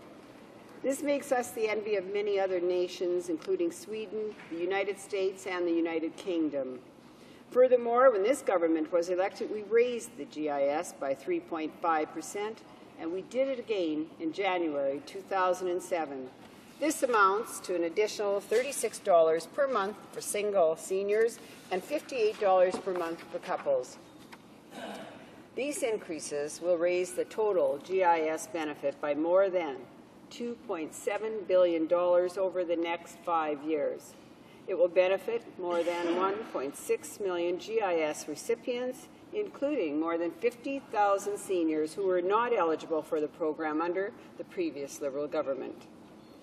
By proposing a $110 per month increase for all GIS recipients, Bill C-490 would not be focusing on seniors who are most in need.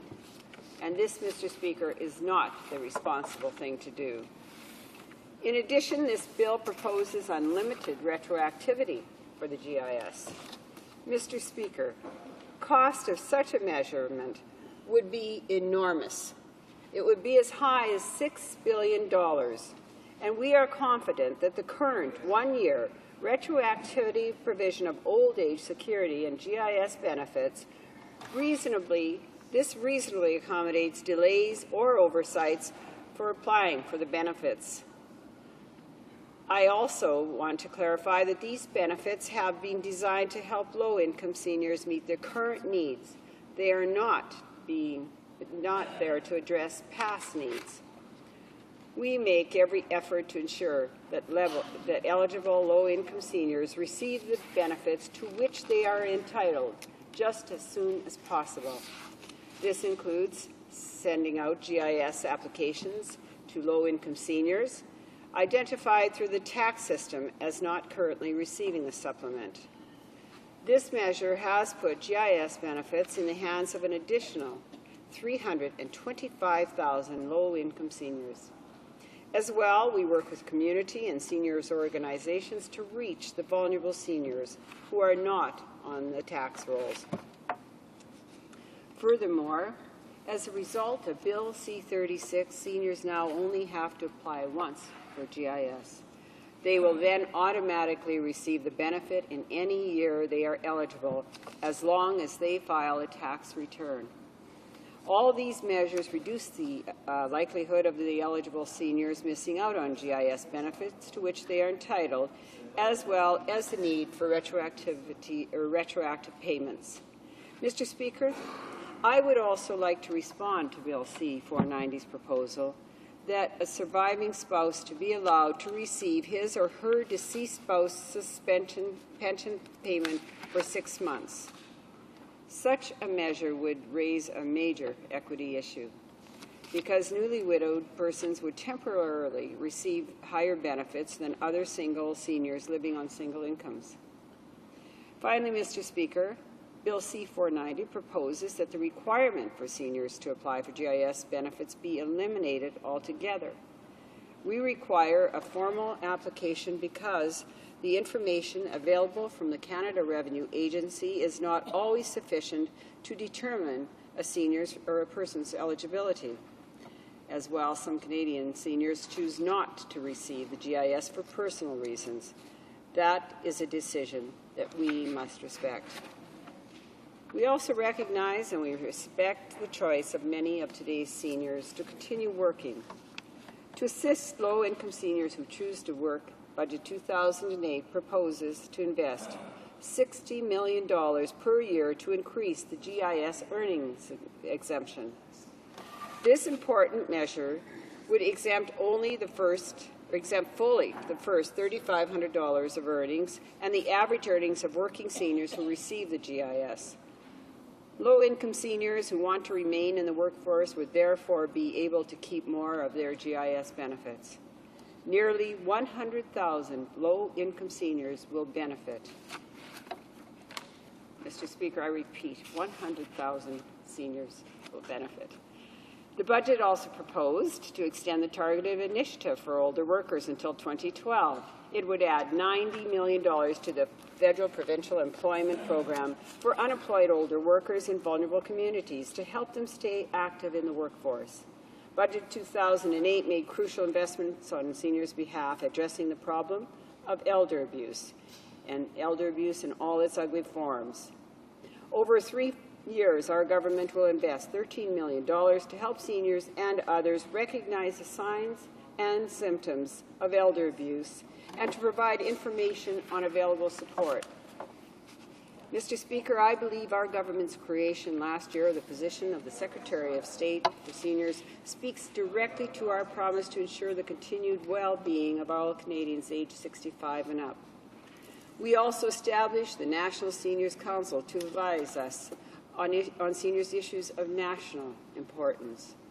It will help to ensure that our policies, programs, and services meet the evolving needs of Canada's aging population. In February of 2008, after their consultations on elder abuse, the Council began a Canada-wide series of roundtables. They were designed to better understand the challenges of seniors living on low incomes, particularly women seniors. And my remarks clearly show our government takes the needs of Canadian seniors very, very seriously. Since taking office, we have responded to those needs decisively. This includes the monthly increases to the GIS in 2006-2007, as I've mentioned before. Our policies and programs are working.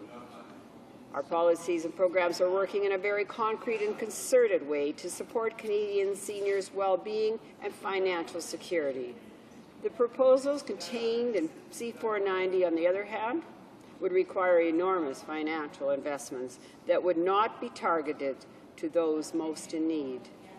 For these crucial reasons, Mr. Speaker, and they are crucial, our government cannot support Bill C-490. Thank you. Merci beaucoup. Resuming debate, the honourable member for Welland. Thank you, Mr. Speaker. Once among the poorest members of society, Canada's seniors now have access to a public pension plan and supplementary benefits for those most in need. But it's not all peaches and cream, Mr. Speaker. The critical issue for many marginal income seniors is that it's still not enough to keep them above the poverty line. A succession of Liberal governments over the years has been instrumental in providing support for Canadian seniors. Liberal governments were responsible for establishing a social safety net for our seniors. In 1952, the Old Age Security Act established a university old age security pension at 65 years of age. In 1966, the Canada Pension and the Quebec Pension Plan created a pension scheme where working Canadians contributed to a government pension plan to be drawn on upon reaching the retirement age of 65, while sometime later amending the scheme to provide for an early retirement age 60, subject to reduced benefits.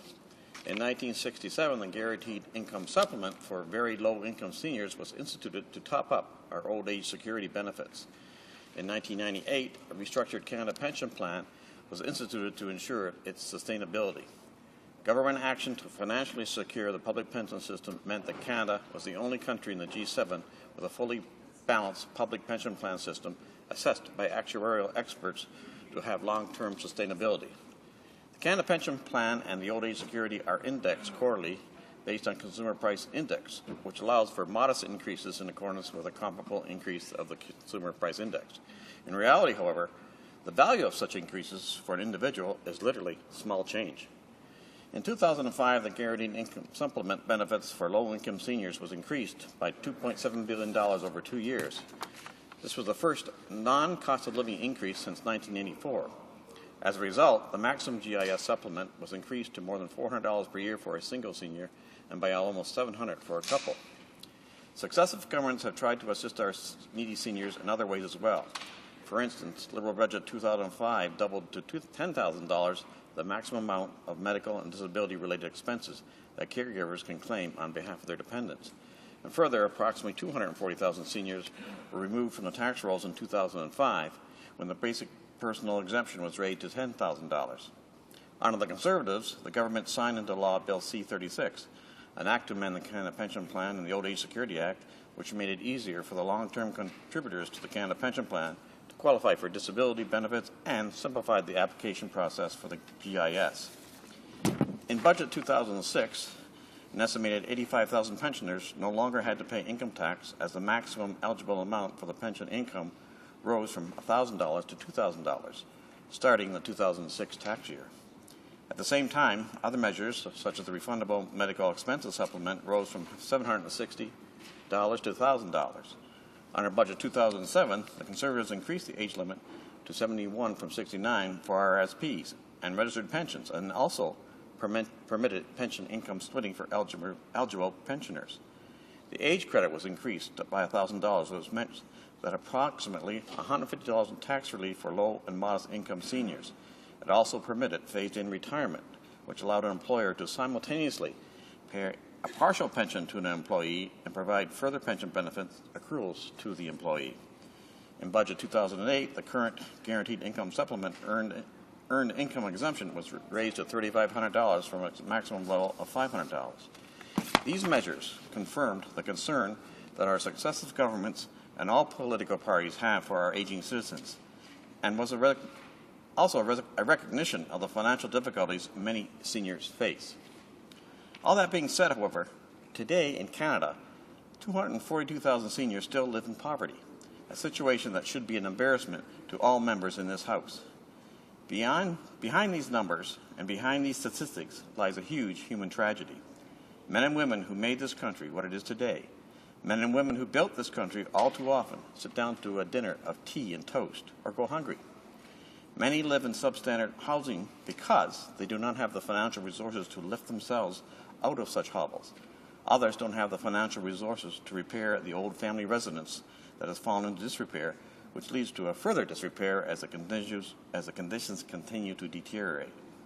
In carrying out our responsibilities as members of Parliament, we interact on a frequent basis with our constituents, many of them seniors. I would venture to say that all members of this House have been approached by seniors at one time or another who inquire whether the government could increase their pensions. Benefits are a reasonable amount because they just can't make ends meet anymore. All their household expenses are rising, including municipal taxes for those who own their own homes, or lease payments for those who rent. Energy costs, food costs, even a basic loaf of bread has increased appreciably as the cost of grains and rice have skyrocketed. For those who can afford an aging car, the cost of gas has gone out of sight, while public transportation tickets also escalate. And what is worse, our economic predictors suggest that these galloping costs will only continue to increase. Many of our seniors are faced with such rising costs in their attempt to eke out a meager existence that far exceeds their pension incomes. The reality is that rising housing costs and living expenses are pushing more seniors back into the workforce. Some have returned to work doing anything their frail bodies will allow until these same frail bodies simply give out. A Statistics Canada report last year showed more than 2 million Canadians aged 55 to 64 were employed or looking for work in 2006, up from 1 million in 1976. The callous will say they should have better prepared for their retirement. What about their employment pensions? Many stay-at-home parents never had the chance to pay into a Canada Pension Plan or make modest contributions from part-time income. Many of today's seniors never had an employment pension. After 30 or 40 years service, they walked out the door with their lunch pail. Some may have had pensions, but they weren't indexed, and now, after many years, these pensions bear no relation whatsoever to what it costs to live. Some paid into employee pension plans, but these companies have gone bankrupt, leaving severely underfunded pension plans or nothing at all. What are these poor seniors to do? Some will be forced to avail themselves of food banks. Some are taken in by family, if they have one. Some will turn their furnace thermostats down, just enough to keep their water pipes from freezing. Sure, they throw on more clothes to keep warm or huddle under a blanket to try to stay healthy, but it's not enough. Some of these develop colds, respiratory problems, or flu, which leads to increased health care costs. I recall an elderly lady calling my office in tears that she couldn't afford to pay her monthly charges of a heating contract and seeking our assistance to get out of the contract. I attended her residence on a December day to find a lady in her 90s, bundled in sweaters with the heat turned down, living in a few rooms of her residence with the other parts of the house closed off. I recall speaking with the president of a seniors club who briefed me on the financial plight of some members. I asked if he could provide me with an anonymous record of some of these seniors' income and expense summaries, and was shocked, no appalled, on how little money they had to cover their expenses. It wasn't enough to do so. He pleaded with me for our government to do something. He also told me of a situation where a senior who suffered from incontinence was known to wash out paper diapers because that person couldn't afford to use these products regularly when needed. These are the actions of an individual in desperate straits. Bill C-490 would help to respond to the pleas of this president of the Seniors Club, albeit in a small way. The bill would remove the necessity for an individual who would otherwise qualify for a supplement to make an application and places the responsibility on the minister to provide guaranteed income supplement when income levels indicate a qualification point. The bill would also allow for retroactive payments of supplements. Many times, low-income seniors are not aware that they may be entitled to benefits and don't apply. Others forget to reapply for supplements. This provision would address this deficiency. In other situations where a senior couple had retired on their combined CP and OAS incomes, the death of one of these individuals and the loss of the deceased's pension income can present a severe financial crisis for the survivor at a time when he or she is also trying to cope with the loss of a loved one. The Act provides interim relief for a transition period of 6 months for the surviving spouse or common law partner to receive the pension that would have been payable to the deceased spouse or common law partner. This is a humanitarian approach that will not incur huge sums for the Canadian taxpayer, but substantial human benefits to a low-income senior. The suggested increase of $110 a month would barely raise the threshold to the poverty line. Bill 490 is an attempt to address an unfair situation that we as parliamentarians face in our constituency offices on a regular basis. We were elected as advocates for our constituents. The bill is an example of a fulfillment of this responsibility. The bill should be supported by all members of this House. Thank you, Mr. Speaker. Resuming debate, the honourable member for Sault Ste. Marie. Thank you very much, Mr. Speaker, and I appreciate the opportunity to say a few words about this very important initiative targeted at our seniors across the country. I think right off the bat that it's really a no-brainer. It's something that we should have done a long time ago. I know that it has been, in fact, brought forward on a number of occasions. Members of this House from different parties have brought similar bills before the House, only to be defeated by the government of the day at that time, and that was at one point the Liberals, and now we have the Conservatives. Although it's good today to hear the Liberal member who just spoke from the wonderful Welland area of Ontario, and saying that he thinks that this bill should be supported, and I definitely think so as well. One of the things that we, as members of Parliament, run into when we go back to our constituencies on weekends from this place is often seniors who come to our office to share with us how difficult it is for them to, gather the few pennies that they have and make ends meet. And it's a tough problem to have to deal with, because there really isn't much out there by way of support above and beyond the very modest amounts of money that seniors in this country get through the CPP and the OAS and the GIS, because many of them, and I suspect that as we move forward in the economy that we're now looking at, and we talked about that in some great detail here today, that there will be less private pensions available to people, because that's just not what corporations are interested in doing these days, never mind indexing those pensions. So for us to look at this program, the CPP program and GIS and the OAS, and to be doing everything that we can to make absolutely certain that, first of all, anybody that's entitled to a pension under the Canada Pension Plan actually gets it.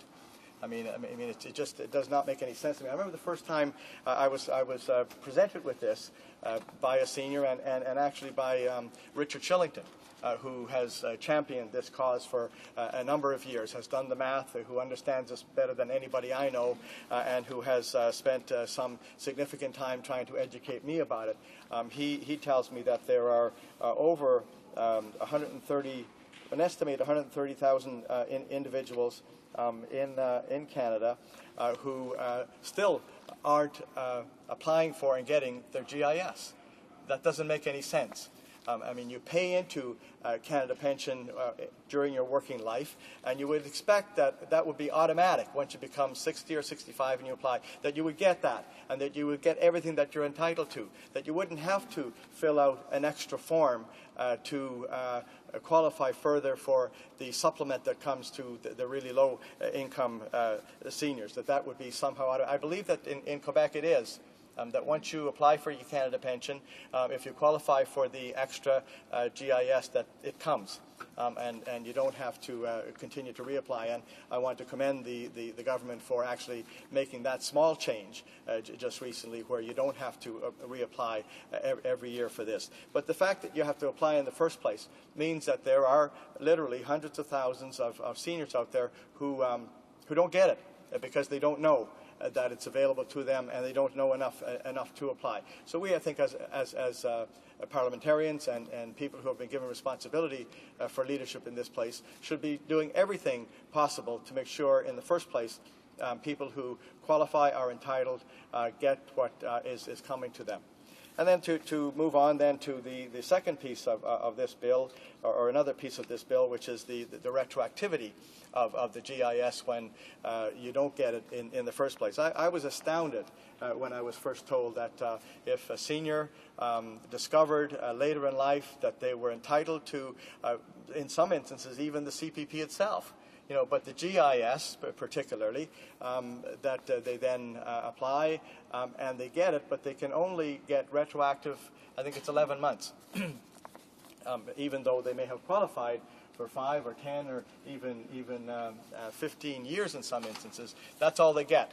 So here you have folks who, if they had applied, would have been getting this money that they were entitled to, but because they haven't, and because of the rules that we have in place governing this fund, they do not get then a lump sum to reflect that which they, in my view, are owed. I think that's criminal. I think, and I stack that up against somebody who is found to owe the government money over a number of years, and all of a sudden it's discovered. There's no limit to the retroactivity there. Every penny plus interest is collected in that instance, and if you don't pay it, you could end up due in time. So, why the government thinks that it can get away with continuing to perpetrate this behavior on seniors, on the people who actually built this country at a time when they need it most, when they're most at risk of falling into poverty, is beyond me, Mr. Speaker. So I certainly would be in support of and aggressively in support of making sure that any money that's owed is given retroactively to the time when the person first qualified for it and was entitled, and that there be interest on top of that, so that they're made whole. So they're not left in a position where they in fact are now less well off as they would be if they had been getting this in the first place over those years. So I think that it only makes sense.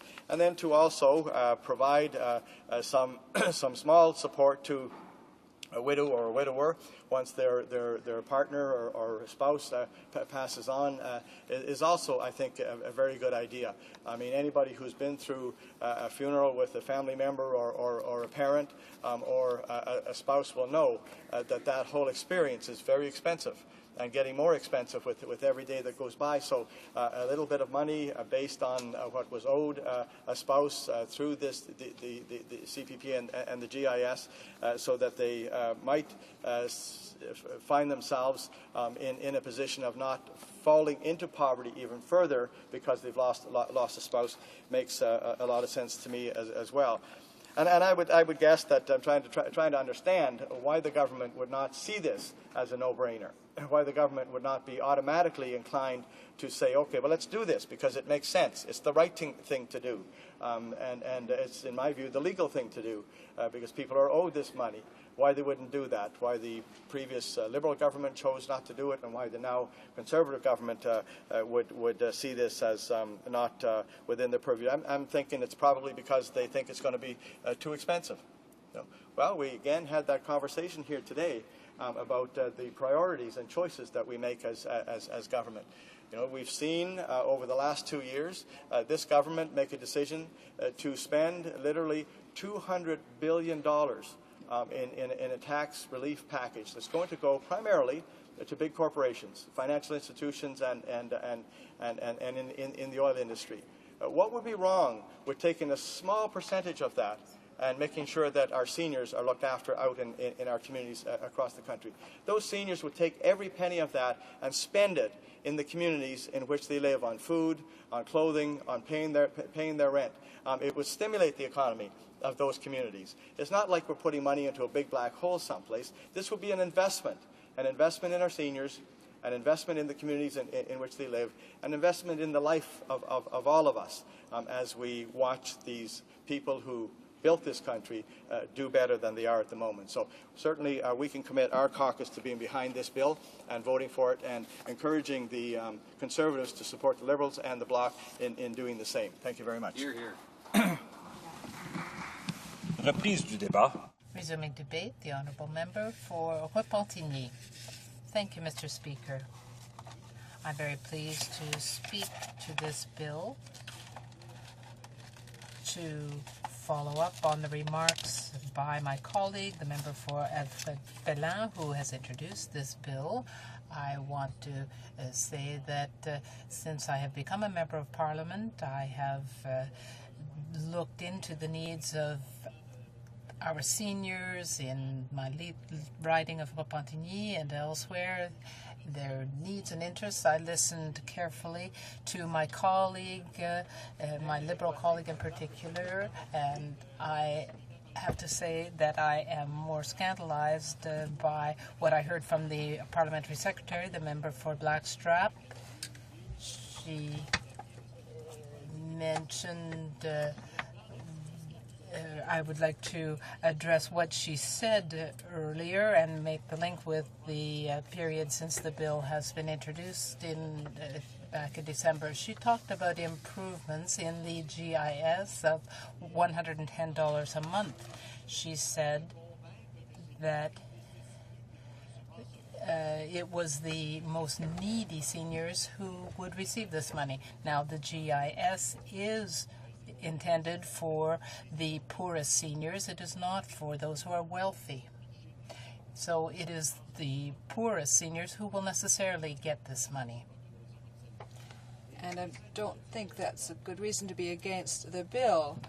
Also, she said that full retroactivity would represent $6 billion, but we don't have the same figures on this side of the House. We did the math, and we came up with 1/2 of that amount when we know that there has been more than $10 billion in surpluses. It seems to me that part of this should go to our seniors who are ever more numerous and ever poorer. And we could perhaps compare this to military spending, which is voted on by the government, and I think it's scandalous to see that so much is being spent on the military when very little can be provided to our seniors. And I'll give you a few examples. In 2006, on June 6th, the former Minister of Finance, or Defense rather, announced 16 new helicopters that would cost billions of dollars. 617s, $3.4 billion, 17 tactical aircraft, C-130G, $4.9 billion, 2,300 trucks, $1.2 billion, 3 supply ships, $2.9 billion. The total was $17 billion plus, and no one seemed to be scandalized. And this is only for military defense to wage a war in Afghanistan. I'm scandalized. Perhaps I'm in the wrong place here in Parliament, but it seems to me that we should be scandalized to see how much we're spending on defense, and we can give nothing to seniors who are in need because they are living under the poverty threshold. Also, the Parliamentary Secretary spoke about compassion. She says this is terrible because widows or widowers will be getting more than the single people will. But this compassionate clause is only for 6 months. It's for people who have been left in mourning to recover because they know that some of their income will be cut when their spouse dies. You don't need to be terribly educated to understand that this is a temporary measure for people who have lost a spouse. You want seniors to be able to stay in their own homes, and when you lose your spouse, you have to start wondering whether or not you'll be able to afford to stay in the home or will have to find other accommodation. So it seems to me that this compassionate measure represents a little bit of caring and humanity for our seniors. And at the end of her speech, she said that the Conservative government had been very generous to seniors. They're extremely generous. There were 2 increases in the GIS in 2 years. In 2006, it was increased by $18, and 2007, $18. That's $36 over 2 years. So their generosity knows no bounds. I don't know what seniors would think of all of this talk. We have spoken to seniors groups and seniors associations at a press conference this morning. We had a number of letters of support that we received from all kinds of seniors groups from our parishes and municipalities. So I think that our seniors will have something to say if the government doesn't support this bill. The seniors will say that the government has missed the mark. Now, I have a little experience in committee. We will look at the costs in committee, and we can move on to third reading, and then you can vote against it if you wish, but at least we should vote in favor of the bill in second reading, or at second reading, because the Bloc Québécois would like to see an increase in the GIS as well as other parts of this bill, including automatic registration. That wouldn't be terribly difficult. When someone is in need, it would be easy to register that person, an improvement in the GIS, full retroactivity, and the compassionate measure for people who have suffered a loss of a spouse. So I would like to ask all members here in the House to vote in favor of this bill, and it will be studied in committee, and you could still vote against it at third reading, but at least everyone will have had an opportunity to understand what this bill involves and pay a little attention to seniors. Now, Mother's Day is coming up, and the Bloc Québécois has something planned. We will be meeting with seniors in seniors centers and even at some churches to make them aware of this bill, because I think it's necessary. I toured Quebec, and many seniors asked us to pay attention to their needs, because seniors live in poverty very often, and very often they don't ask for much. So it's up to us to defend their interests. These are the people who built Quebec and Canada. We have seniors throughout the country, and these people deserve more than the Conservatives are prepared to give them today. Now, I don't know how much time I have left, but in closing, I would simply, because my colleague for Alfred Pellat alluded to this, I would simply like to return to what I said when the bill was introduced, that is, the definition that the National Welfare Council has for poverty.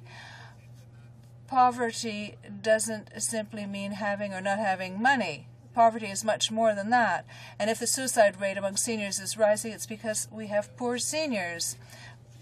And the National Welfare Council says that poverty doesn't only mean a lack of income, it can also mean social exclusion, when people can't provide for their basic needs and can't enjoy simple activities. Someone who is invalid or has an invalid or has a sick family member has to spend too much time and can't earn an income because he or she is taking care of other people, and very often there is a lack of sleep. So social exclusion can lead to other problems such as poor health, depression, and dysfunction. And I would add, it can even lead to suicide. Poverty can deprive people of their dignity, of their assurance, of their hope. So this bill is realistic, and it is a matter of dignity and justice, something to which our seniors are entitled. Thank you very much, Mr. Speaker. For Leeds Grenville has the floor. He has the floor for 10 minutes. We will wind down at 17 minutes after 6. All right. Thank you very much, Mr. Speaker. It's a pleasure to join in this discussion on Bill C-490 concerning the cornerstone of Canada's retirement income system, the Old Age Security Act. I appreciate the opportunity to rise this evening about this government's record on seniors issues, because we have a record we're talking about. Unlike the Bloc Québécois members who can only sit in this House and complain, this government has taken real action to support Canadian seniors. We recognize the contributions that seniors have made and continue to make to our nation. That is why we have taken measures to ensure that the OAS and the GIS continue to meet the needs of seniors. Unlike the Bloc, we must concern ourselves with the consequence of our actions. We do not have the room for hypocrisy that members opposite have in knowing that they will never form the government and never need to worry about the future of a program as important as old age security. OAS is one of the most important programs in our social safety net. It is important for all Canadians, those who are seniors now and the Canadians who will be seniors in the future. It is the responsibility of this government to manage these programs so they will continue to exist in the future. Mr. Speaker, this bill proposes to increase the monthly GIS payment by $110 per month. I commend the honourable member for trying to find ways to alleviate poverty among seniors. I believe, however, that this proposal would not achieve the results that the honourable member desires. It would instead have the opposite effect. It would bankrupt the program. We have spoken about this important issue in this House several times. I would like to point out to my colleague that income for Canadian seniors has risen dramatically over the past 25 years. According to Statistics Canada, the income of Canadian seniors has more than doubled over the past 25 years, and the rate of poverty among seniors has been cut from 21% in 1980 to less than 6% today. Canada now has one of the lowest levels of poverty among seniors in any country in the industrialized world. Certainly it is not time to stop working to reduce poverty. This further, because even one senior living in poverty is one too many. That is why this government acted when we were elected to increase the GIS by 7%. We did this again in January 2007. These measures are providing all single recipients of the GIS with an additional $430 per year and $700 more per year for a couple. These increases will raise the total GIS benefit by more than $2.7 billion over the next 5 years and benefit more than 1.6 million GIS recipients, including more than 50,000 seniors who were not eligible for the program under the previous Liberal governments. Mr. Speaker, this government heard from thousands of seniors across this country in the lead up to the Budget 2008, and we heard that more and more of them want to remain in the workforce. They want to continue working, but under the previous Liberal regime, they couldn't do it without having their hard-earned benefits clawed back. That is why this government proposed in Budget 2008 an increase in the earned income exemption to $3,500, up from the previous Liberal system that only allowed $500 in earnings before benefits were withheld. Mr. Speaker, my colleague across the aisle also proposes that we bring in unlimited retroactive payments of the OAS GIS for eligible beneficiaries.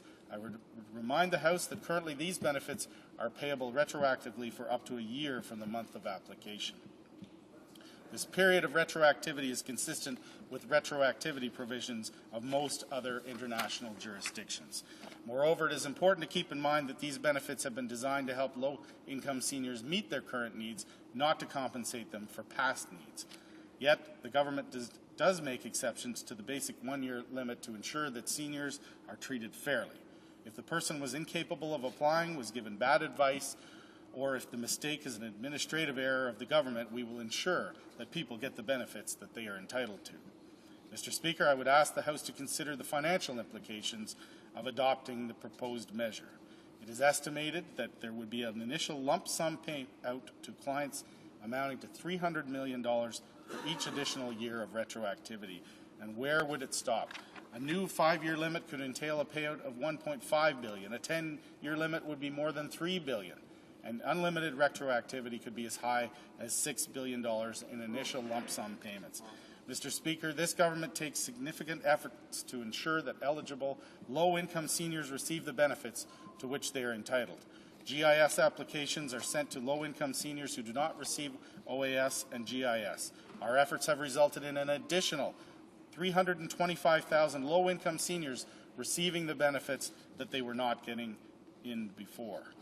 Through Bill C-36, we've also enabled seniors to make a one-time application for the GIS and receive it whenever they become eligible, as long as they file a tax return. Mr. Speaker, these are reasonable actions and actions that will ensure the OAS and GIS programs exist well into the future.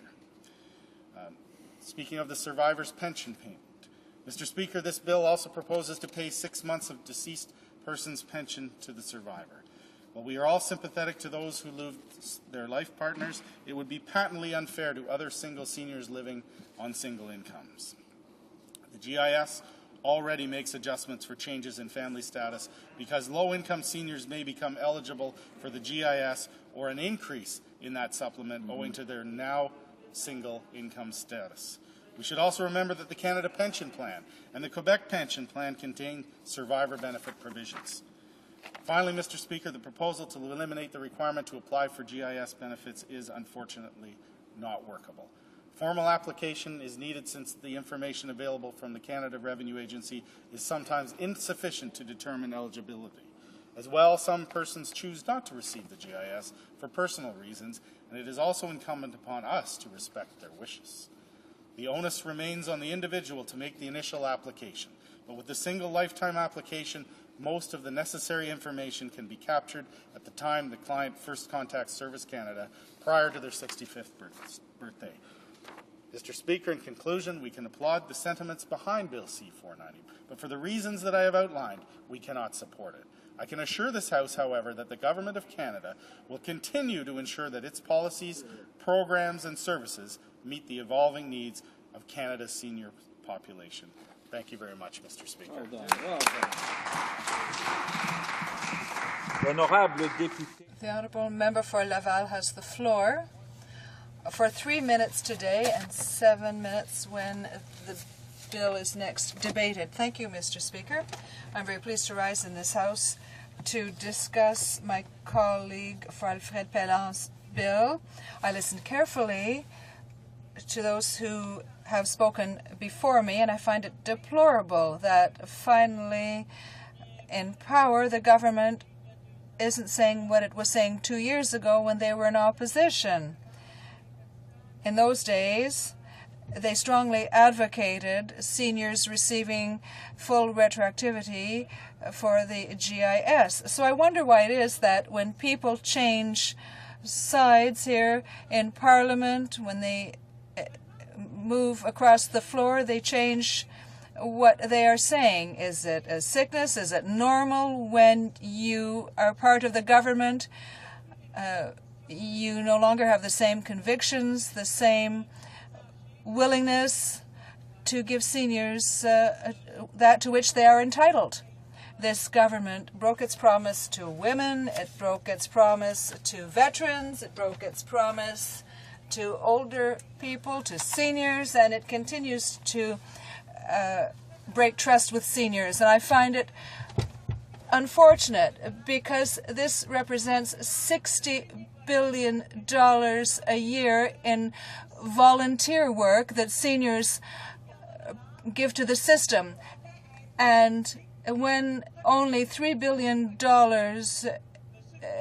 is what is needed to give them full retroactivity, well, we have to be serious. $5 billion worth of work is done by seniors. Volunteer work is done by seniors. So seniors should go on strike one day altogether so that here in Parliament we will realize what seniors really do for us.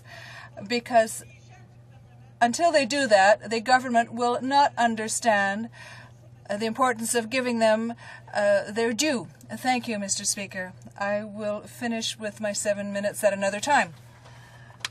The time provided for the study of private members' business has now expired, and the order falls to the bottom of the order paper. When we return to the study of Bill C-490, the honourable member will have 7 minutes left. In order.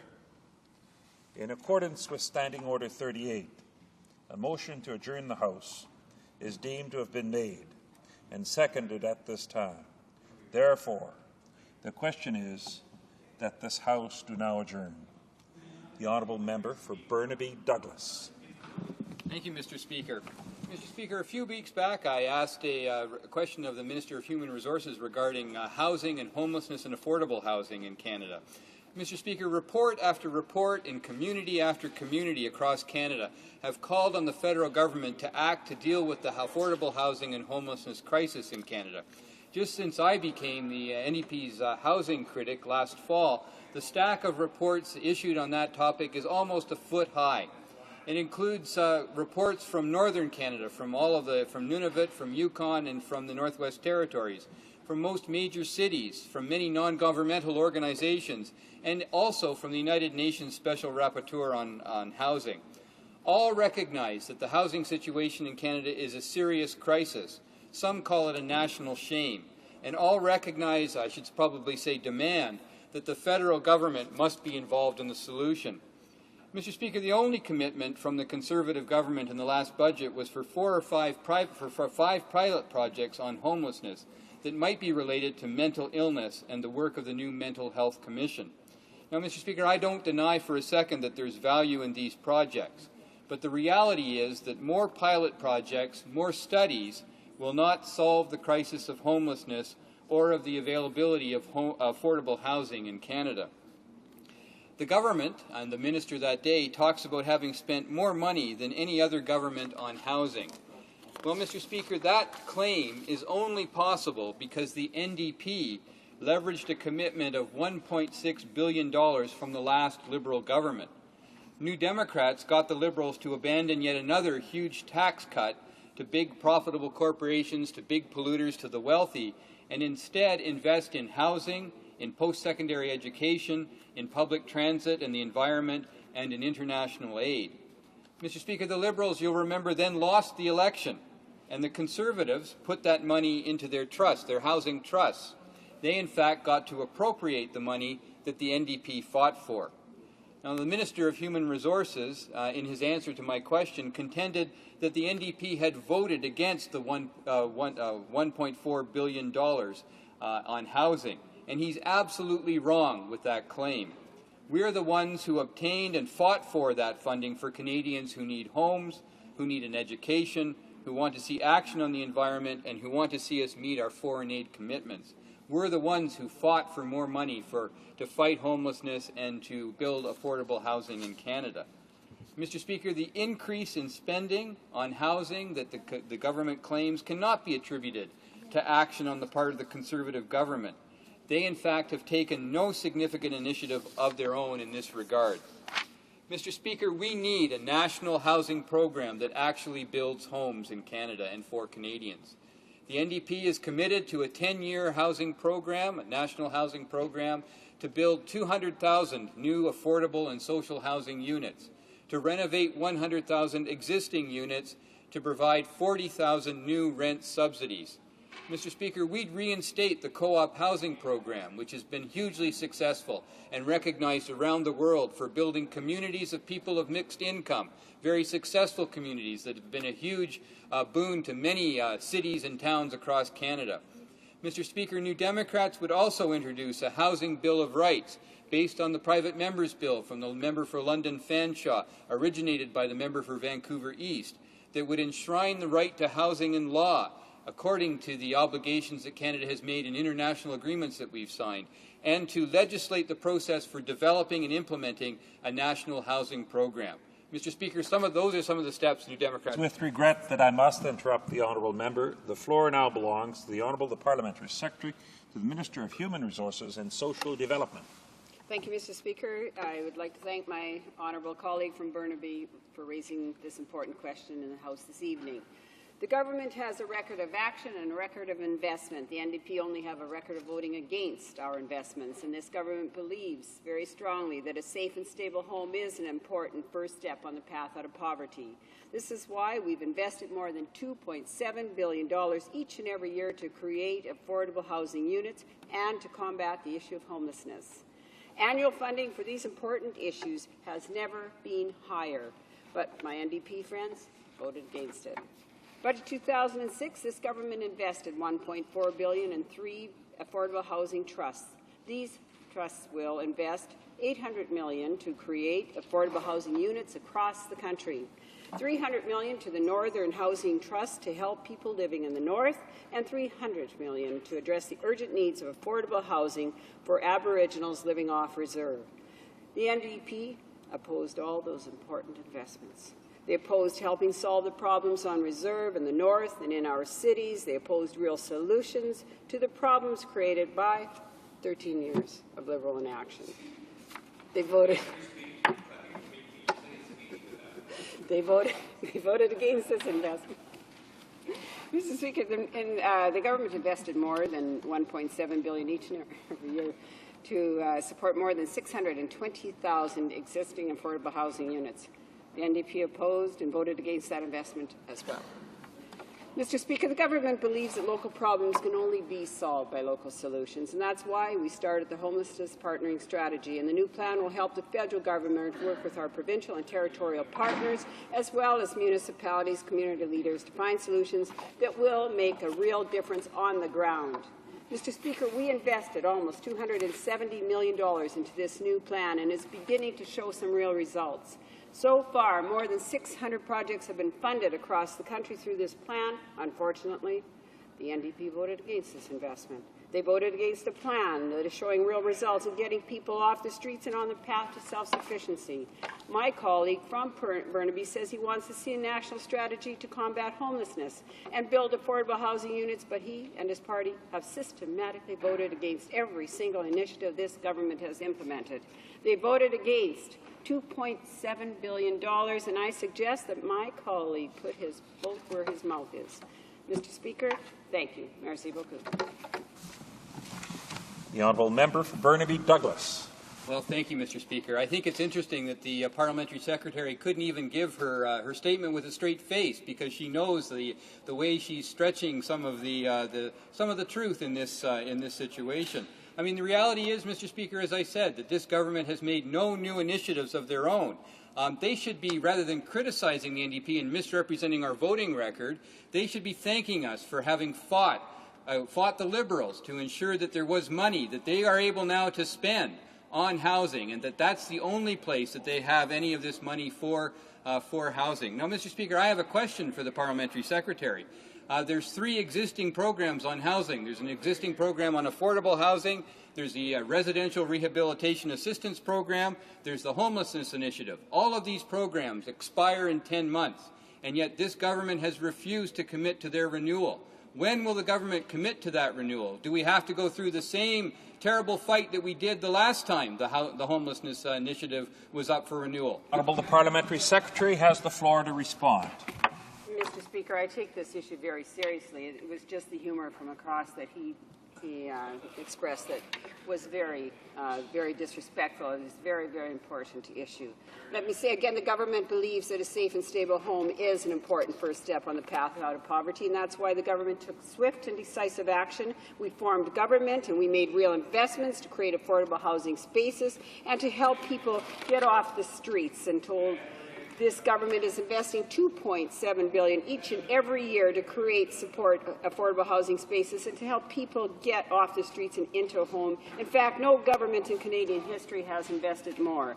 Just because the NDP does not like our plan does not mean that we do not have one. We do have a plan, in more than a decade of inaction, we are beginning to see results. And that's what was laughable, Mr. Speaker, was the inaction that the Liberals claimed that they had. Mr. Speaker, the action that they claimed they had when it was inaction. Mr. Speaker, the Liberals have allowed the budget to pass, so we'll continue. This time it's with regret that I must interrupt the Honourable the Parliamentary Secretary. The Honourable Member for Scarborough-Guildwood has the floor. Thank you, Mr. Speaker.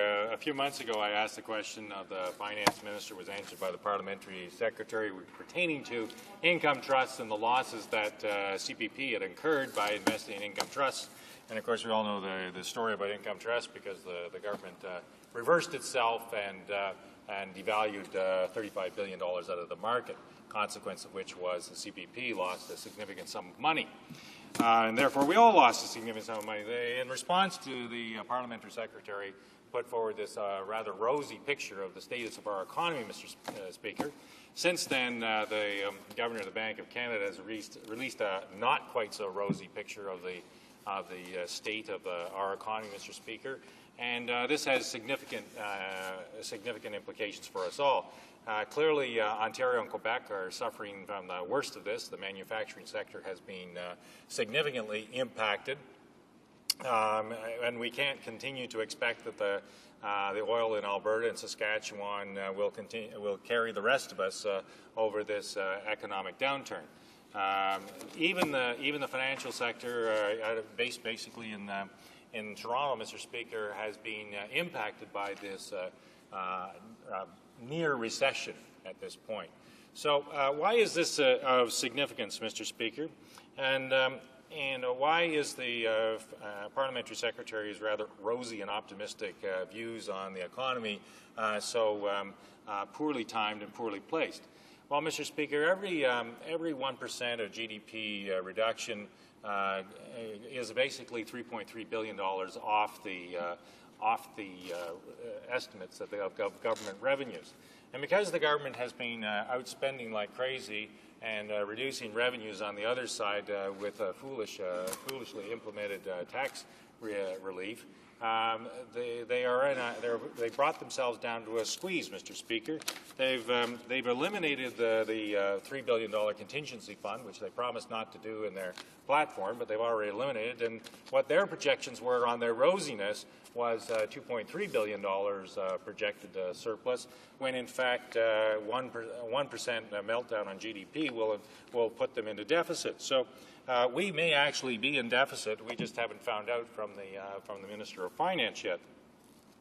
So, Mr. Speaker, why is this of any great significance? Like, really, who cares about a deficit? Well, it really is something of a significant financial accomplishment to go from a $13 billion surplus to zero or near zero deficit in less than 2 years. And, Derek Holt at Scotia Capital says, there is a material risk that we do not slip back into the deficit scenario. John Drummond says it wouldn't take too much to put them back into deficit. And the Dominion Bond Rating Service says it's likely that the government would run its first budgetary deficit in over a decade. So this is what's called conservative management of the economy, Mr. Speaker. And here are three eminently respected, actually people that are quoted frequently by the government saying that we are at or near or in a deficit. And yet this government says that things are wonderful, we're all happy, employment is up, and all of that sort of stuff. So, as I say, how did they get here? Well, John Williamson, who's hardly a friend of the Liberal Party of Canada, has been a very vigorous advocate of tax relief, has said that they've increased their spending 14.8% in 2 short years. Under the Minister of Finance, the size of the federal government has grown by an astounding 14.8%. Well, the Parliamentary Secretary, the Minister of Finance, has this floor to respond. Well, thank you, Mr. Speaker, and I thank my honourable friend across the way for giving me the opportunity to continue to answer the question that I tried so diligently a few weeks ago to answer. Mr. Speaker, it gives me the opportunity to speak to our Conservative government's strong economic record. A timely debate considering today's NDP opposition motion, which the Liberal Party will not support, which again will express the Liberals' resounding support for the government's economic agenda. It is no surprise, though, as the Conservative government has taken decisive action over the last 2 years to ensure Canada has strong economic fundamentals. For example, this year alone, the government plans to reduce the debt by $10 billion. Combined with the debt paid down over the last 2 years, this amounts to over $37 billion in debt reduction since 2005 and 6. At the same time, we have been able to implement a variety of measures, both broad-based and targeted, geared towards rewarding work, encouraging productivity, and creating the conditions for our businesses to invest, compete, and succeed in order to strengthen the economy for years ahead. The October 2007 economic statement took decisive and timely action to boost confidence and investment through $60 billion tax reductions for individuals, families, and businesses. When combined with the previous tax relief introduced by this government, total tax relief approaches $200 billion. Tax reductions improve business competitiveness and increase investment. We're giving Canada the lowest statutory corporate rate in the G7 by the year 2012, and will achieve the lowest overall tax rate in new business investment in the G7 by 2011. Even the Liberal leader, who doesn't get much in terms of economic policy, recognizes the importance of efforts like what we've done to lower corporate taxes, stating, and I quote, "I am convinced that a further reduction in the corporate tax rate cut is the right thing to do. A lower corporate tax rate is a powerful weapon to generate more investment, higher living standards, and better jobs," end quote. And there's more good news. In Budget 2008, we announced the landmark tax-free savings account that will provide Canadians a way to save that is both easy to understand and that places no restrictions on what they can save for. Mr. Speaker, these and the many other economic policies this government has put in place have resulted in Canada being one of the strongest G7 economies. The numbers speak for themselves. The unemployment rate is near the lowest rate in over 3 decades. Over 750,000 net new jobs have been created since we took office in 2006. Employment is up in every region, mostly in high-paying sectors. In fact, 80% of the new jobs created are full-time. Despite their rhetoric, the Liberals know that it is the Conservative government's economic agenda that is best for Canada. I want to thank the member for Scarborough-Guildwood and the entire Liberal Party for continuing to express their support in this government's economic plan. Thank you. Honourable Member for Scarborough-Guildwood. Mr. Speaker, it's quite amusing to listen to the Parliamentary Secretary. He's just dying to have a bullet put in the chamber and put this government out of its misery. But, you know, to argue that this is the competent management of the nation's finances, just what here's what Christopher Reagan says, an economist at the University of McGill. $12 billion in GST revenues are cut is criticized by a majority of economists in Canada. His comment was, stupid, stupid, stupid. And frankly, Mr. Speaker, that is exactly the thing. Taking $13 billion, running it down to zero in less than 2 years is plain stupid. To increase your spending by 14.8% in 2 years is plain stupid. To trash Ontario's economy just when Ontario is on the rope is stupid. Just listen to 62% of Canadians who believe that the federal government is hurting their own economy. You, Mr. Speaker, a member from Ontario, should be worried about that. I appreciate that the member from Alberta may not be worried about it, but we from Ontario are. Thank you, Mr. Speaker. The Honourable the Parliamentary Secretary to the Minister of Finance. Well, thank you, Mr. Speaker. Liberals may say they disagree with our economic agenda, but when it comes time to act, the Liberals continue to support this Conservative government time and time again. If the member is going to be critical of anyone, it should be his leader.